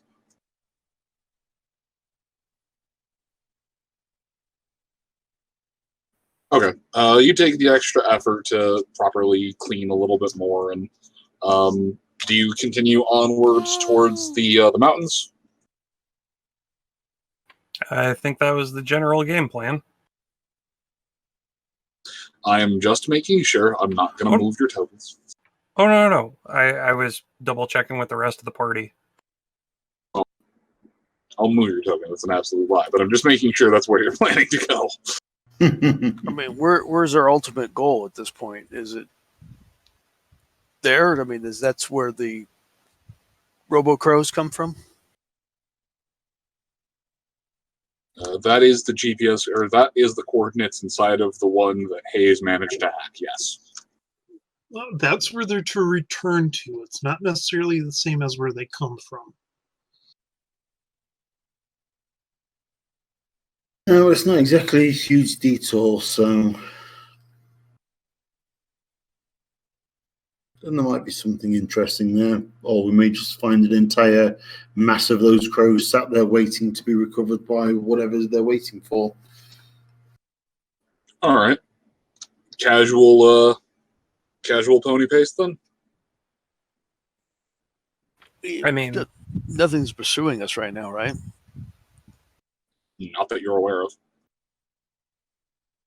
I mean, as far as I'm aware, we weren't in a major hurry. We just wanted to get away from the town as quick as possible because, well, yeah, they're probably a little unhappy about the fact that the kids aren't coming back. Ruthless said. Yep, just keep walking. This is absolutely one of those situations where the best thing you could have done in that scenario is just leave. And instead we meddled in such a way to make it where the kids and adults would not be able to kill each other. And No. You misunderstand. I mean, the best thing you could have done in that situation when you returned back was just keep walking. Just deliver the information like you did and leave. That was the best possible way you could have handled that. Good job.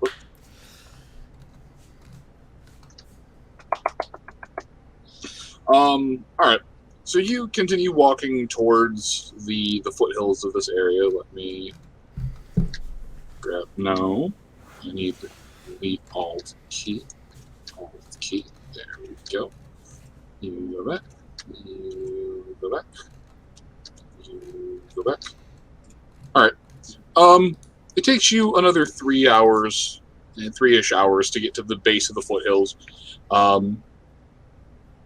Whoever is, so I guess Mina and Nyota, since the two of you seem to be leading the party, both of you give me a perception check.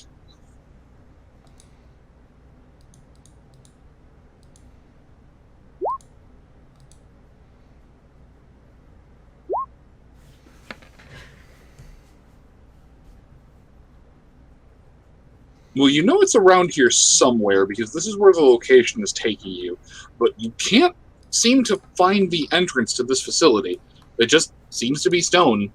Stone, stone, as far as the eye can see. I can't even dwarf this.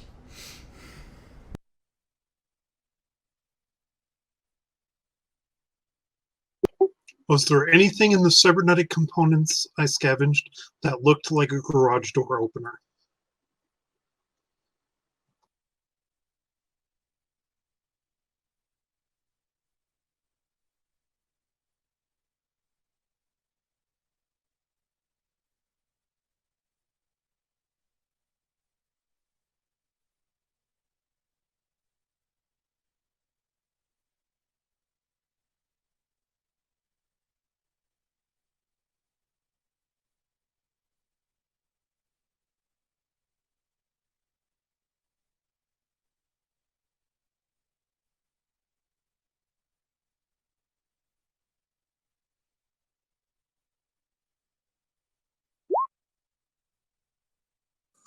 Yes, the bird did not get lucky. It was not, there was some kind of transponder in there.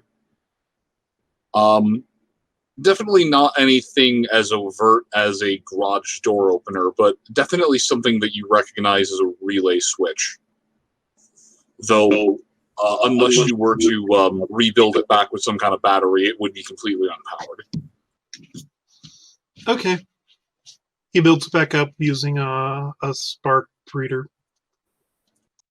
Shit, okay. Yeah, you've had enough time to do that, so just give me a quick mechanics check to make sure... yeah, that's physical. Give me a quick mechanics check. I hate being Italian sometimes. God damn. Okay. So you quickly wire this thing back together. And everyone give me another perception check. That is good enough to constitute a reroll.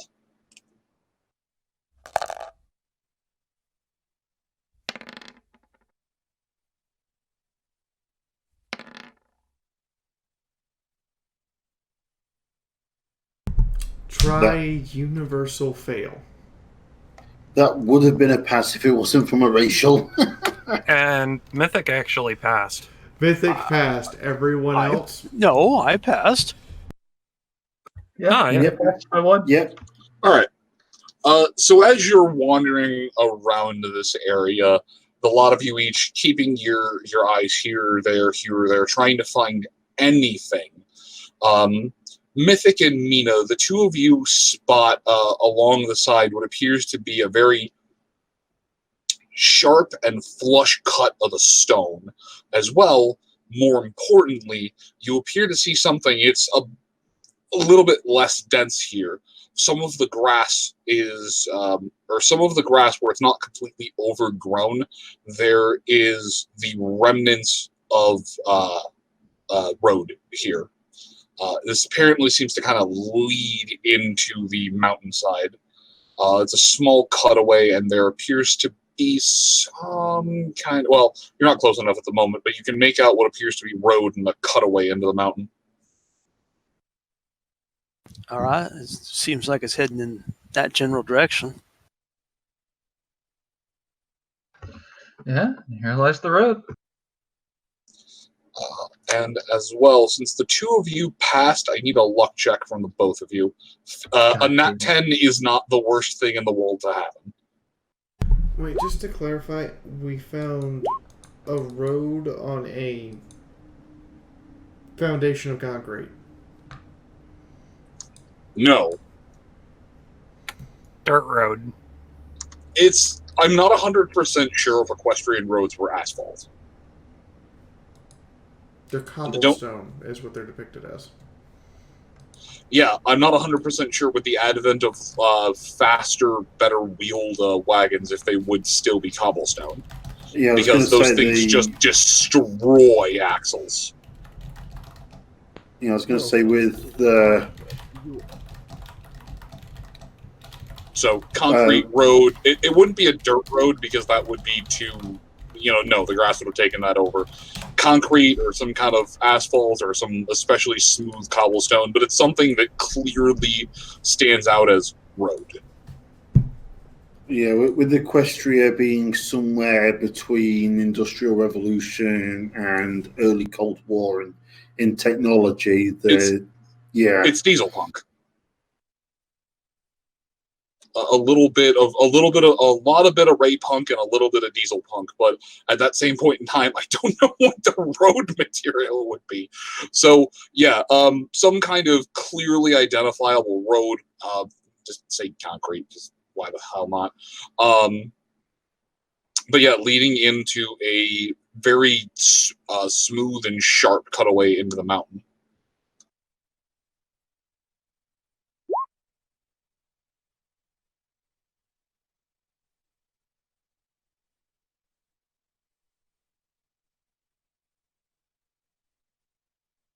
So, how far in do we want to scout?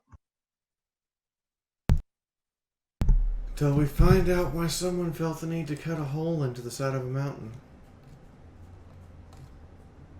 You follow the... I guess we're embracing our inner dwarves and going into the hole in the side of the mountain. Okay. As a lot of you proceed that way and round the corner, it becomes clear that it's less hole in the side of the mountain and more they built this processing center into the side of the mountain.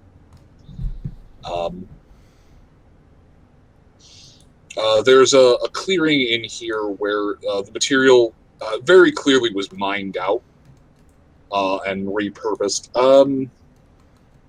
What would this fall under?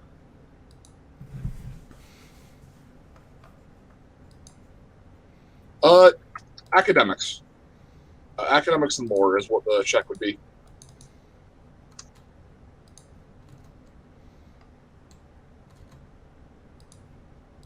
And in all honesty, since Mythic is firing up his horn, that's going to be a +10, since this is kind of visual.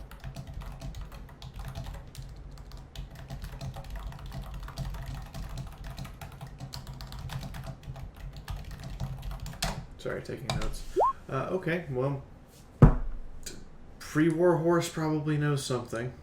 Yep, anyone can make a lore check or academic check here. This is not necessarily lore. You said a +10, right? Yeah, holy shit, go Nyota. Yeah, that would have been a pass even without the +10.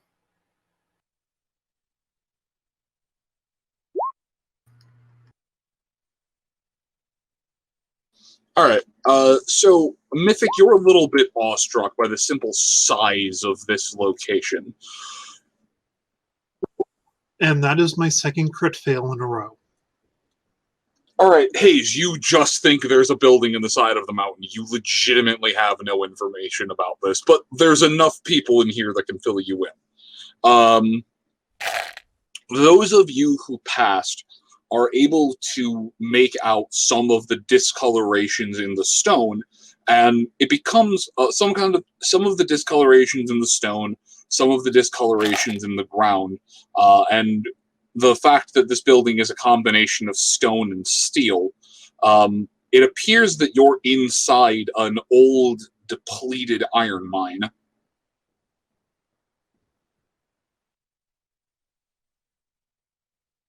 It seems that they just built the refinery and the processing center as close to the location as they could. And it's clear as well as you stare at it where parts of this were just built on and built on and built on and built on as time went along.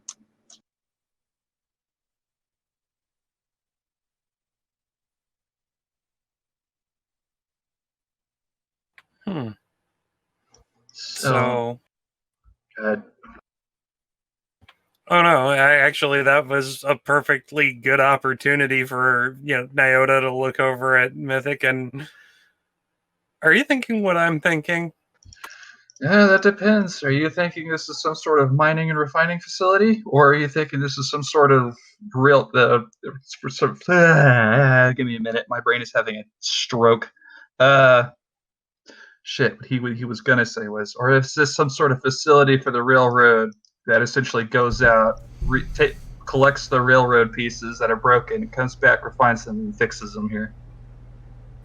I mean, why not both at this point? But to be fair, I was going to say an iron manufacturing and mining operation.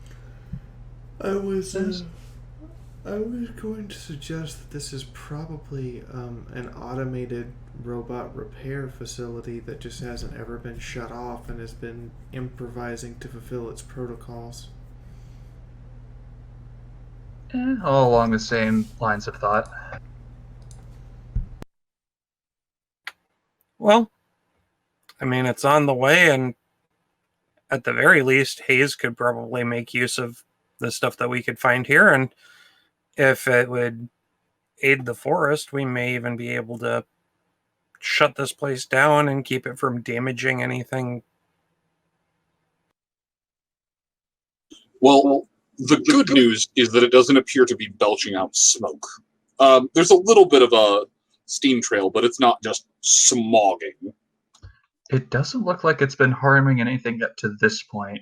If it was doing any major damage, I'd expected several swaths of the forest to be depleted, and probably whatever spirit y'all met to have said something. Man, I wish I could have spoke that spirit. No, you really don't.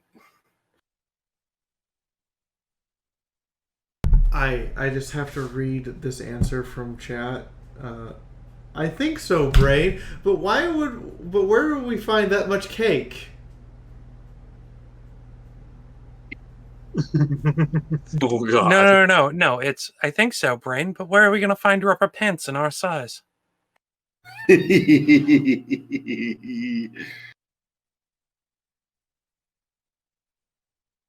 So anyway, Hayes goes about finding a way to... So this place is clearly active, correct? Yeah, there is. You can make out some red indicator lights, and there appears to be something that the jury-rigged sensor is responding to. As well, there is a small trail of steam and smoke coming out of one of the stacks. So at the very least, it's a fair bet that something's going on in there. There's some movement and some whatnot, and although since both of you felt that, you didn't say anything. But as well, there appears to be a large kind of landing on the top, large enough that you'd be able to set down some smaller sky vehicles on top of. It's that large. But while I was going off to fund, I would be looking out for any more of those birds coming back. Okay. Give me a perception check.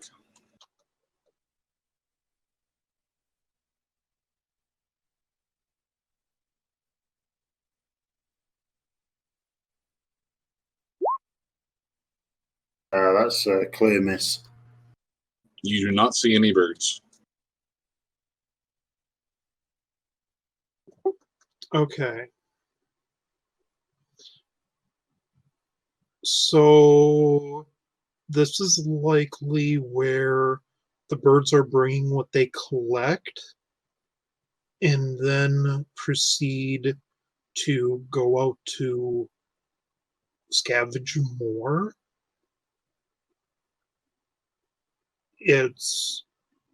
I'll have to look a little bit more, but I don't think it's likely that this is where they're being made.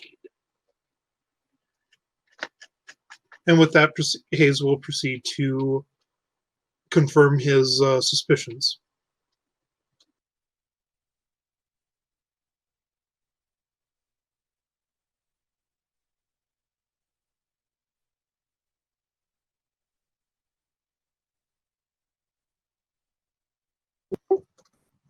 Do you want mechanics or hacking and matrix? I want to know what he's going to try and do to confirm his suspicions. I was about to say. Basically,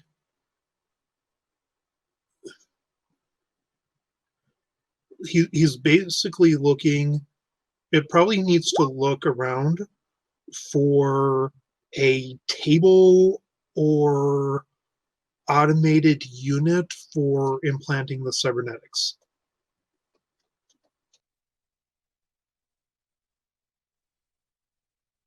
Perception, please.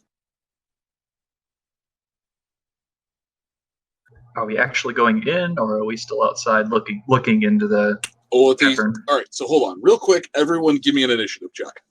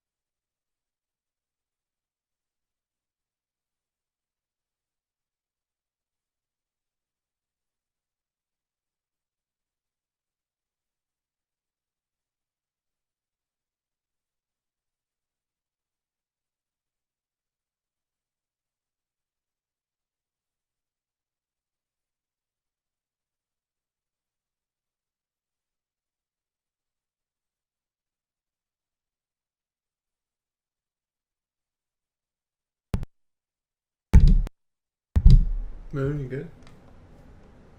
Yeah, I'm trying to find the initiative button to just roll for an iota real quick. Hold on, 4, 7. I can't seem to find it. So.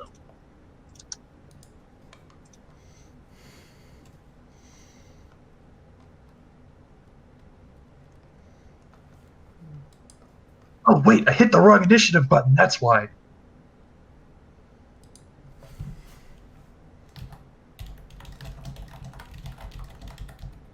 Anyway, Iota is more than likely not going to be a 15. So, Mina, what are you doing?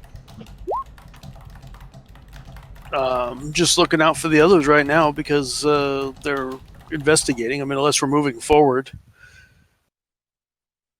I mean, Hayes is doing some investigating of the area, so I'm let him do what he's going to do.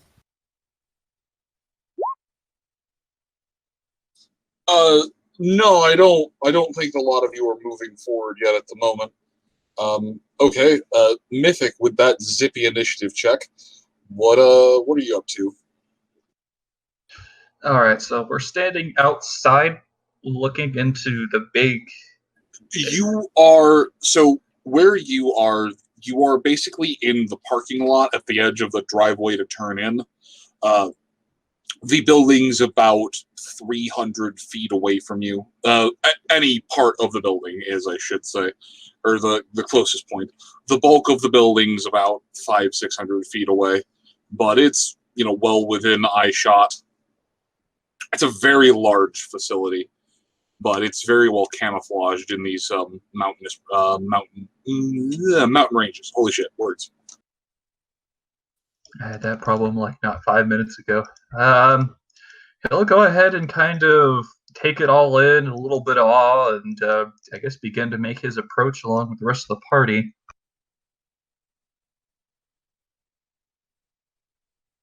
Kind of being careful and cautious,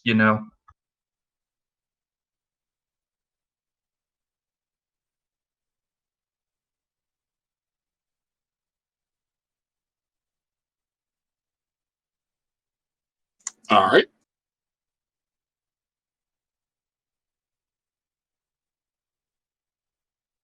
Sunrise.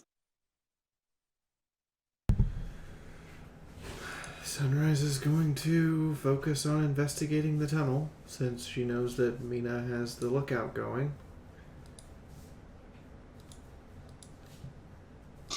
Okay, what about the tunnel? What are you looking at? I'm trying to guess about how deep it goes, or if there's some sort of symbol or something that can recognize where we are and what this facility is. Also, I'm looking specifically for signs of robot travel and activity. 1 moment.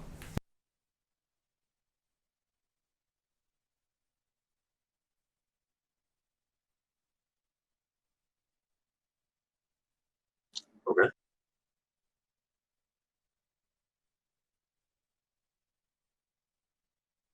All right, I'll go back to Sunrise then. Haze. Okay. Never mind. Nope. Never mind. She's already back. Okay. Okay. So the first thing is that you are not inside of this hollowed-in mountain. Think someone cut the surface layer, or all of the elevated surface of a volcano, and then deposited that without any magma into a mountain range. Okay, now I'm just confused. And you're essentially in a hollowed out portion of mountain. There is not a tunnel that leads in. There's light that's coming in from the outside. It's essentially just a stone archway. The tunnel region is at most maybe 50 feet long, and it's basically a covered bridge. I'll draw a picture so you can get a better sketch. I'm trying to find something that's a visual reference image, but it's open. You can see inside. Light is coming down.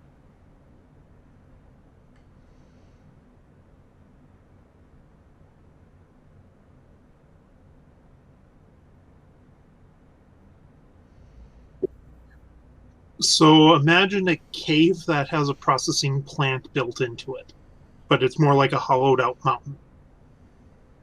Yes.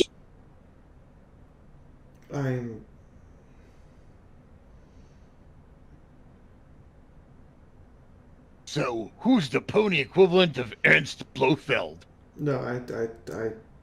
Yeah, I'm trying to find a visual reference. I'm lost. This is like. Go ahead. So basically, we're at the remains of a mountain rather than an active. Yes.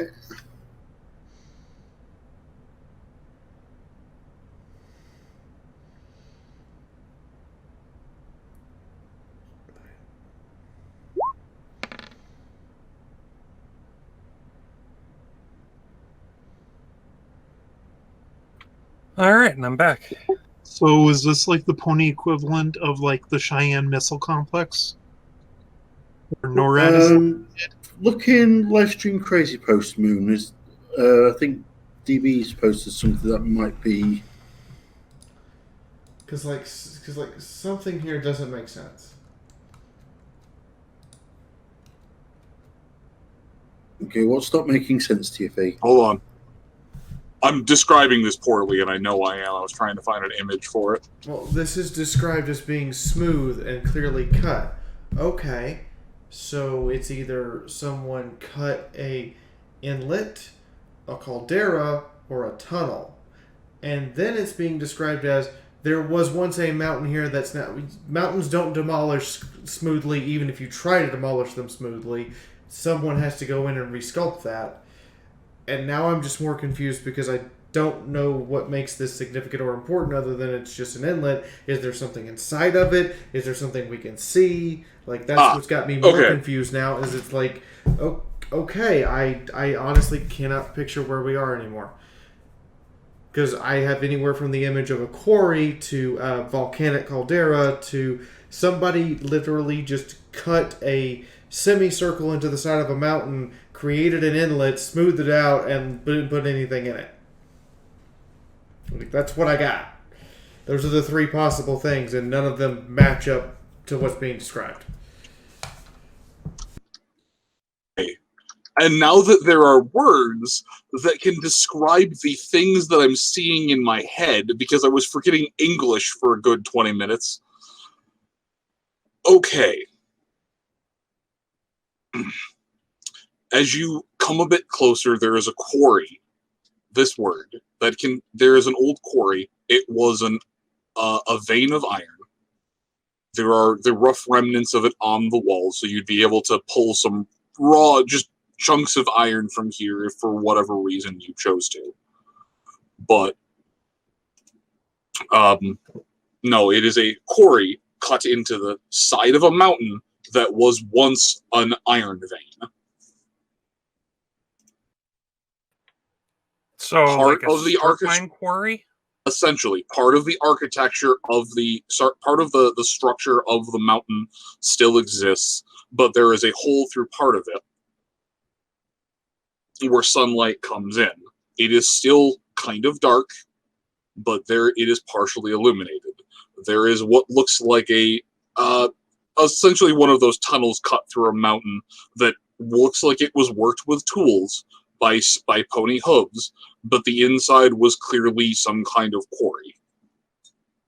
Is this a little bit better of a description now that I actually have words to describe the madness? And yeah, honestly, kind of like the 20 picture, it's like James Bond vibe. But no, definite. It's a spelunking quarry. Definitely a quarry and not a. That's the picture Linzabi's posted here. Is a spelunking quarry. It's literally a man-made cave that is open air that you can jump down into. Okay, I thought it was cut into something.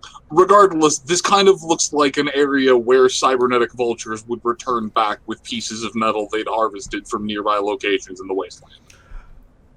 Aviary cave. It probably started off as a sinkhole, an underground bubble of liquid that gradually drained out, left a weak spot, and the center caved in. Sinkhole.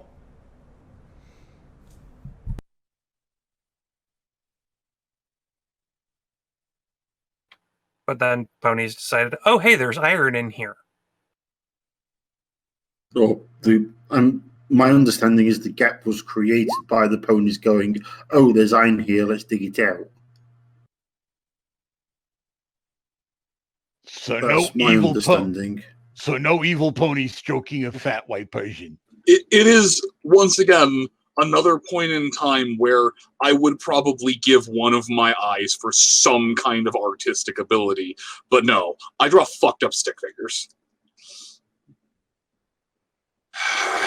The inability to properly describe what I'm seeing in my head.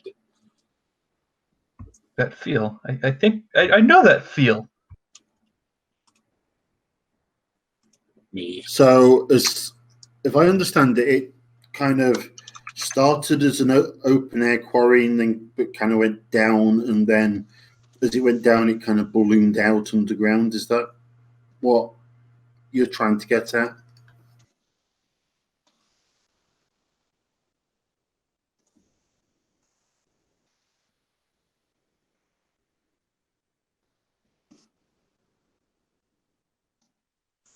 Okay, I'm queued up.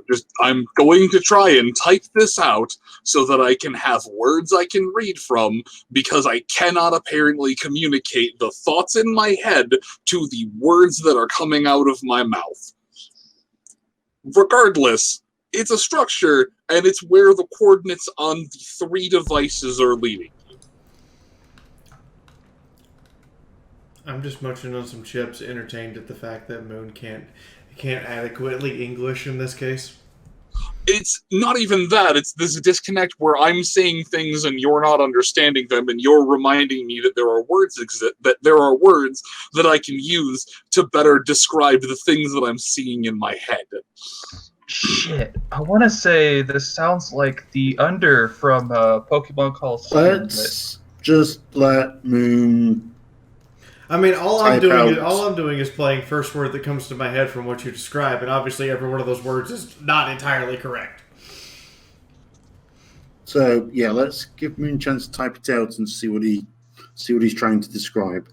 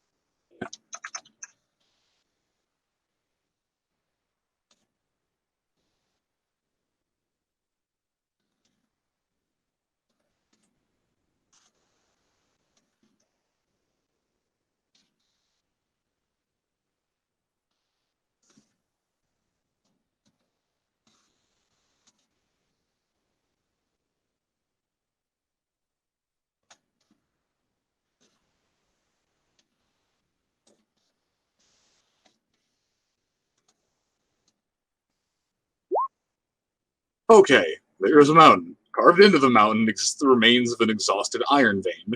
Nearby, a factory of sorts has been constructed from a mixture of stone and steel. The mountain has openings where the iron veins were fully depleted, creating a large skylight providing natural illumination to the area. There, does this paint a slightly better picture? Much better.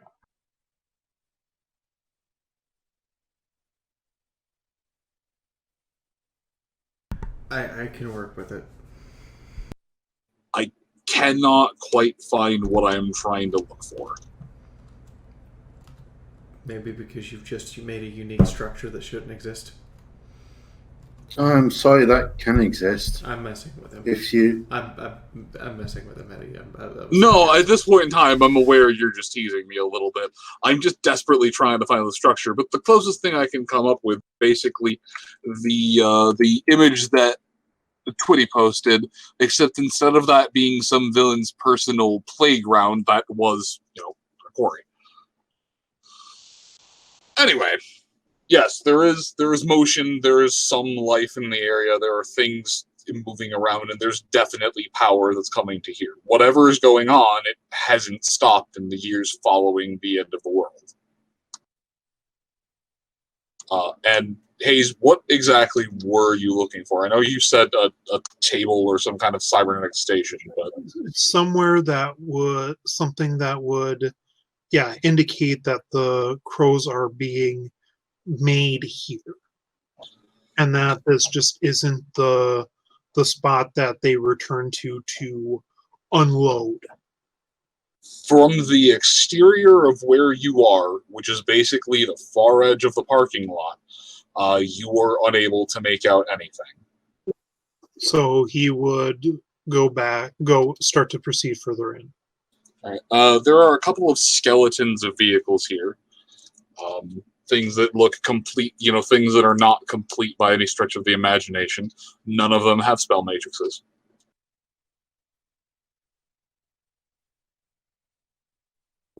Okay. Now you just make your way further inside towards the building? Yes. Okay. Chifundo. Chifundo is mostly staying relatively in the open and keeping an eye out for trouble heading towards them. As none of this is kind of stuff that he can really help with. Okay.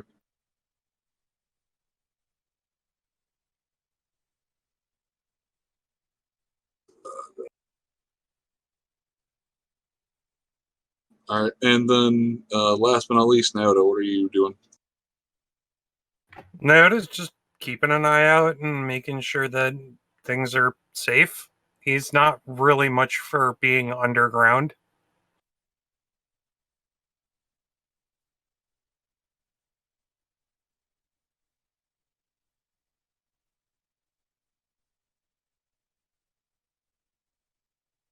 Okay.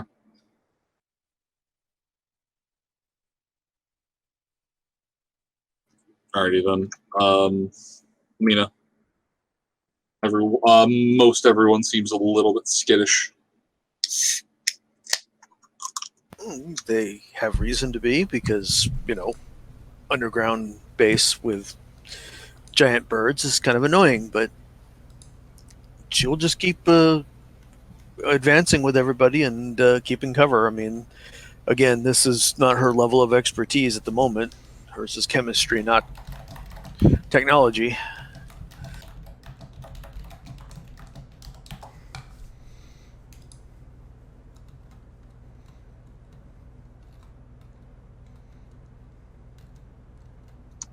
Mythic? Staying cautious but curious as he makes his way forward with the rest of them. Alright. Sunrise like I said, from inspecting from inspecting the area, you can tell this was made. This is not natural by any stretch of the imagination. There's been some overgrowth from plants, but for the most part, this area has been left alone.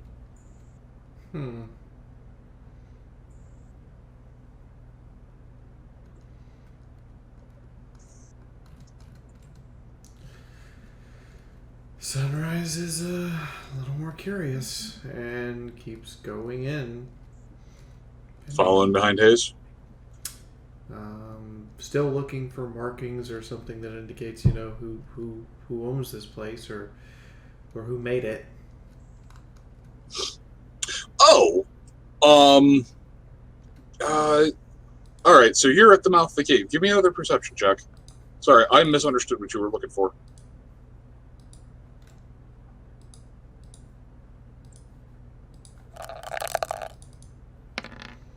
Let's go with another fail. I'm up to 14 out of 15 rolls that have been unsuccessful tonight.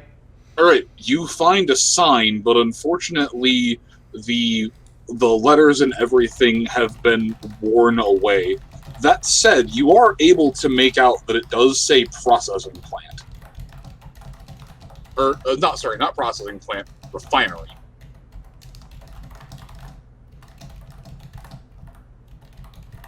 Okay.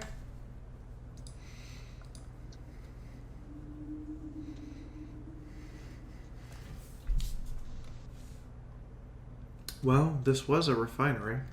She holds up the sign and points to the incredibly faded indentation of what used to be paint. There was no holding up the sign. The sign is like the width of a car. She points at the sign. Well, some of us are right. What they refine? My first guess, what the crows bring in.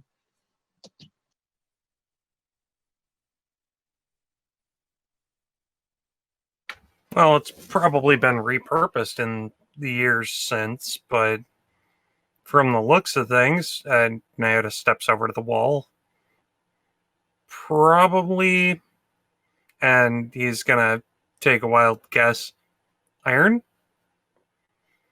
Probably for steel?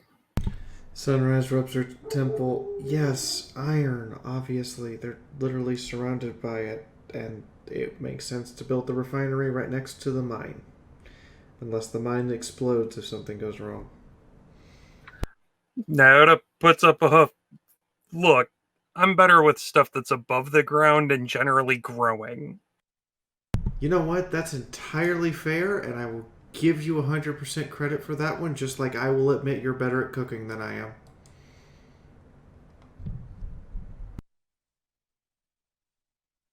I mean, as far as cooking's going, Mina's got maybe hooves down.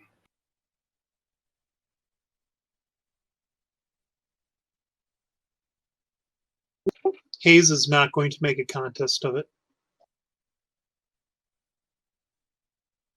Right. Speaking of Hayes, you are wandering your way deeper inside. Are you just gonna continue walking to the door? He's gonna show some caution. Okay. Hey, unlike Quickstitch, you are not going, headfirst into the science.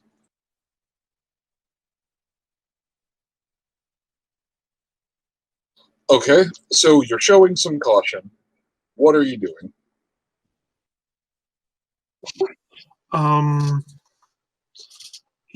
Just kind of keeping an eye open, watching for tripwires or other kind of things that would indicate setting off an intruder alarm, that sort of thing. There are small piles of trash, and like I said, there's the shells of some burned out passenger wagons, but no traps, no tripwires. There aren't even can chimes. Doesn't really seem like any pony has, if there's someone living in there, doesn't really seem like they've bothered to set up perimeter alarms. Possible they were expecting. Well, either this is pre-war, at which point they weren't terribly worried about security, or somebody was worried about security and was trying to gamble that, seclusion combined with just being hard to find would be good enough. Or third option, they can fly. Or they can fly. I'm definitely leaning towards option number 3. Well, that would kind of explain the landing pad.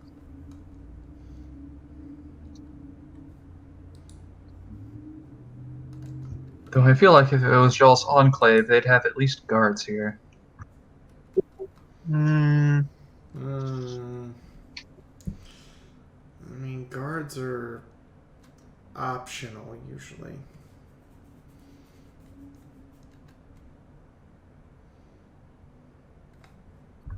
Well, if it is enclave, then they must be pretty optimistic that nobody can reach the place if they don't even have some basic tripwire alarms set up. And Nyota at this point holds up a hoof. We probably wouldn't have even found this place if it weren't for the fact that you got one of their birds. Yeah, fair enough. Oh no. Overconfident enclave never happens. I just hope Egads. it's not actually more enclave. I've had enough dealing with them. Something unique or different would be nice. Sunrise says this out loud. What, like Steel Rangers? And Nyota reaches over and baps her helmet. Ow! Careful what you wish for, love. Remember, the last time you asked for something more interesting, manticores were involved.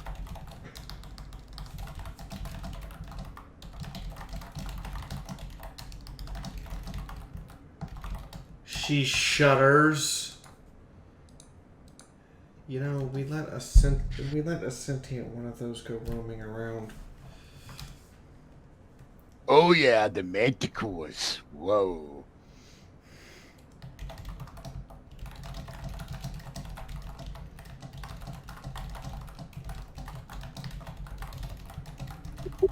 You lot survived manticores?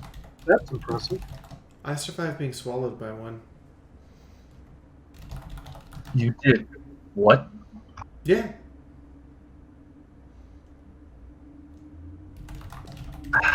I'm not surprised, but at the same time, never mind. Neat. Hayes continues down the corridor. Am I the only one that likes his responses the more he gives them? I mean, to be fair, he hasn't challenged the outright insanity that is our lives yet, so yeah, I'd say he's a keeper. Just checking to make sure that I'm not the only one that likes his responses the more he gives them. You're a medicine horse. It bothers me. But then it reminds me that, he probably does a lot of drugs, and that's pretty much typical attitude. Are you suggesting he's been on some trips with Jafundo?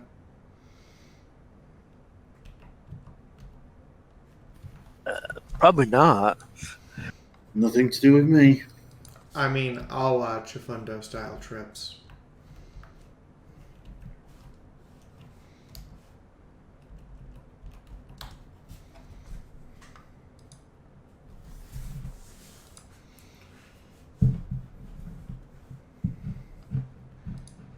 I'm still not 100% sure where Jafundo goes, so.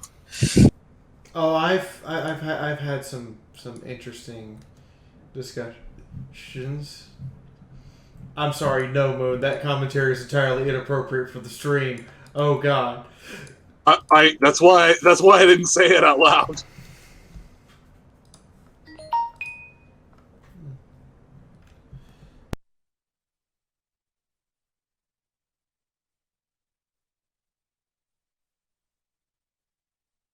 Okay. Anyways,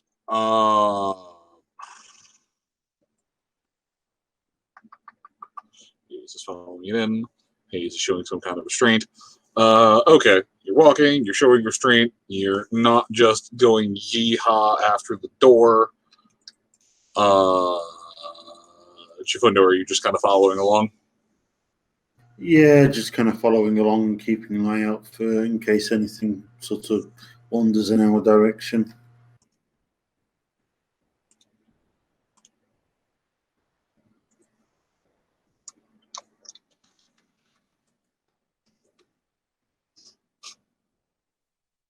Okay. Are the bulk of you just kind of following timidly behind Hayes as he bravely walks towards the door? Periodically just checking out the walls and the everything around you? I won't say timidly, but yeah, just sort of. This Being is careful.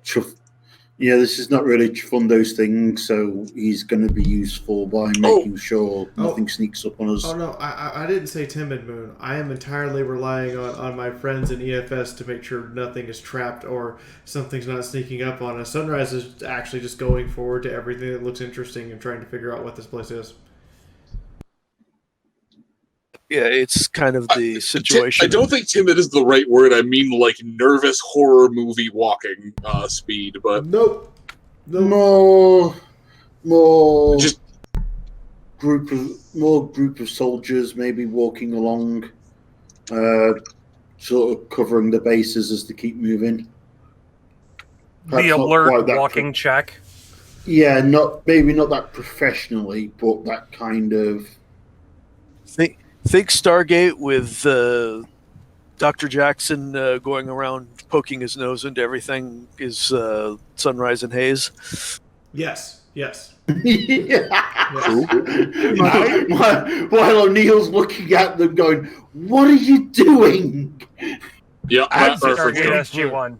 Thank you. Never seen that one. Okay. Well, folks, I'm just waiting for them to find a robot or two. Oh, knees. All right. So you're just wandering around the facility, or the... Okay. I know Mythic will be poking around at things occasionally. If you are poking around at just object, because you're not actually in the facility yet. You haven't told me you got inside. You're just in the outer exterior areas. Tell me what you're poking at. Give me a perception and a luck check. I'll just go down the... Well, Naoto, what are you... You're pulling up the lead. What are you... Naota's traveling along with Hayes, just making sure that as they go, there's nothing that's trying to catch them up or trap or anything like that. Okay. Doesn't really seem like anything is trying to entrap, trying to stalk, trying to ensnare. The area is really open. You know, it's the sort of thing where Hayes will stop occasionally, kind of poke out one of the piles of trash to make sure there's nothing, there isn't a mine hidden underneath it, that kind of thing. Survival, I guess. Survival, okay.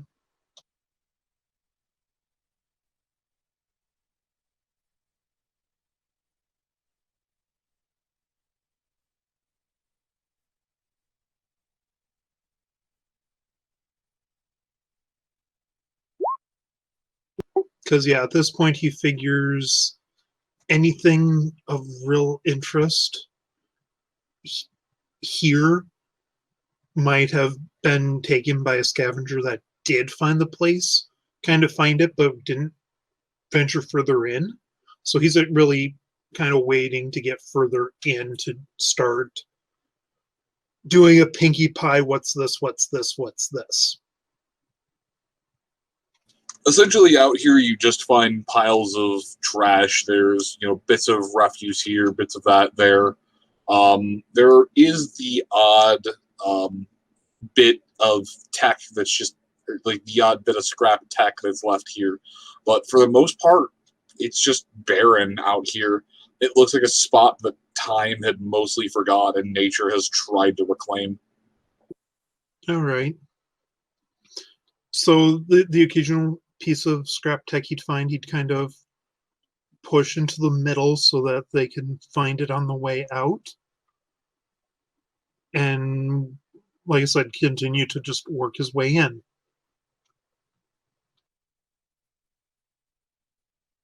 All right. After a bit of just pushing through stuff, you'd be able to make your way in without much of an issue, getting right up to the building if you so chose. Yeah, he'd go right up to the building. Okay.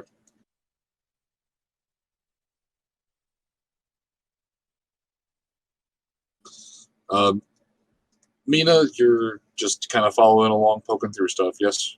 More giving cover because, like I said, this is more tech based than chemical based. So she'll let the techs deal with stuff, and she'll just provide cover. All right. Mythic, you're going with poking around.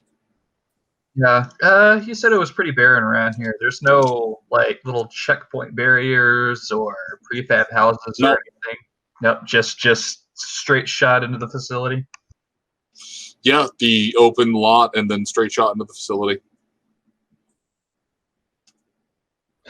All right, he'll go ahead and head over to the door to the facility then. He won't quite open it till everyone gets there, but yeah, he'll kind of poke along at any piles or anything along the way that look interesting, but other than that... Survival for me. And then Sunrise, you're just doing more of the same? Yeah, just go up to the door and get ready to open it.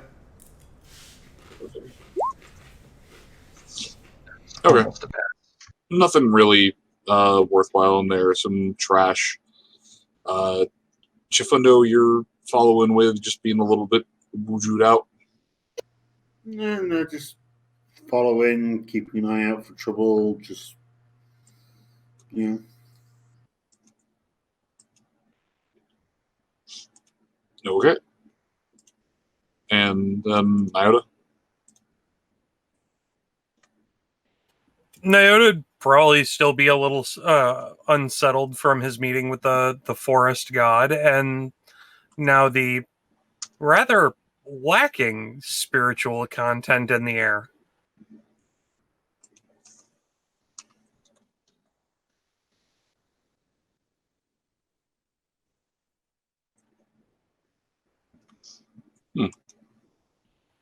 Yeah, it is pretty much a void in this little area.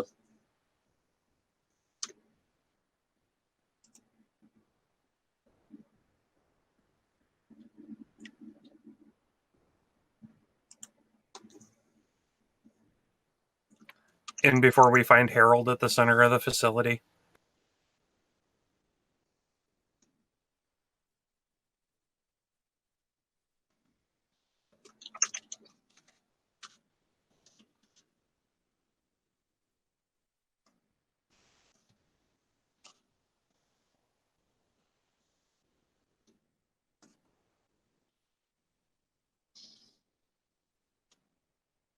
There you go. All right. Okay. So you all make your way up, make your way towards the doors. Seems a couple of you are on point on the doors. It is unlocked. The door gives way without any real effort. The glass is cracked in spots, but it seems like someone put up some wood backing just to keep the air out. It seems like they locked one of the doors. Both the doors are unlocked. They open wide. It's a set of the push-pull, largely open-face glass doors.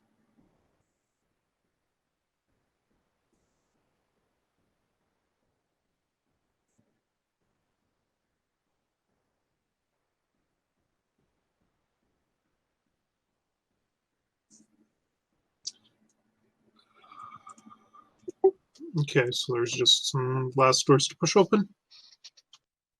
Yeah, push open or pull open. Okay. Hayes will gingerly push them open. A lot of you following in, or Yep. No, it'll pull up the rear.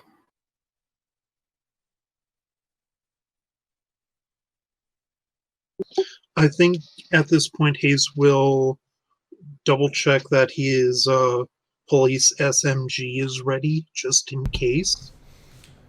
Sunrise has taken the lead with the shotgun and all of the body armor. all right. So we've got Sunrise and Haze on point. A lot of you in the middle, and then I would bring the rear. Okay.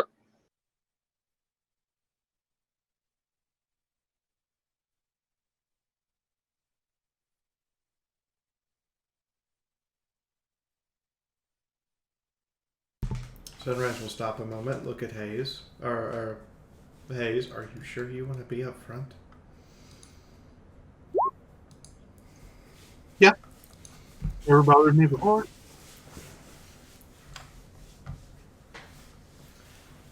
Okay. Just hope you can take a hit or 7. Yeah.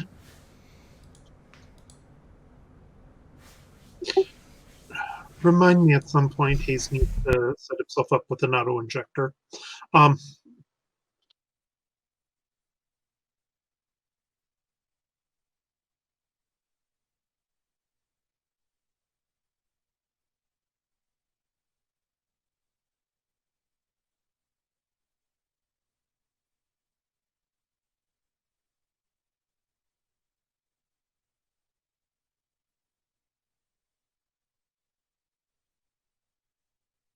Hey, Moon. Yeah, hi. Is there a block or something that Nyota can wedge between the door frame and the door to keep it open? If you get creative, there's enough assorted bits of junk and scrap. I got a better idea. Just wedge the dumpster in the way.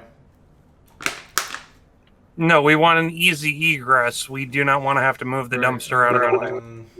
Hayes pulls out a piece of scrap metal. Use this. Nyota will use it to brace the door open. Door stop. Ooh, no, wait. I have the strangest thing in the world that we can use for a doorstop. Sunrise pulls out the runed, gem-covered pillow that we got from God knows where, that's been in her pack for literal ages, and shoves it in the door. Nyota takes it back out of the door and hands it back. No, that was a gift for you. We can use a piece of scrap metal to hold the door open. A gift for me? We found it in a bunch of salvage. It also wouldn't work. It's a fucking pillow. No, Moon, actually, it would work perfectly. You wedge the door against it and it actually makes no noise. Yeah, but you'd ruin the pillow. It's so nice. Sunrise doesn't understand nice things for herself that isn't body armor or her husband. It's a decorative throw pillow. You can go straight to hell. I'm from Stalingrad. We don't have decorative pillows. Either they're functional or not. Oh, that is absolute bullshit. Let's see. Hayes pulls out a metal pan, a baseball, a chessboard, a wrench that counts large enough to count as a tire iron, and a cutting board, along with some bits of scrap. Here, one of these should work. No, it just takes the piece of scrap metal and wedges it in the door frame. Again, Nyota does the thing and the door is propped open for the second time. If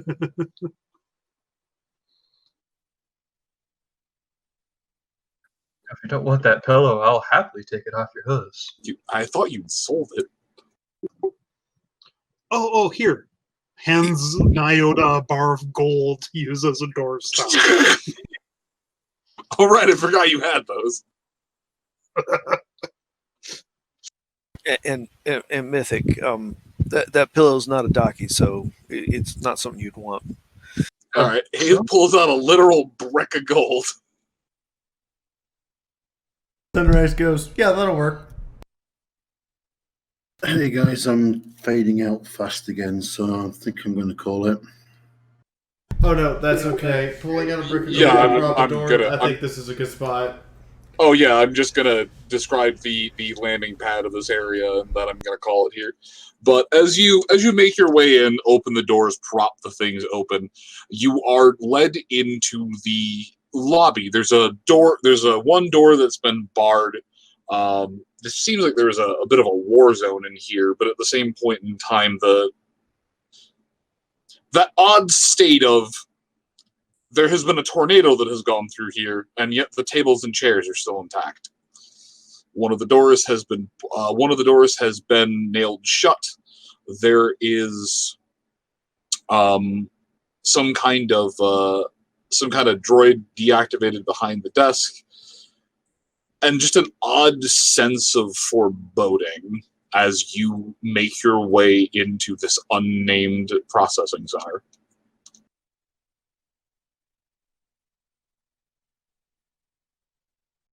Cool. Robot! Now that I think about it, that has to be the most commonest thing in the Wasteland. Foreboding. What? Yes.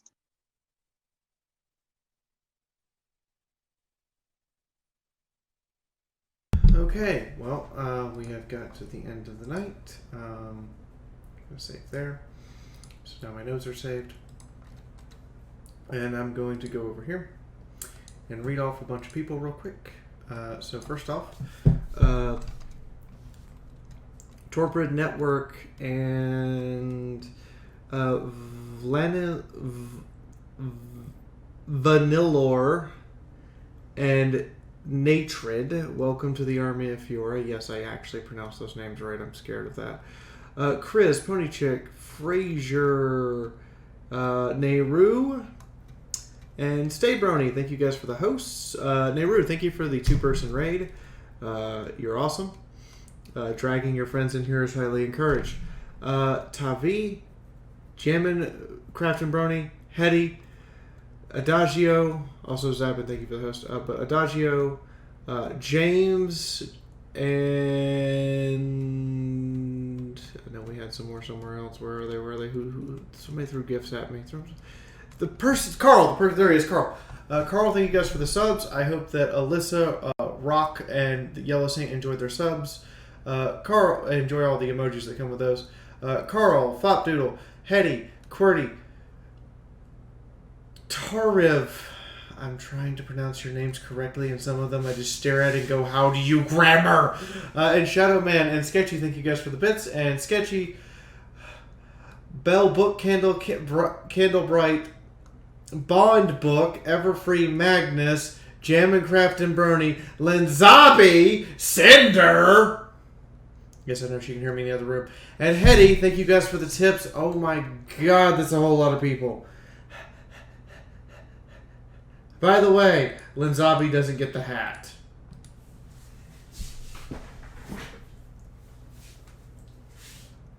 C'est la vie.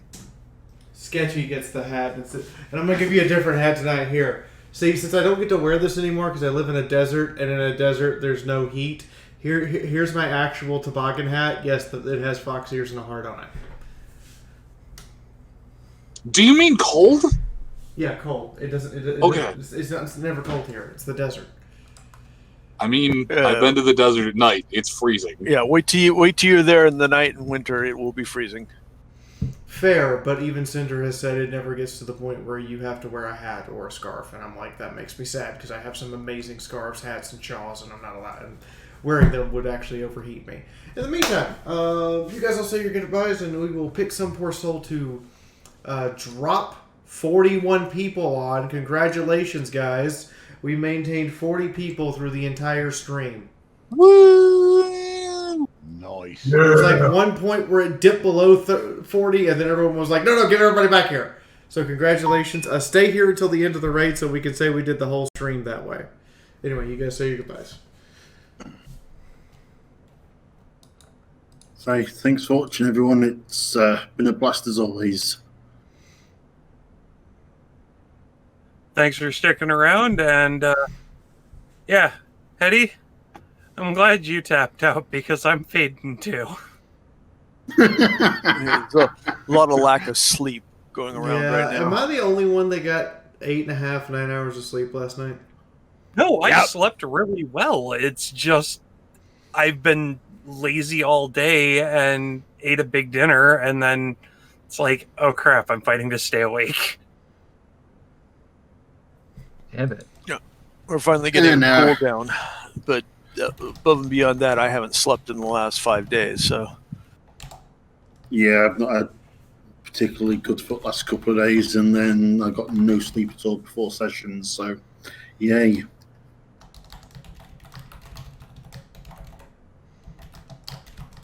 We'll master this light spell, and it will become the ultimate spell.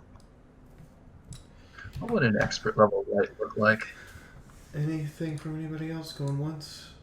Well, that hashtag's a mouthful. Figo eat. But also, more importantly, menacing package is menacing and ultimately harmless. That's fair. Good night, everyone. Good night. Good night. I'll be over on Discord hanging out. Thanks again, as always, everyone. See you on the raid. Good night, everybody.